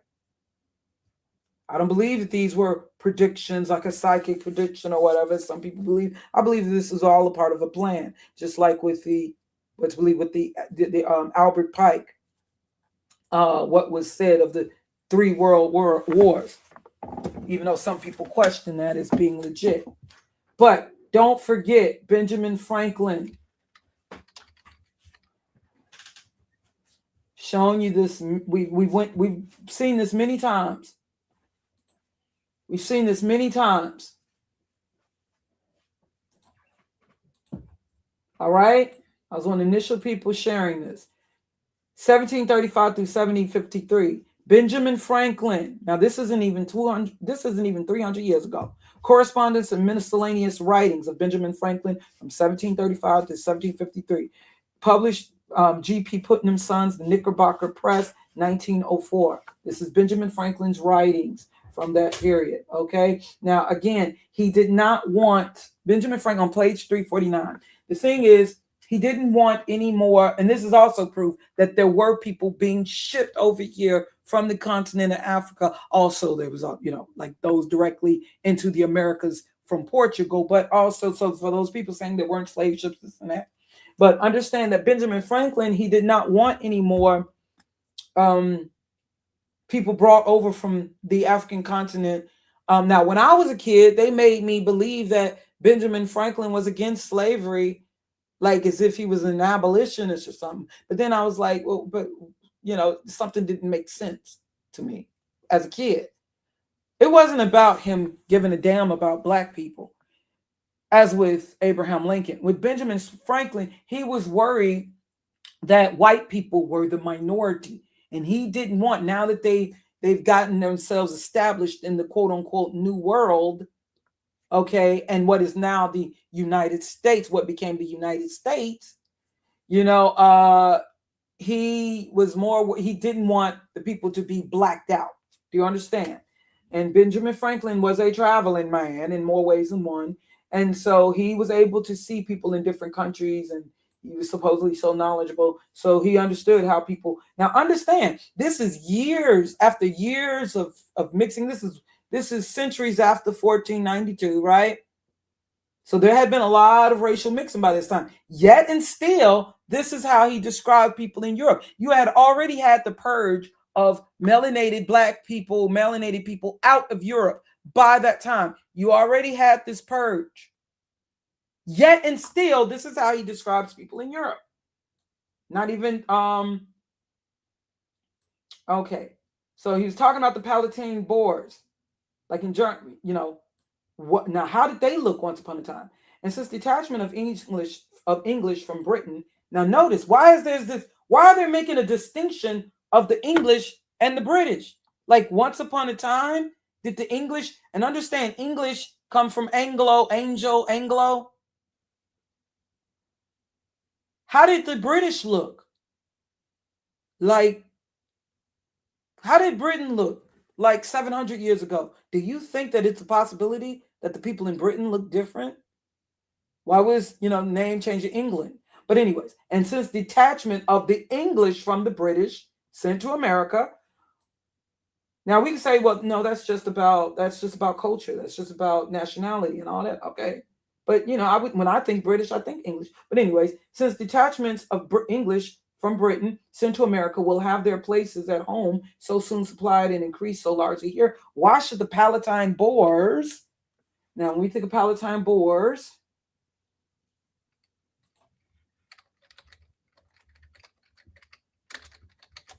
okay, these were, they're saying it's a xenophobic term used by Benjamin Franklin to, disparage German immigrants. That's what AI, these Palatine Boers. Now, were they German immigrants, as they say? Okay, it says, why should the Palatine Boers be suffered to swarm into our settlements and by herding together establish their language and manners to the exclusion of ours? Why should Pennsylvania, founded by the English, become a colony of aliens or foreigners who will shortly be so numerous as to Germanize us instead of us Anglifying them? Interesting. Now, when I think of Germans, I think of Anglo-Saxon, right? But he's making a distinction. Okay. He said, yeah, so why should these people, outnumber us where they end up Germanizing us instead of us Anglifying them? So they made a distinction between these Germans and those who they saw as Anglos, and they will never adopt our language or customs any more than they can acquire our complexion. So wait a minute. He's saying that you had these people in Germany with a different complexion than Benjamin Franklin? What? In fact, and when I think Germany, I think even whiter people. And understand, this is before Blumenbach and, the father, some could say the father of racism, Blumenbach.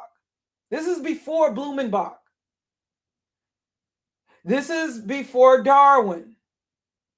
What was going on? How did Germany look? See, he didn't just say that they were different as in language and customs. He said they were different in complexion. Interesting. He said, which leads me to add one remark, that the number of purely white people in the world is proportionally very small. He said all of Africa is black or tawny, like also you think tawny, think of the Khoisan people and, so like people on complexion. So all of Africa is black or tawny. Asia chiefly tawny. America exclusive of the new some comers wholly so. And in Europe, the Spaniards, people of Spain, Italy, Italians, French, Russians. So you must be talking about Western Russia because, Russia is a country that's in Europe and in Asia. And the Swedes, what? Now, when I think of Swedish and Scandinavian people, I think of the whitest of white people.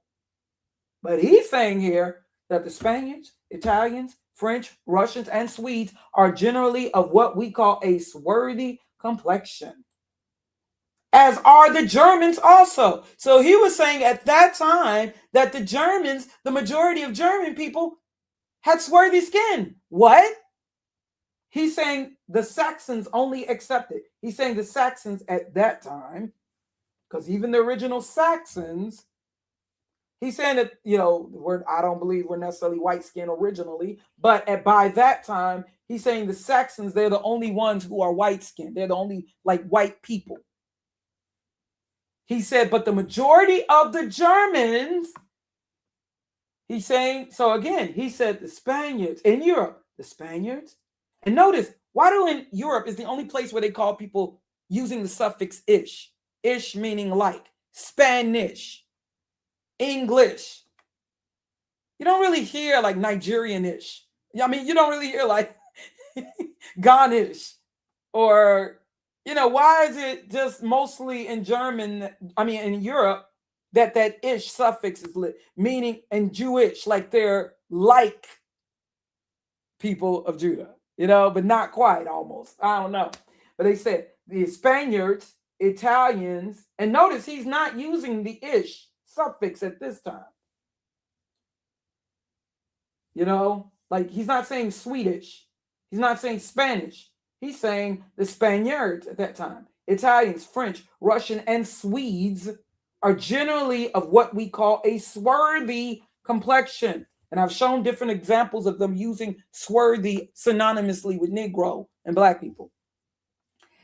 Now, maybe he was just, I'm not saying, maybe he's just saying they're darker than them, but he's saying they're generally what we call a swarthy complexion, as are the Germans also. The Saxons only accepted. He's saying except for the Saxons, who, the Saxons, with the English, make the principal body of white people on the face of the earth. So he's basically saying the only white people really on the face of the earth are those that were by that time, the English and the Saxons of Germany. And the way he talks about the Saxons of Germany, as if they were not quite, almost like they weren't really a majority yet. He said, I could wish that their numbers were increased. Their numbers were increased. And while we are, as I may call it, scouring our planet, whatever that means, by clearing America of woods and so making this side of our globe in the new world reflect a brighter light to the eyes of the inhabitants of Mars or Venus. What is he talking about? Like I said, look out for, it's going to be a lot of alien talk. Is he talking about the fallen angels? What is he talking about? Now, this was supposedly a very intelligent man who believed in post-scientific era. He's a very intelligent man, so why would he be talking like he believes in aliens and all that? But he says, and while we are, as I may call it, scouring our planet by clearing America of woods and so making this side of our globe reflect a brighter light to the eyes of inhabitants in Mars or Venus, why should we, in the sight of superior beings, what is he talking about? What is this Anglo-Saxon? What is he, or what is this guy who would refer to himself as English Anglo? What is he talking about? Is he talking about something in reference to angels? Why should we, in the sight of superior beings, darken its people? Why increase the sons of Africa by planting them in America, where we have so fair an opportunity by excluding all blacks and tawnies, like excluding them, of increasing the lovely white and red? Now, what did he mean by red? Was he talking about Amerindian, the ruddy complexion, or was he talking about pink in his case? But perhaps I am partial, or I guess you could say prejudiced, to the complexion, or biased. I am partial to the complexion of my country, for such kind of partiality is natural to mankind. He's saying it's only natural to want people that look like me. So what was he saying? The publication, 1950s Nature Knows No Color line. And the images, this publication here, when they showed like the crest of Germany, like royalty, Central European. Okay, where is this exactly? These are noble families. Where is this of exactly? Why do we have these images But I want to know specifically Germany. Okay, we know Central Europe. I want Germany more specifically.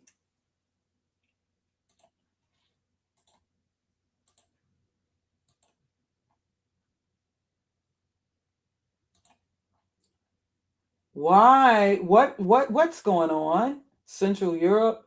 What the heck is going on? What's happened? Instead of what's going on, what the heck happened?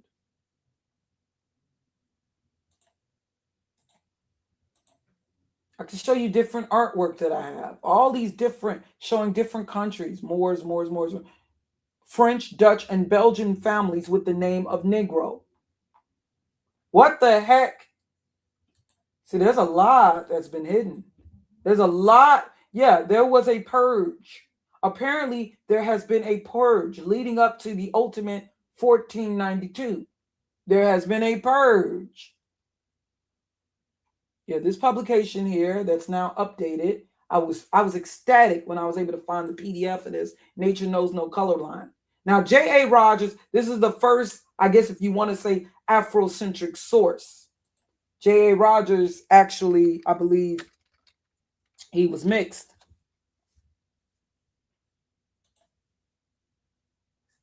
So this is the closest to any Afrocentric source. But these images that he's using, they are legitimate. J.A. Rogers here. Okay, and when exactly, let's get a little more information. J.A. Rogers, or Joel Augustus Rogers, he was born in 1880, died in 1966. He was actually born in Jamaica. Yeah, he's the son of mixed race parents. So he is what they would call in the Americas mulatto. Immigrated from Jamaica to the United States in 1906, living in Chicago until 1921, and then settling in Harlem, New York. Okay, and he was a Pullman. Okay, so yeah, his publications. Now, with The Nature Knows No Color Line, that is the only, like, but these images, they're real. These crests of Europe, because I can show you certain paintings that would blow your mind.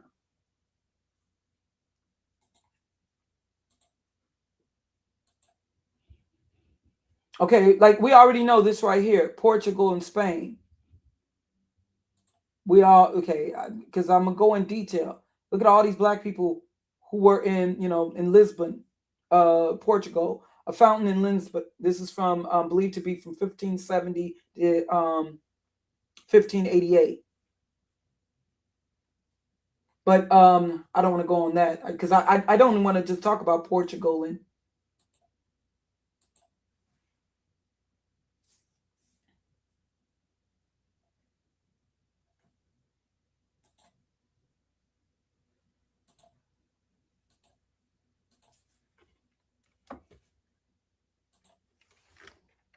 look like we have Alta de Fe right here. Look like a man being burned. Look at the child being taken from his parents, the Turks. And this is the guy that's on the horse, the black horse. Yeah, with the cross on his. Let me see. Where is that at?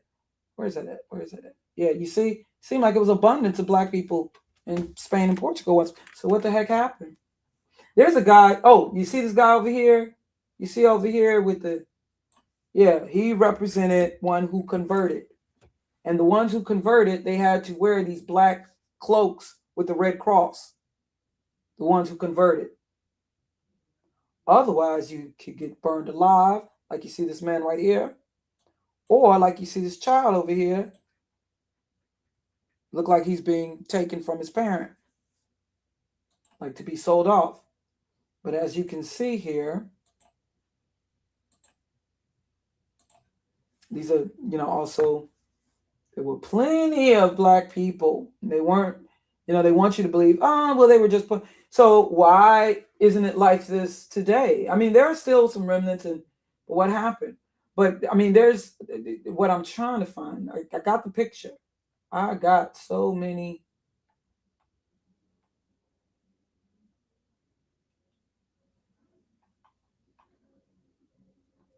I got so many.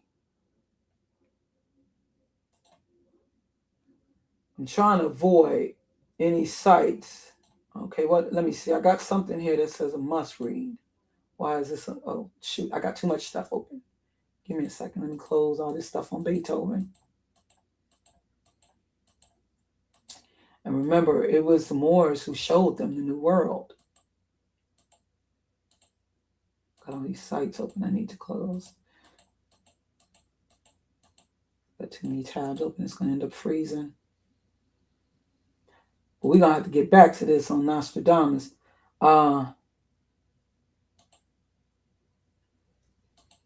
What I'm saying is, it's very obvious that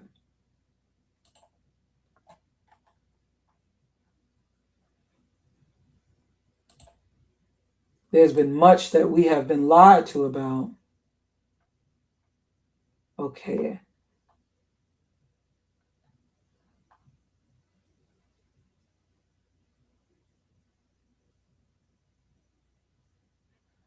Okay, let me see. Why did I put an exclamation point? Okay, this is right here.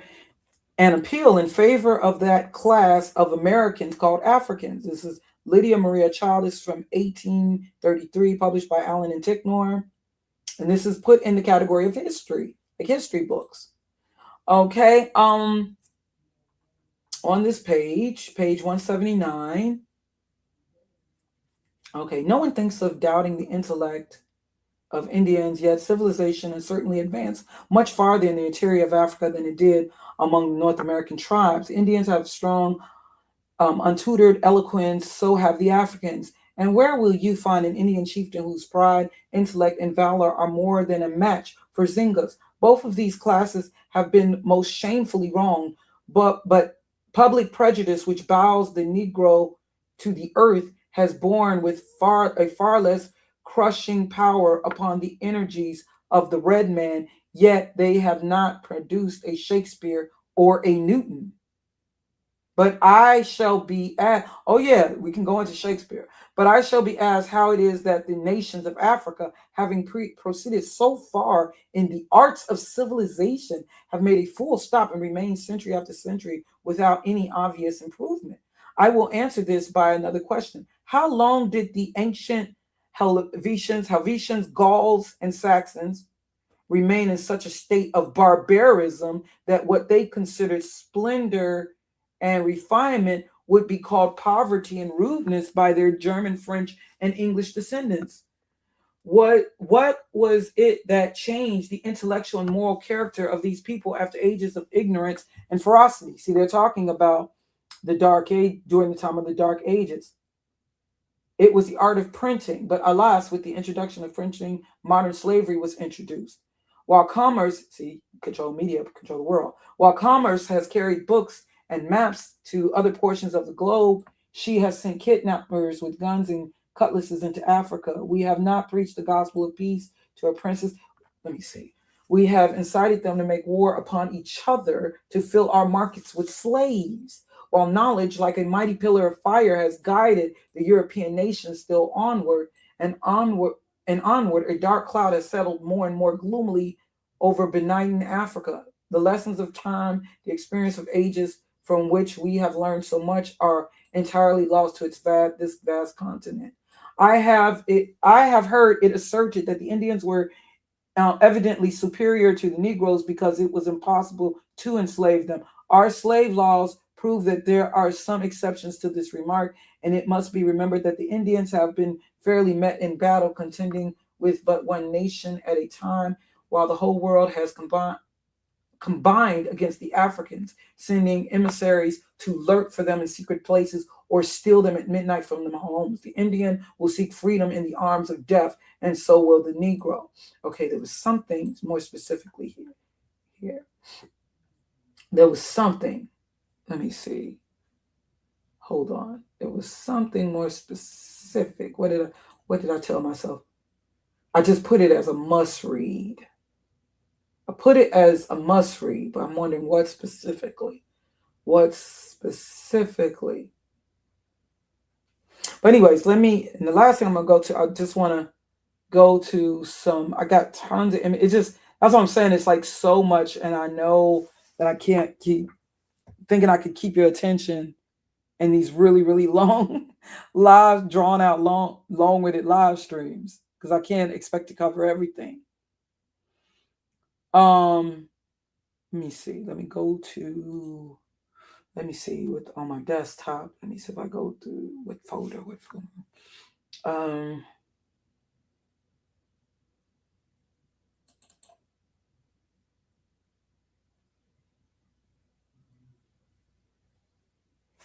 Give me a second. Give me a second.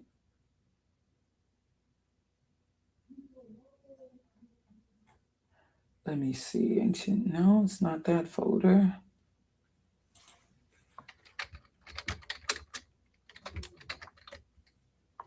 Okay, I do have a folder called Black Europe.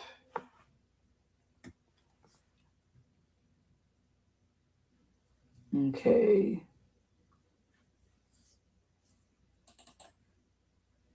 Oh, okay. Let me see. But that's the thing. I want to show you these images that I have.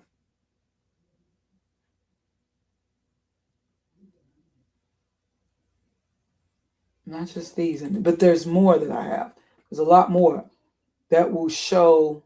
I don't know if it's in the folder with the Moors.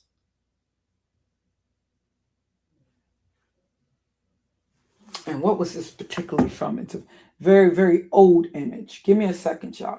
Give me a second.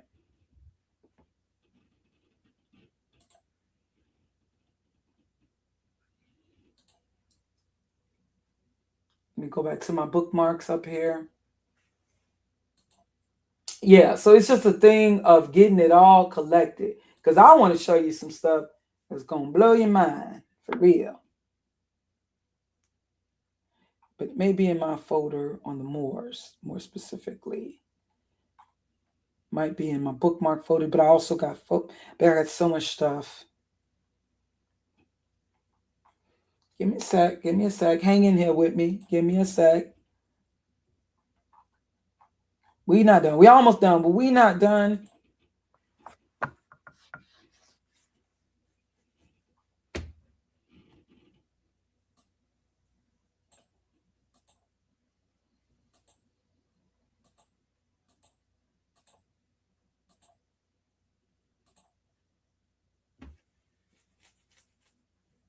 Because there is something.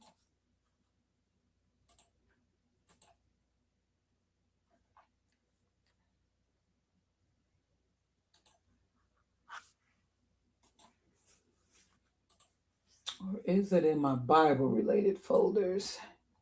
Give me some. Oh, what I'm looking for, I cannot quite find.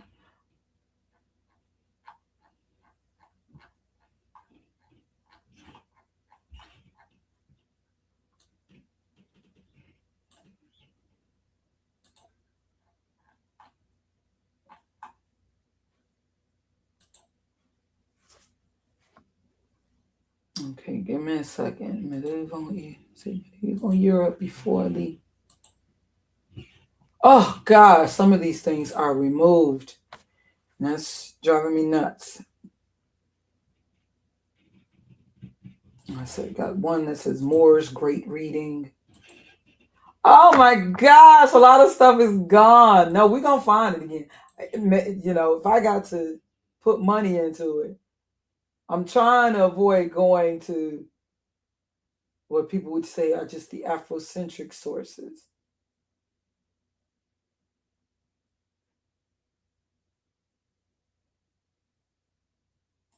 It's these specific groups of photos, specific groups. Oh gosh, you see how I go to some of these pages now.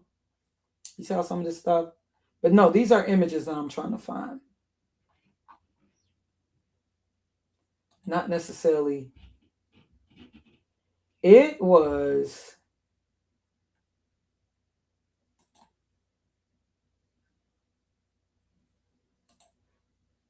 Maybe it's in the I got another folder. Maybe it is in a folder particularly more specifically on Europeans, bookmarks bar.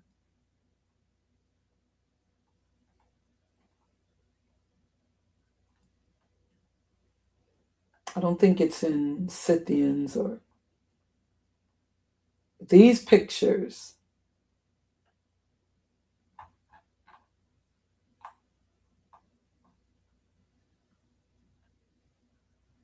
Okay, I got Judah, Weda, Nephilim. Give me a second, child. Roman Catholic Church. I don't think it's in that folder. Mm, mm, mm. I got a whole bunch on.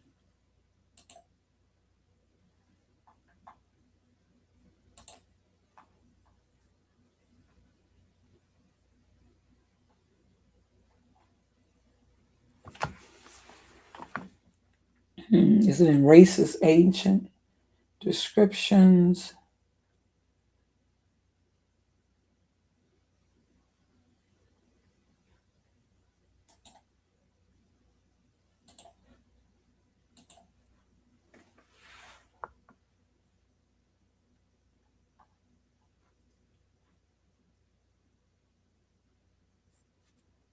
This, well, they're talking about Blackmore being African. Simeon the Black. Simeon, who was called Niger in the Bible. Simeon the Black. But they were all black, and that's not what I'm looking up. It is, oh gosh. Y'all gotta excuse me. It's these particular paintings. Or no, it came from a book. I'm trying to, I should have.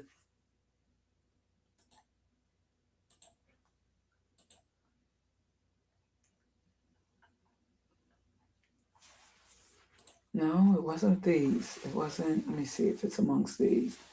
Okay, this is HelenMilesMosaic.org, ancient mosaic, skin color, and all that. And ancient depictions.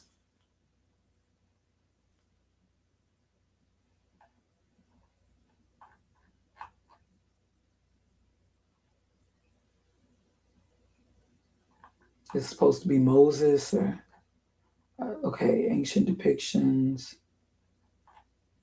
mostly of Europe.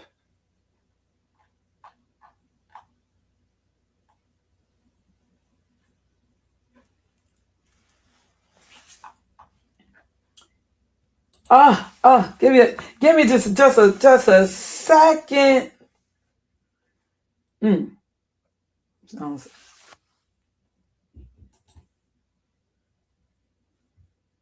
The black presence in 20th century Europe. I don't know about that. I'm not looking for 20th century. I'm looking for older. Well, this is just an article here.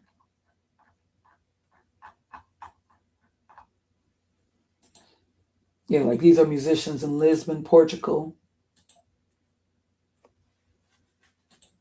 Oh my gosh. Okay, it's to do with the Moors. It's to do with, give me a second, y'all. Give me a second. It is to do with the Moors. It must be in.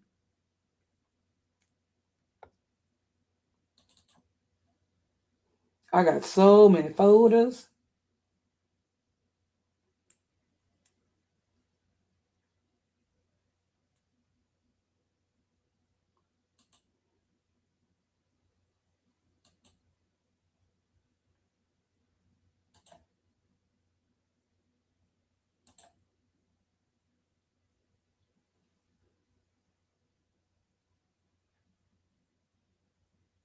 Okay, not the Sumeria, Mesopotamia, Babylon folder.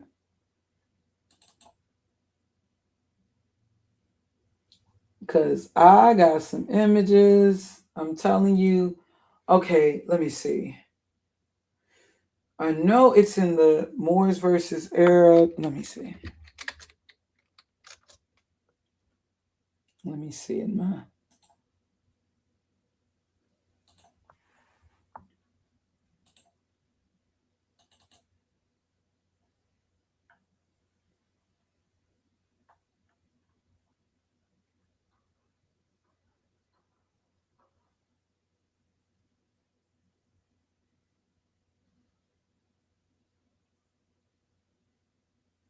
It was this publication.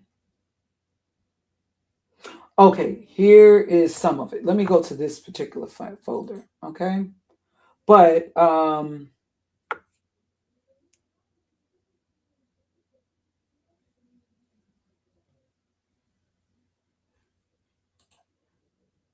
yeah, this was when I was putting together a video. I got to do the stop this screen share screen window. I think it's right here. I think this is the tab. Okay. As you can see, okay, this is from the prophecies. Okay, so I did do, at least I was able to screenshot certain things. Remember what I told you with the prophecies of Nostradamus? I couldn't find it because now, so obviously I did screenshot certain things, thank goodness. It says the savage black one, when he will have tried his bloody hand at fire, sword, and drawn bows, all of his people will be terribly frightened, seeing the greatest ones hung by neck and feet. Talking about the defeat of the Moors in Europe. Okay, the white coal would be chased by the black one, made prisoner, led to the dung cart. More camel on twisted feet. Then the younger one will blind the hobby falcon. Okay, yeah. So I did. Oh, so I was able to get some screenshots. This is what I put together for a video. I just never got back around to the video. Yeah, so this is in a folder I put together, a video I was working on years ago. But as you can see, I never really got back around to the video. Thank you, Reef. Thanks for being so patient. So, yeah, if you notice now, I go to that very same book, that very end, it's not there. But I made sure to give details and stuff. Let me see. Prophecies of Nostradamus. Yeah, make sure. Okay, this is, yeah, as you can see, this is stuff I did on my own. And yeah, me having to translate from French, me doing all of this typing. So I screenshot it, me doing, this is in my folder now. I did all this typing. You see all that on the left? I typed that out by hand. That was a lot of work. And this is what it, I guess, translated on the right. I don't know why I have this, but I will. Yeah, that's why I need to get on it. I just got so lazy because I was going to have a whole series. But things happening like my channel, my computer, just a lot of stuff that was happening. I think it just made me feel, yeah, these are things I, so yeah, I even went to things in French. Okay, the fierce black wind will have tried his blooded hand, fire, iron bows outstretched. All the people will be so frightened, see the tallest necks and hanging feet. Yeah, okay. Prophecies, yeah, taken more from 1566. Yeah, so you see, I was by Nostradamus. Yeah, the older the publication, see, back then I was able to get screenshots more directly from the pages. Yeah, this is just, okay, so you see here, African Moors who conquered Spain and ruled it. Yeah, where's this video? I guess I've lost everything. Where's this video that I was working on? This combination of images for the Dark Ages. Okay, African Moors who come, and you'll notice that they changed some of these images. Like if you look up close here, see like right up here, them playing chess, you'll notice you see this image a little differently now, like in Wikipedia. Where in the heck did I do with this video that I was working on? I will never know. Yeah, oh, and this was before all that ChatGPT stuff. So this is, I just know this image represents the fall of Rome. Over here, the barbarians, these images representing, see, the barbarians, who I believe were some of the earlier, or the Visigoths, representing some of the earlier white people, sacking Rome, the fall of Rome, the empire established by Esau and descendants of Japheth, which opened up for the Dark Ages, what Europe called the Dark Ages.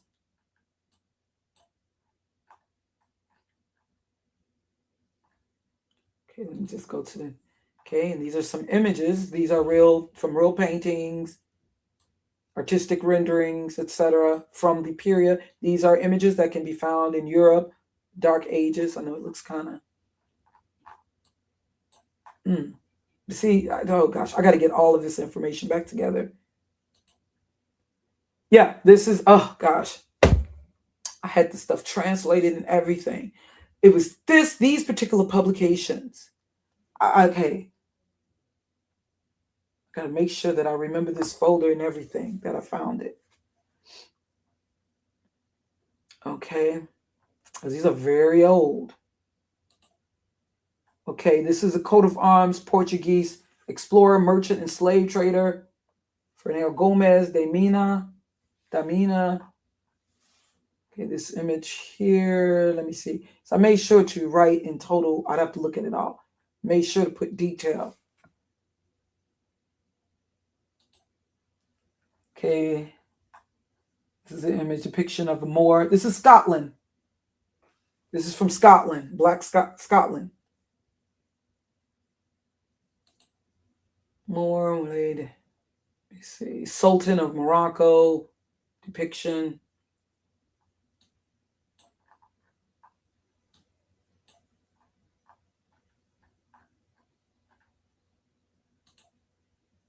Okay, yeah, this is what I put in the video.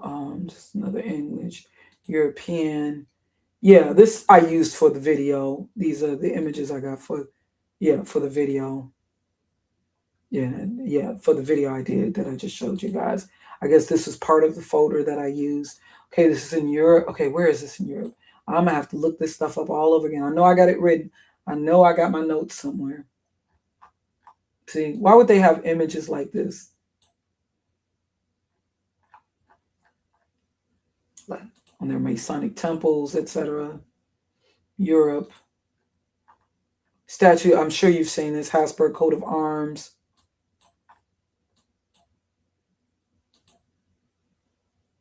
Okay, we already seen this. Oh, okay, yeah, Lisbon, Portugal. Fernando Gomez Damina, Lisbon, Portugal. Yeah, you see all these images, these images found, and it's giving detailed information. Lisboa, Portugal. Okay, Fernando Gomez Damina, 15th century or the 1400s, obviously before 1492. He was a person for Fernão Gomes Damina, 15th century or the 1400s, was a Portuguese merchant and explorer. He was an explorer. So this is before 1492. So you had these explorers who I'm sure discovered the New World. This is, see right here, in coat of arms. All right. Explorer from Lisbon. Okay, you see these depictions? And I showed you the last. You can definitely see that this was obviously, looked like he has a nose ring or something. Hoop rings is also, this is another depiction of the same person. This was an explorer of Portugal. This is his Fernão Gomes Damina. So he had black skin and you can see his features. You can see the profile. You see lips protruding, prognathism, what is a nose ring and an earring. Okay, so this is a painting after good luck. The state, this is from the state, gosh, I can't see all of it. Oops, I didn't mean to. Okay, y'all know that image we just talked about. Hold on, I'm trying to see what all that. Okay, 1868. This is from the State Russian Museum in St. Petersburg, Russia, 1868. More painting after good luck. So you can figure out what this means. I know it's kind of eerie, but obviously I know it's kind of eerie. Okay, we talked about this. Another image of Moor. Okay, this is during the Renaissance. Yeah, I believe this is Spain. Although I got to get I got it all written down. I'm just hurrying through this more right now. Okay, we already saw that. This is for Moorish King, Italian, Naples, Metropolitan Museum of Art, Naples, Italy.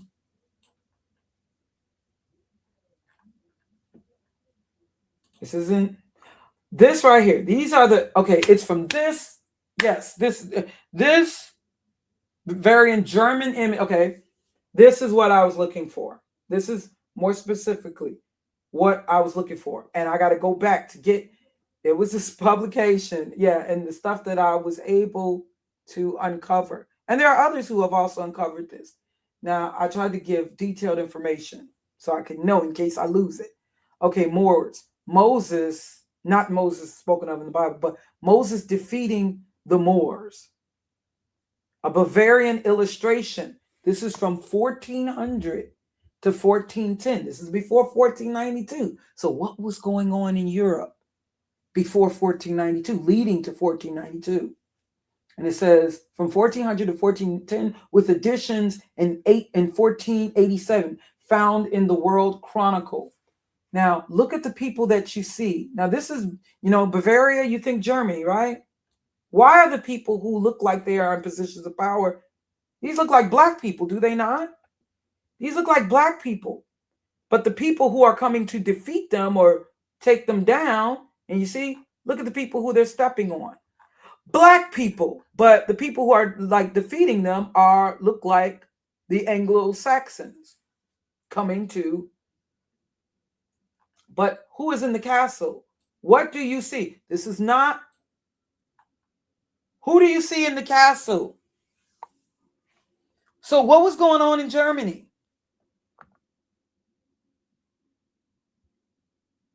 Found in the World Chronicle.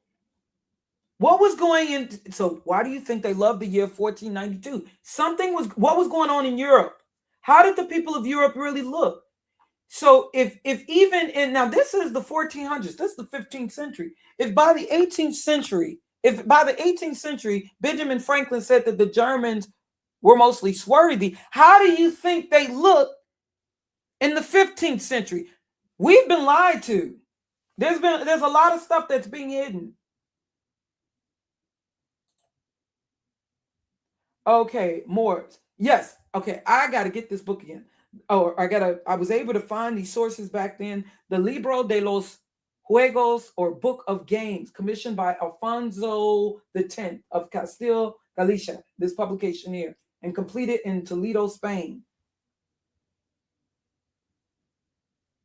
Okay. I know I've got more information. I'd have to stretch it out if I want to see. I'm trying to get this exact year. What year we got here? Oh gosh, I can't. I'd have to go to. Let me see. I have to go to the folder. What folder am I taking this from? So I can get the exact year. What year? With that in particular. With that in particular, it says the year. Okay, wow. This is Toledo, Spain, the year 1283. This is from the 13th century AD, 1283, during the Dark Ages. Wait, oops. So this is from 1283.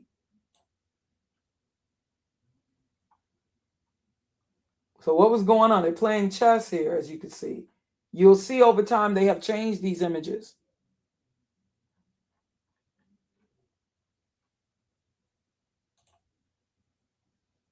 Okay. I use that for the video. We already went over that. We went over more, all the descriptions of more. Is that it? Is that it?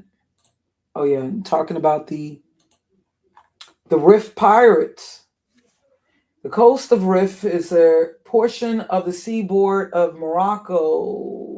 What does it say? We know it's an Africa famous for the piratical achievements of its inhabitants, who, though subjects of the emperor, only acknowledge him as their chief in spiritual sense. Okay, so this is going into the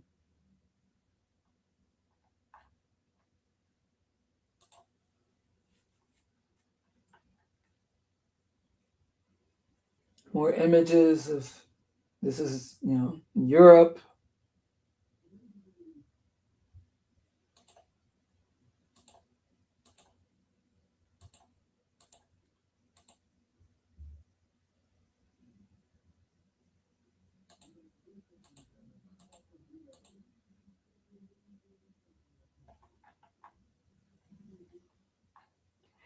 Okay, African Moors who conquered Spain and ruled it for 700 years were responsible for bringing Europe out of the Dark Ages.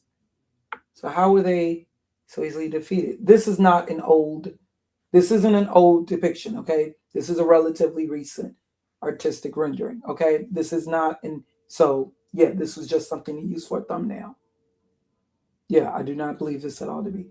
However, like I said, this is Crest of Europe. Is also, yeah, what I used for my video. Okay, I think I pretty much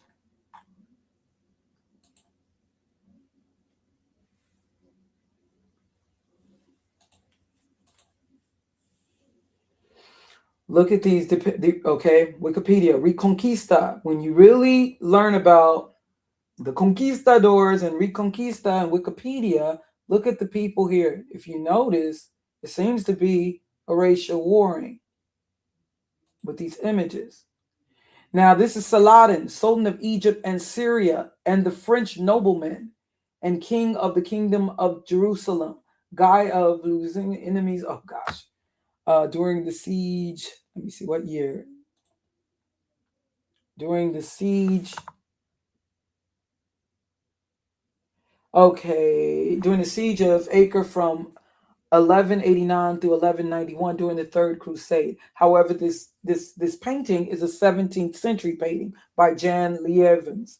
This is from the 16th century, this painting, but it is supposedly depicting a time, the siege of Acre from 1189 to 1191 during the Third Crusade. And it's supposedly a depiction of Saladin, Sultan of Egypt and Syria, and the French nobleman and king of the kingdom of, or obviously this is a person who was with the Crusades, perhaps. And I guess he got him, you see he's in chains here. Okay, you may know the Saint Maurice. I'm sure you've heard of him as a knight in shining armor. Okay.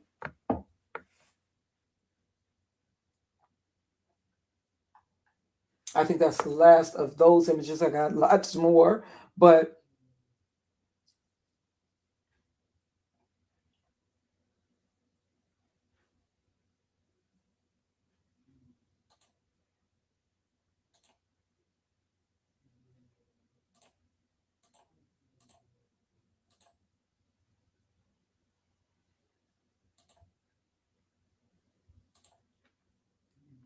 okay, the Black Celts.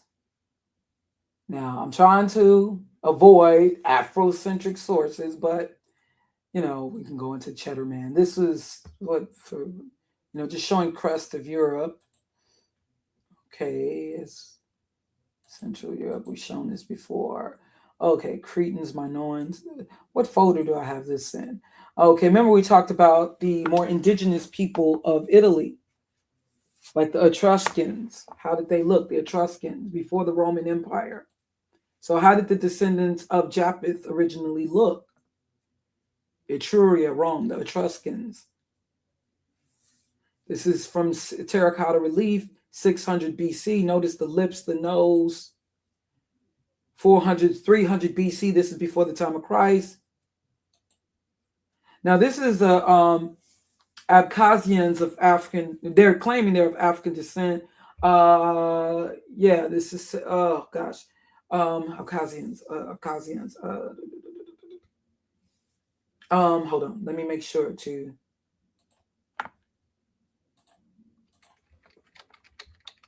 Now they'll say that, yeah, interesting that you have, like, we think of the Caucasian area, we think of the Black Sea and the Caspian Sea. Why was it even called the Black? Why was there the Red Sea? Obviously, I told you that was named after Esau.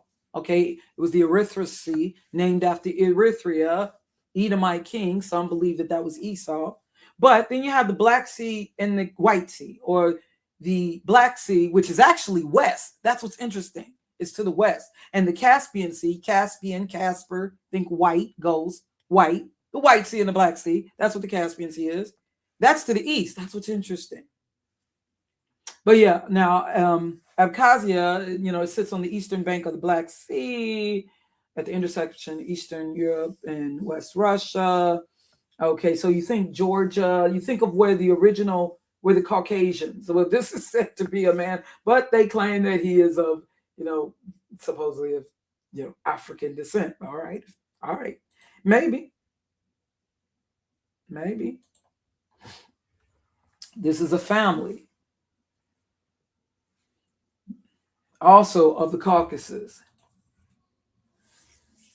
This is said to be a depiction of King James, but I see that I have maybe here, so I got to look more into this coin. Okay, this is some of the screenshots I took from the Nature Knows No Color line, which we've already seen with crests of Europe. We've already talked about that. Paintings from the Renaissance era. Yes, there were Black people in Renaissance era. But see, I want to go to the stuff from... Oh, this is a video. I got this video of... Oh, okay. This was... Yeah, that was for... Okay, Swarthy. Okay. I think everything in this... But I got lots of stuff. I got lots of stuff. So as you can see here, but last, I know y'all dying to get out of here. Last of all, hold on. Remember the movie? Oh yeah, you can find that movie in True Romance. You can find that. You can find that easily. Hey, Marty Marr. Yeah, I went into description. You have to understand the black and Moor. That's redundant actually, because Moor did just mean black. At least with it may not have originally meant that, and I don't think the Moors called themselves that. But Moor, the Europeans were speaking of the Moors and describing the Moors. They were just saying black.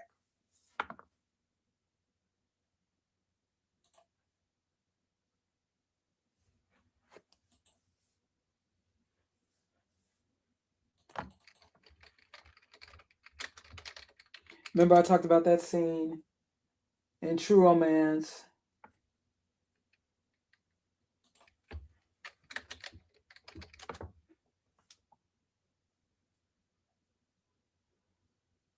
And also, hold on.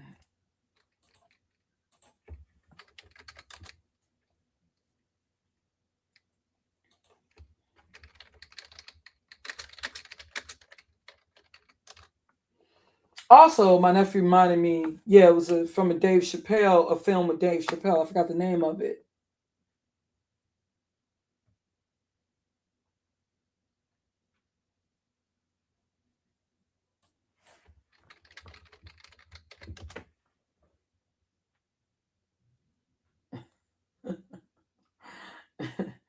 Hold on. Fair use. I hope I can get away with it. This scene here where, yeah, they had no problem, when I was younger, saying Moors it's believed that Benjamin Banneker, his name may not have even originally been Benjamin Banneker. Oh. But I know I would have to. Okay, so if you remember this Sanford and Son, yeah, he's like, what you doing with this white woman? You trying to get us in trouble? He just, Fred Sanford just came upon his son with this white woman looking like he. And so he's like, what the heck? And so then they had to. I sped it up some for copyright reasons. Stop for me. Would you just stop for me and let me explain something to you? Now, can't you tell the difference between a real thing and a rehearsal? A what? A rehearsal. Something that you practice for a play. A play. Okay, I'm pausing it in between on purpose because I'm trying to avoid the copyright thing. That's right, a play. Marilyn is the director of this workshop that I've been attending, and we're going to put on a play. Oh, and I hope you'll come and be in the audience. You have audience? Of course there's going to be an audience. Well, you better have the National Guard standing by. I'm gonna go, Fred. I'm going back to the bar and get me something to drink to calm my nerves. Oh, wait a minute, Bubba. Wait a minute. You have to go there. You can have a drink. I wouldn't even be doing that for a play. I'm not crazy. Yeah. Man, you ain't got enough here in this house to drink for me to calm my nerves. Lamont, didn't you tell your father about our drama workshop? You didn't tell me nothing. Come, child. Now, about this play. Othello. white man? About a drama workshop? He didn't tell me nothing. Now, about this place. Didn't you know Jack the Ripper was a white man? That shows you how much you know. This is one of Shakespeare's most important plays, Othello. If you ever took the time to read it, you'd know that Othello was a black man. Othello? That's right, Othello. A black man with an Italian name? He's a black man with an Italian name. He was a Moor. A Moor? See, he was a Moor. A Moor. See, a lot of people don't know about. A Moor. I know Archie Moore. Yeah, but see, And remember, who were the producer? Norman Lear was who is an Ishman, the producer. So they know who the Moors were, even though they now want to lie. Othello Moore sound like he might have been. Othello Moore. Say he sound like he might have been zesty. Yeah, but see, Othello Moore sound like he might have been. Do you want to hear about this or not? Now, Othello was a black man, and he was married to this white woman, and he suspected her cheating on him, so he choked her to death. Yeah, to play Othello. And that's why else would they have had? And of course, this scene right here, True Romance. Now, all right, let me speed it up. This was a violent movie. Oh my gosh. Can't believe I used to. You're Sicilian, huh? Sicilian. I'm going to cut it off a little bit, trying to avoid copyright. Sped it up a little bit and cut it off a little bit. You know, I read a lot, especially about things, about history. Now, Sicily, southern Italy, y'all, I find that shit fascinating. Here's a fact, I don't know whether you know or not. Don't get offended. You're going to hear the N-word. Sicilians were spawned by niggers.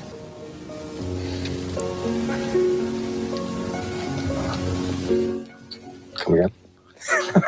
No, it's a fact. Yeah. Use the profanity. You see, Sicilians have black blood pumping through their hearts. And no, if you don't believe me, you can look it up. Hundreds and hundreds of years ago, you see, the Moors conquered Sicily. And the Moors are niggers. See, The Moors. Now, this is one of the first earlier films that Quentin Tarantino worked on. The Moors, but who was the actual director? Yeah, this is from 1993. And he said hundreds of years ago, the Moors conquered, Italy. Yeah, that movie was violent. Ooh, I actually used to own this movie. Why did I actually had the VHS of this back in the 90s, my apartment. you see, way back then, hundreds and hundreds of years ago, you see, the Moors conquered Sicily.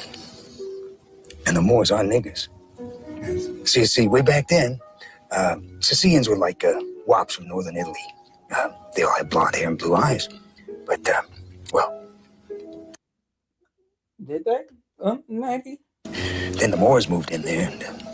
Now, that's what they believe. They believe that the original people there in Italia were blonde hair, blue eyes. That's what they believe. Is that necessarily the truth, though? Now, we know that the Moors conquered, but I wouldn't say that the original people of Italia were necessarily with blonde hair, blue eyes. I wouldn't believe that automatically, but... Well, they changed the whole country. They did so much fucking with Sicilian women, huh? That they changed the whole bloodline forever. That's why blonde hair and blue eyes became black hair and dark skin. You know, it's absolutely amazing to me. For a long time, the Italians could not be considered. They could not be considered. Even up into the 20th century, Italians were not, NYTN on her channel, she showed this, they could not be considered white people because they were seen as, there were no such thing as dark Caucasians when they originally concocted the term of, no, there was no such thing as, they saw, like Blumenbach and Miners, they saw Italians as soiled because of that Moorish, whereas now today, officially, they can all be seen as white people. And there's a guy from Italy, living in Italy, he even made a video in YouTube talking about this. He was Sicilian. To think that to this day, hundreds of years later, that Sicilians still carry that nigger gene. Now this, I'm quoting history. It's written. It's a fact. It's written. I know this guy. No. Your ancestors are niggers. Hey. Yeah. And your great grandmother fucked a nigger. Oh, yeah. And she had a half nigger kid. Now, if that's a fact, tell me, am I lying? Just pausing it, trying to avoid. Because you're part eggplant. No. Notice how they use that eggplant symbol, like a phallus symbol, in emojis and stuff. Hey. You're a... So, you know, eggplant has been used as a derogatory term towards black people and our complexion and all. Cantaloupe. Well, as you know, he goes on and he kills him.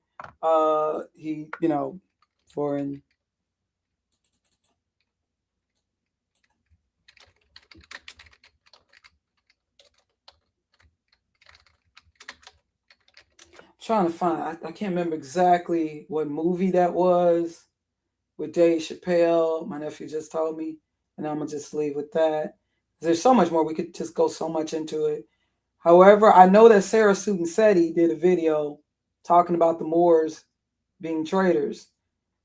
Now, this is the thing. How do we make a distinction? But you gotta understand, at one time they were calling us all Moors, just like at a certain time they called us all Negroes. They called us all Ethiops. The scripture said that, like, we in particular, Yasharel, we're going to be a byword. What is the movie? The scene with Dave Chappelle. What's the movie? I'm trying to maybe look it up. No, not the Moore Theater.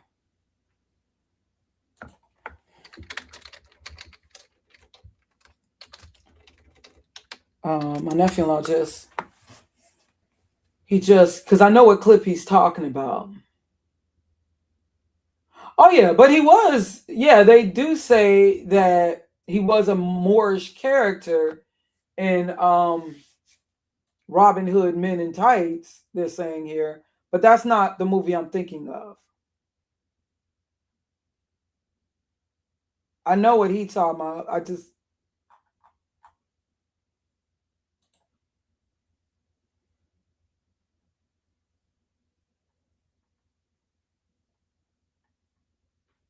Yeah, supposedly, but I don't think that's the movie though.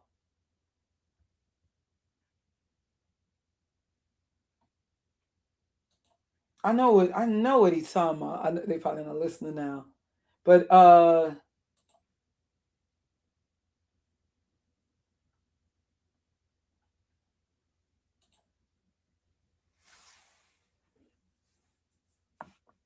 the Moor joke as Needs is a parody of Morgan Freeman's character Azim the Moor from the 1991 film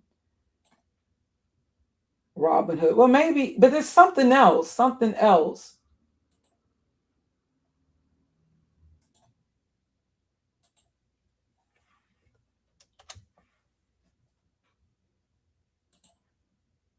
Moorish, Robin Hood, Prince of Thieves, Azim the Moor. Oh, I can't remember this movie like that. I don't even know if I really watched it. But yeah, they had, I guess, I never really, I thought I would have seen this one though. Now, the Men in Tights, yeah, where they got,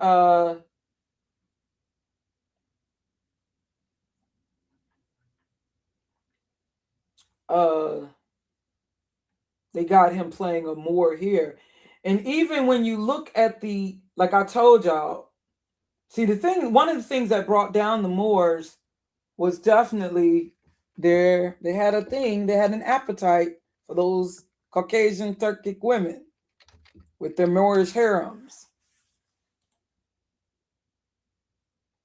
Their Moorish harems. I don't want to come up with some You know,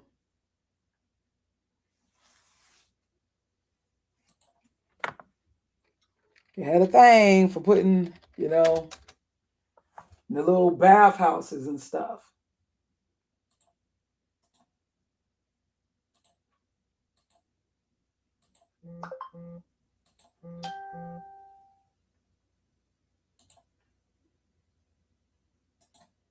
In the harem. Yeah. There's a lot of these paintings depicting them. This painting is titled "The Favorite" by Vincent G. Stipovich. Some of these images could have been, and if you notice, a little black girl over here, like she's a servant to this white woman. But some of these depictions could have been used. And why do you think Tariq Nasheed seemed to be so into? He named himself after a Moor. They love this idea of the Moor. Even when I told y'all when P. Diddy's been around the world, video, it's like Jennifer Lopez represented that Caucasian Spaniard Turkic woman. And it was around this time that you started seeing in hip hop more black sisters being replaced with these more Latina, more Caucasian leaning Latinas. Whereas before you'd have, black or mixed with black women. We're now all of a sudden around the time of the bling era with the promotion with P. Diddy being like kind of the ringleader of the bling era. The way that he was promoting Jennifer Lopez, if you notice they showed him traveling like over North Africa. And we all know Quincy Jones and his thing from Natasha Kinski and stuff. So yeah, this was the whole idea behind the bling era, giving, this idea, what they believe white black men want to see, being rich as the Gentiles, fulfilling. And that's probably how they were able, one of the ways. See, notice how they're going across. Notice how they're going across North Africa. Notice that. Oops, not trying to. There's almost like tapping into this Moorish theme with this. Yeah, almost like he's landed like some North African country like Morocco. See, in some of these, and notice, now who is this person? Will I Am character. I mean, not Will I Am. Dude from the Fugees. Now look like they're in, notice how he's looking like a Moor. Notice the Moorish architecture of this palace or whatever.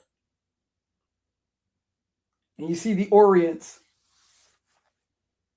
Like, they kind of represent, almost like look like a Ottoman Empire or something. And she, Jennifer Lopez, the predominantly Caucasian Latina, kind of representing the women that would, like one of the Turkic women. You got to think about it.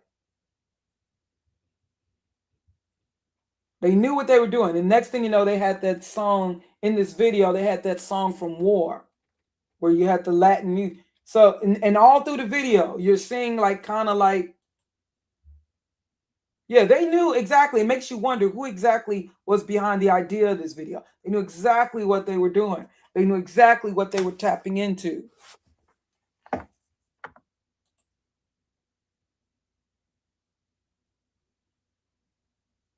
There's a reason why Tariq Nasheed obviously took on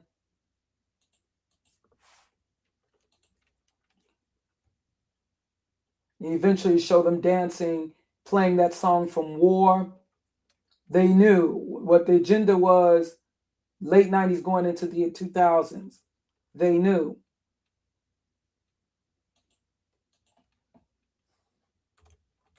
If you notice, just like with, what's that group, 3LW, where they found whatever reason to get rid of the dark skinned girl because they said they wanted a.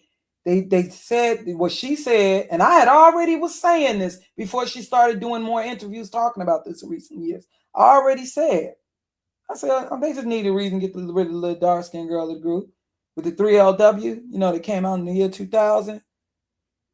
They said that they wanted to promote more of this. She said this is what they told her, the J-Lo type. What do they mean by that? That is what is seen, what they believe is exotic to black men. That is not just, we're not just talking mixed biracial. No, I'm talking a lot of times when they're talking exotical, they're thinking like predominantly Caucasian,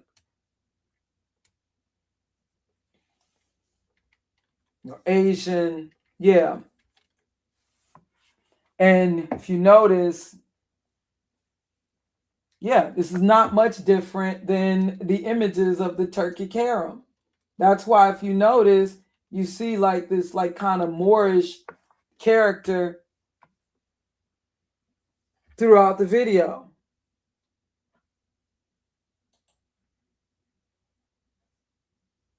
Because this is what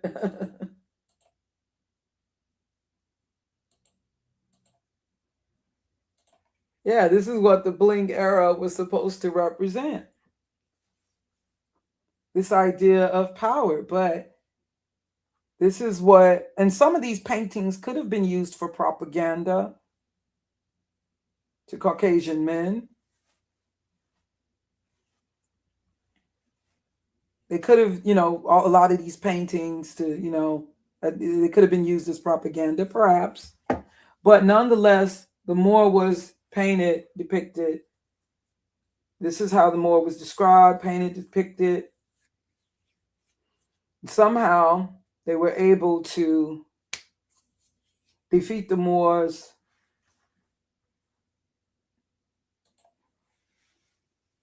Yeah. Although Sarah Sutton, as you know is Sarah Sutton. Now, I don't really follow a lot of these channels that, you know,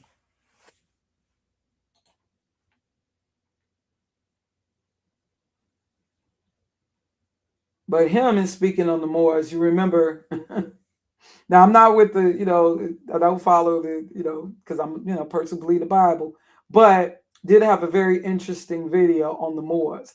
Now, I remember this video kind of being spread around after the hidden colors, because if you notice Turkish Sheet, he gives all this. You gotta understand, there was a time where they called us all Moors, but I know that he's thinking more specifically of the Moors, you know, like Islam, you know. British colonial empire. These are all. Now you look at this book. The British colonial empire. The kings, African right, our allies, the colonies. And these guys, we can't get it clear enough, but these are all the countries where they got allies, and these niggas wearing that bait. Now, I'm gonna ask you, what separates this nigga from the nigga you see walking up the street? How am I gonna tell the difference? See, I was studying Egypt first, and that's my elder told me, find out who the enemies of Egypt. So I was studying this first, and then I said, damn, what separates the Moor from them? And I gave them the benefit of the doubt. I thought they was black, you know, Muslims, and you know had a particular philosophy about Islam. And then when I got to talking to the niggas, I said, damn, they ain't no different than these niggas. They ain't no different. Do you see the niggas with the fez on? Yeah, they went from wearing turbans to fezzes and commander. There's their commander right there. Wow. Huh? Man, Say didn't take this photo. Sanetta didn't take this photo. Amun didn't take this photo. Here's the Turks. Arab Turks. They see me in Egypt, all, you know, comfortable, stealing, robbing, raping, and looting. This is my enemy. My ancestors said I'm gonna have to remove this man from my land. I'm gonna have to remove this man from my land. So I got to looking at the Moors and say, dang, how do I separate them from him? And I came to the conclusion that I can't. If I'm on the battlefield and I'm looking for him, and I already know he got allies in the colonies, niggas wearing the fez, if I see anything on the battlefield with it on. Yeah, so he goes into where he talk about the Moors as, I remember, I don't know if this is the exact same video, but he talks about, yeah, notice how they got us depicted Moors as devils and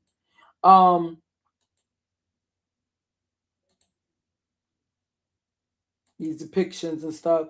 He goes into, yeah, so why was it makes you wonder the red lips, were they trying to make her like a satanic?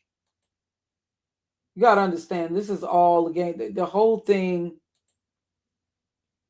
the whole black versus white, the whole, because if you notice, and I'm not saying, dark melanated skin is beautiful, but they would almost make some of these depictions look rather scary and spooky, like with the little what they call them, polygog, the little, like purposely with the really bright lips and stuff.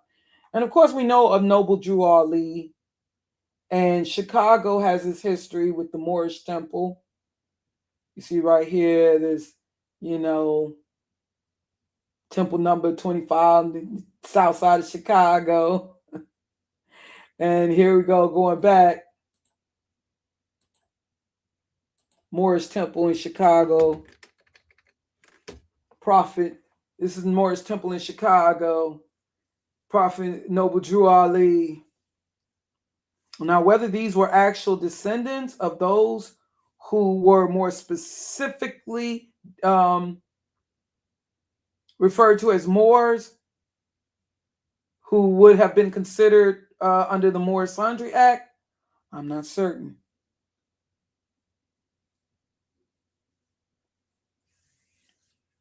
I do want to know more specifically. Now, I know who the so-called Jews were. We went over that. Like the Portuguese Jews, we've went over that. And I suggest y'all check out the Hidden Hebrew series. But what distinguished them from, we know that they were both black, the Jews and the Moors. And if we're talking more specifically, Spain and Portugal. But what distinguished the Moors of Iberia from the Jews? Besides, we know that they were of the same race. But was it just about religion, or did they represent different lineages of people? Do you understand what I'm saying? Like, I had believed that the Moors were descendants, black now, of Canaan. But then I found that they may have been descendants of Ham's son Put, Libya, both being sons of Ham. Then, there are some who believe they may have been descendants of Ishmael, who is Shemitic. And then what I've last heard, that they were actually Israelites who turned against, okay, what's the, I think they said Issachar. Wait. Oh gosh, of the tribes. Now that's the thing that I want to pinpoint. Yeah, he said that the Moors were traitors. What you say, Sarah Sudan is crazy. Well, I do have a publication, well, I see, yeah, her mom, that's, where else would she get the booty from?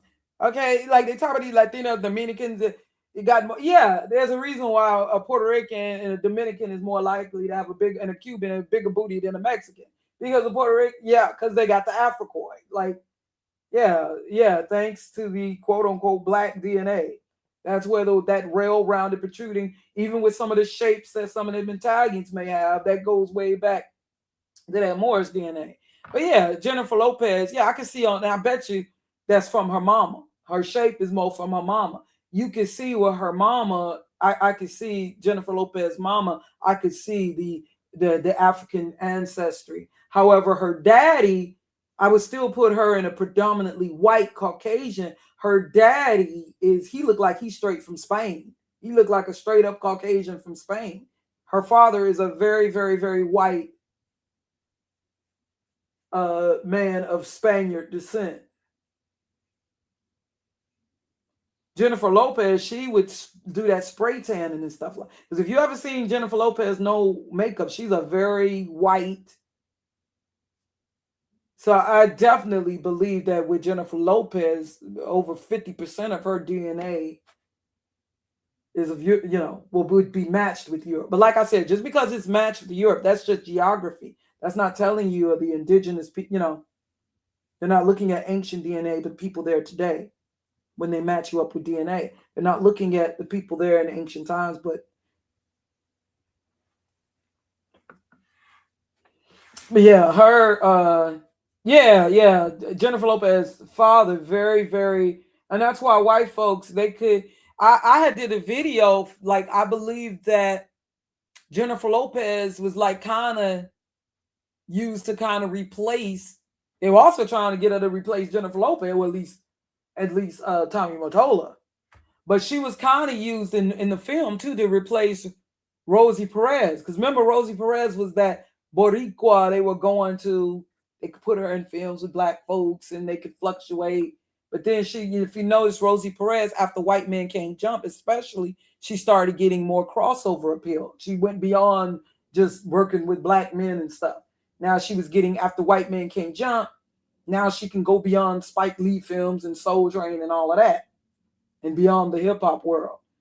But I remember Rosie Perez, this is back in an interview in the 90s on TV, and she was saying how they were coming up to her, like the powers that be in Hollywood, and they were saying that she could get more roles because obviously they liked her. And because I remember she was in that one film where Nicolas Cage, and that was like one of her first mainstream roles beyond besides White Men Can't Jump, where Nicolas Cage and had Bridget Fonda, and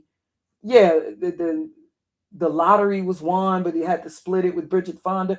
But yeah, she said how they came up to her like saying you could get a lot more roles if you, she pointed to her, like change your nose and your mouth, or like basically Rosie Perez, if you get a nose job. And so Rosie Perez said, she said that she was like she said that she was like, no, she's not going to do that because her features and all that would be changing her African ancestry, her native ancestry, et cetera, So that's how she responded. Next thing you know, you don't see Rosie Perez promoted as much. Whereas, see, Jennifer, whenever they need someone like a Latina or someone who could fill in the space of black women in film, yeah.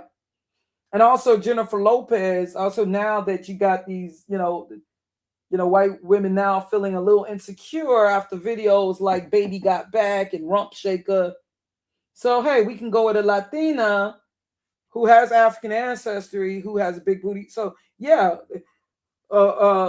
Jennifer Lopez, she was perfect for promoting. And if you notice, in the late 90s, early 2000s, there was this Latin explosion. Now, Selena had already passed away, but there was this Latin explosion. But if you notice, the main people who are getting promotion were these more Caucasian-looking Latinos, like Ricky Martin and Henry Iglesias, Iglesias' son, Enrique Iglesias, Julio Iglesias' son, Enrique Iglesias. If you notice, it was these more very Caucasian-looking that white people could feel they could live more vicariously through, at least until white folks. Yeah, so it was almost like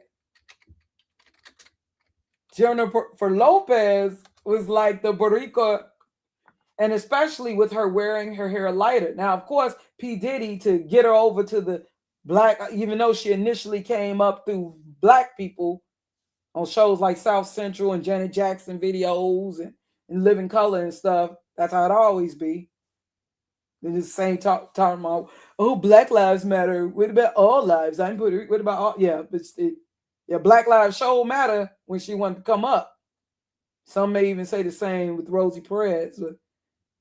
But at least I do remember Rosie Perez saying that. And the next thing you know, you don't see her as much in film. Right. Rosie Perez was too Africoid looking, so they had to, yeah. And that's the thing, just like with the promotion, it was once upon a time, like with Italians and even Greeks. And even like you look at a lot of these Latinas, they're looking whiter and whiter and whiter. Now it was P. Diddy's idea that she, go with the whole Jenny from the Bronx. That was to relate so that the black women wouldn't be too, well, she's Puerto Rican, so we'll let it pass. She's a woman of color. That was, to appeal to the hip hop. It was his idea to, for her to take on the name J-Lo and the whole Jenny from the block and all of that. I'm from the Bronx. even though she's not from the Bronx like that, like how we think of the Bronx.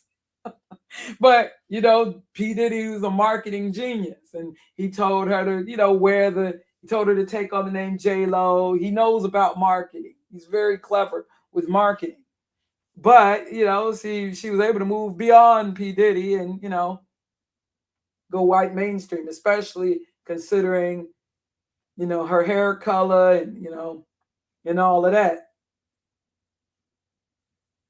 You know, she still looks, you know, obviously mestiza, but she is a little more palatable, just like when we think of Italians and Frank Sinatra.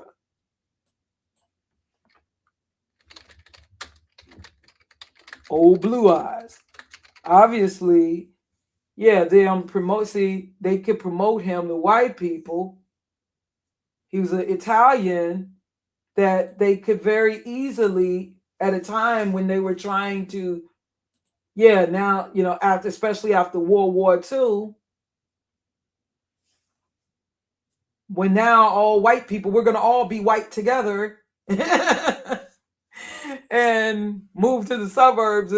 Yeah, so Frank Sinatra was perfect to promote because he didn't look very Sicilian, if you will.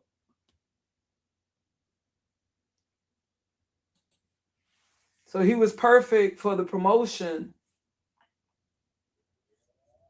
because they could see Italians now as just white people. Yeah, NYT, and she does a video, and I was like, wow, I didn't even think about that. So I'm gonna give her props for that. And she's a woman, mixed woman, predominantly Caucasian, but she has some black ancestry. And yeah, I think she came back with her channel.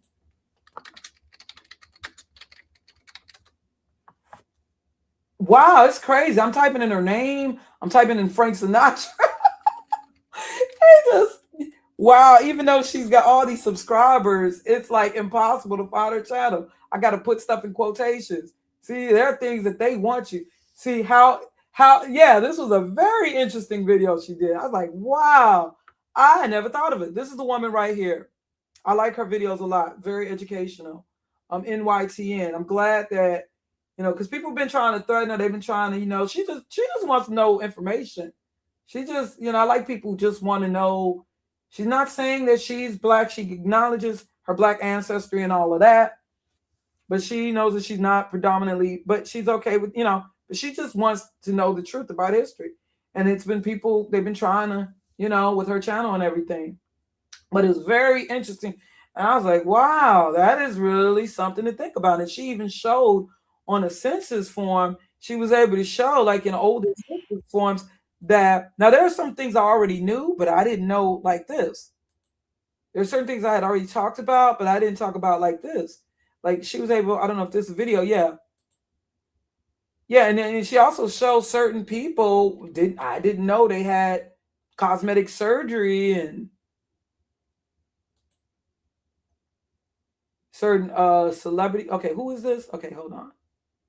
Yeah, this Dean Martin.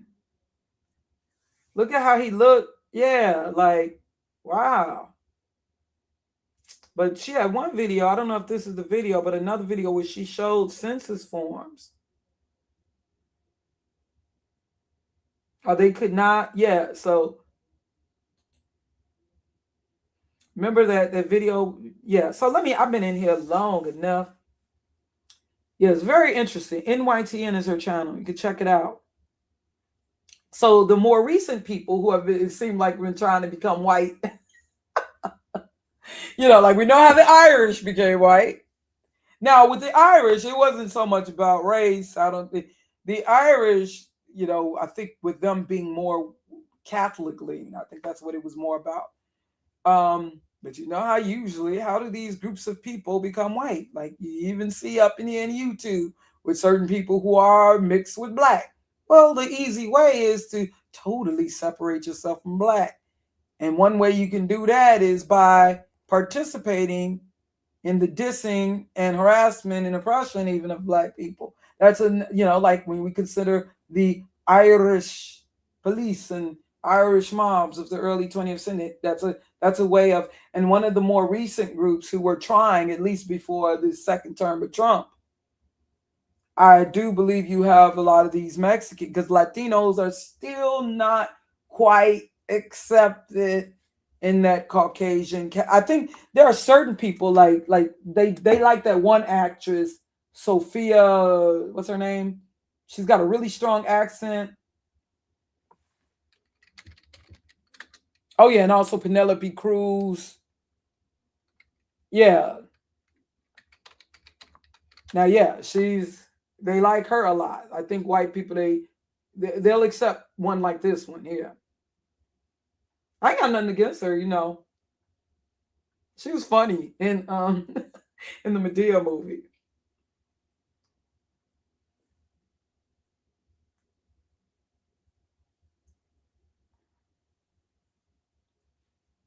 Yeah, yeah. Jennifer Lopez, she's a climber. She in a way, her and P Diddy was kind of perfectly matched in a sense because they both got that drive, success by any means necessary, even if it means stepping on people. They both. He even said that's one of the things that attracted to her to him, or what he was attracted to. She had that drive. Now you can see it as a good thing in some senses. Yeah, because see, you got to remember too. Even in the case of Mariah Carey, she wanted to do all the hip hop. You know what I'm saying? That's not how Tommy Mottola originally molded her to be. You know, doing songs like Fantasy and all of that. Yeah, they were all still big hits, but she was like molded to kind of be this balladeer, kind of like a white answer to Whitney Houston. But, you know, she also, you know, had a liking being from New York and had this liking for freestyle and, you know, hip hop and stuff. But so as she going more and more in that direction and then eventually having her issues with Tommy Mottola, you know, you know, she stayed successful, Mariah Carey, but Celine Dion became the answer, you know? Well, yeah, they was hoping, like, even in the case, you know, it was also that was also Tommy Mottola trying to get back at Mariah Carey by making Jennifer Lopez into this, like, answer. But now Mariah Carey, she definitely got the look that they will accept. She's still, in my opinion, more, let's say, more Caucasian looking than Jennifer Lopez, despite despite Mariah Carey having more direct black ancestry. Whereas with Jennifer Lopez, that may go way, way back.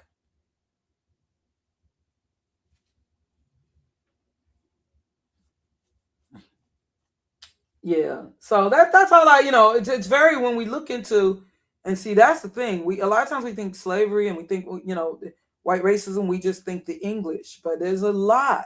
And it makes me wonder because the scriptures say that these Gentile nations, they are going to, just as we had to, you know, for us. And see, our punishment, the curses, us breaking the covenant, it began with us wanting to be like the Gentiles. And so, you know, we were giving up to them. You want to be like them? Okay, here you go. But just as we had to pay, you know, we've done our dues for the most part, but they are also, so when, you know, that there is a price that, you know, Spain and Portugal, because when you learn about the things that they were doing, when you really learn about it, who were the victims also with the Spanish Inquisition, they were doing some wicked stuff. Even though we feel very far removed from, you know, Spain and Portugal. But you got to remember, the slave trade started with Spain and Portugal after the defeat of the Moors, and there had been, going back to actually the 11th century with the Crusades, there obviously was a purging people out of Europe, like me showing you that image from all the way back to the 13th century. The image that I had showed y'all. And I'm going to just end it.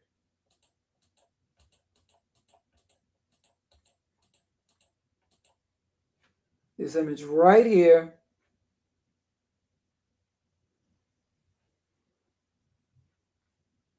I'm gonna close this. I know this has been a long one today. It didn't have to be, but why not?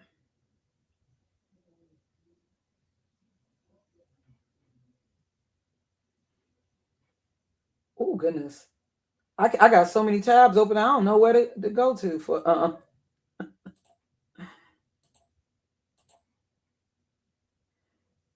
And it's something when you, yeah, it's going way back.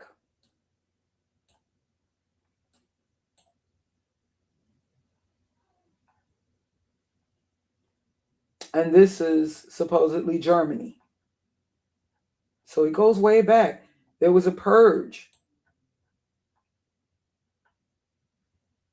These are images of the Dark Ages. So obviously, so dark for whom? Also, you got to understand, why were certain diseases called, you got to think about it. They were called like the bubonic plague and all of that. Why were it was called the Black Plague? Was it just called black because it was it just about it being, gloomy, representing death and all of that? Perhaps the Black Plague, the Black Death, the pandemic in Europe from 1346 to 1353. Now, this is like a little over 100 years before. Called it the plague, the Black Plague through Europe. Like 1/3 of Europe died. Now, supposedly, I remember learning something that there was only a group of people that wasn't affected by this plague. For some reason, the descendants of the Goths and everything, they came up against these black people. Another reason why there were people that came up against us, I believe, is that there were these plagues that only hit was said to be, but I got to do more research into that, only hitting certain group. It wasn't hitting these black people, in other words. So it's believed that there was a conspiracy, like that, I got to look more into that. But who was behind that? Like saying that the black people caused this plague that affected, they claim, just affected. Well, see, they'll put it like it was the JEWS. But who were they talking about? Were they talking about the white people we know today, or the Caucasian people we know today? It makes you wonder, was it part of a conspiracy to turn people against us? How is it? When did the descendants of Esau, like those who established Rome, and the Goths, when did they come together and unite and become one Caucasian race? When did that happen? When they were warring against each other.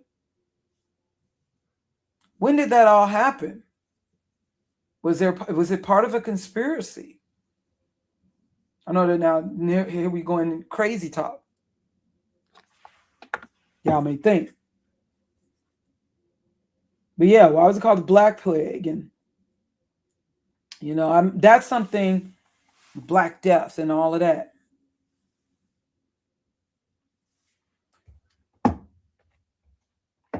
Was it believed that it was caused by black people? See, there's something we could look more into. And it happened during the Dark Ages. So it's something to think about. Why did everything become about black or white versus black?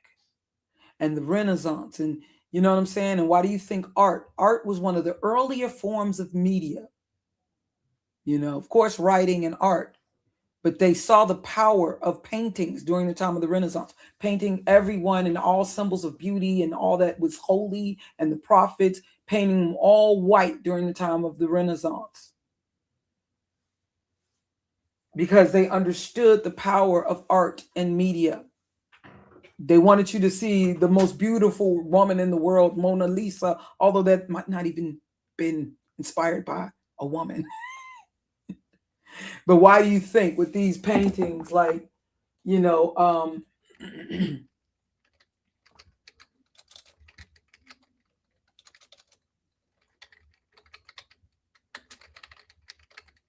well, y'all know with the painting Michelangelo, Adam, or, you know, God touching the finger of Adam and we perceiving him as a white man. Because like I said, if you notice before the Renaissance era, like before 1492, you didn't really see too many depictions of people like you did, you know, like with the, you didn't see as many depictions of people with the white skin. Now, yeah, we said that was that Pantocracy image of Jesus, quote unquote Jesus, goes back to the 4th century AD. But for the most part, you didn't really see pictures of people with alabaster skin, blonde hair, light eyes, light hair. It was more so after the Renaissance. Why do you think? More so more so after 1492.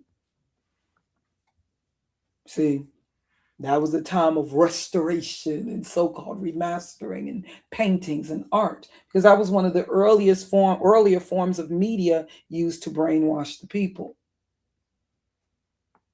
And that's when, you know, that was the beginning of everything. But again, you know, the transatlantic slave, you know, if you had all these black people in power, melanated people all around the world, you know that took some time.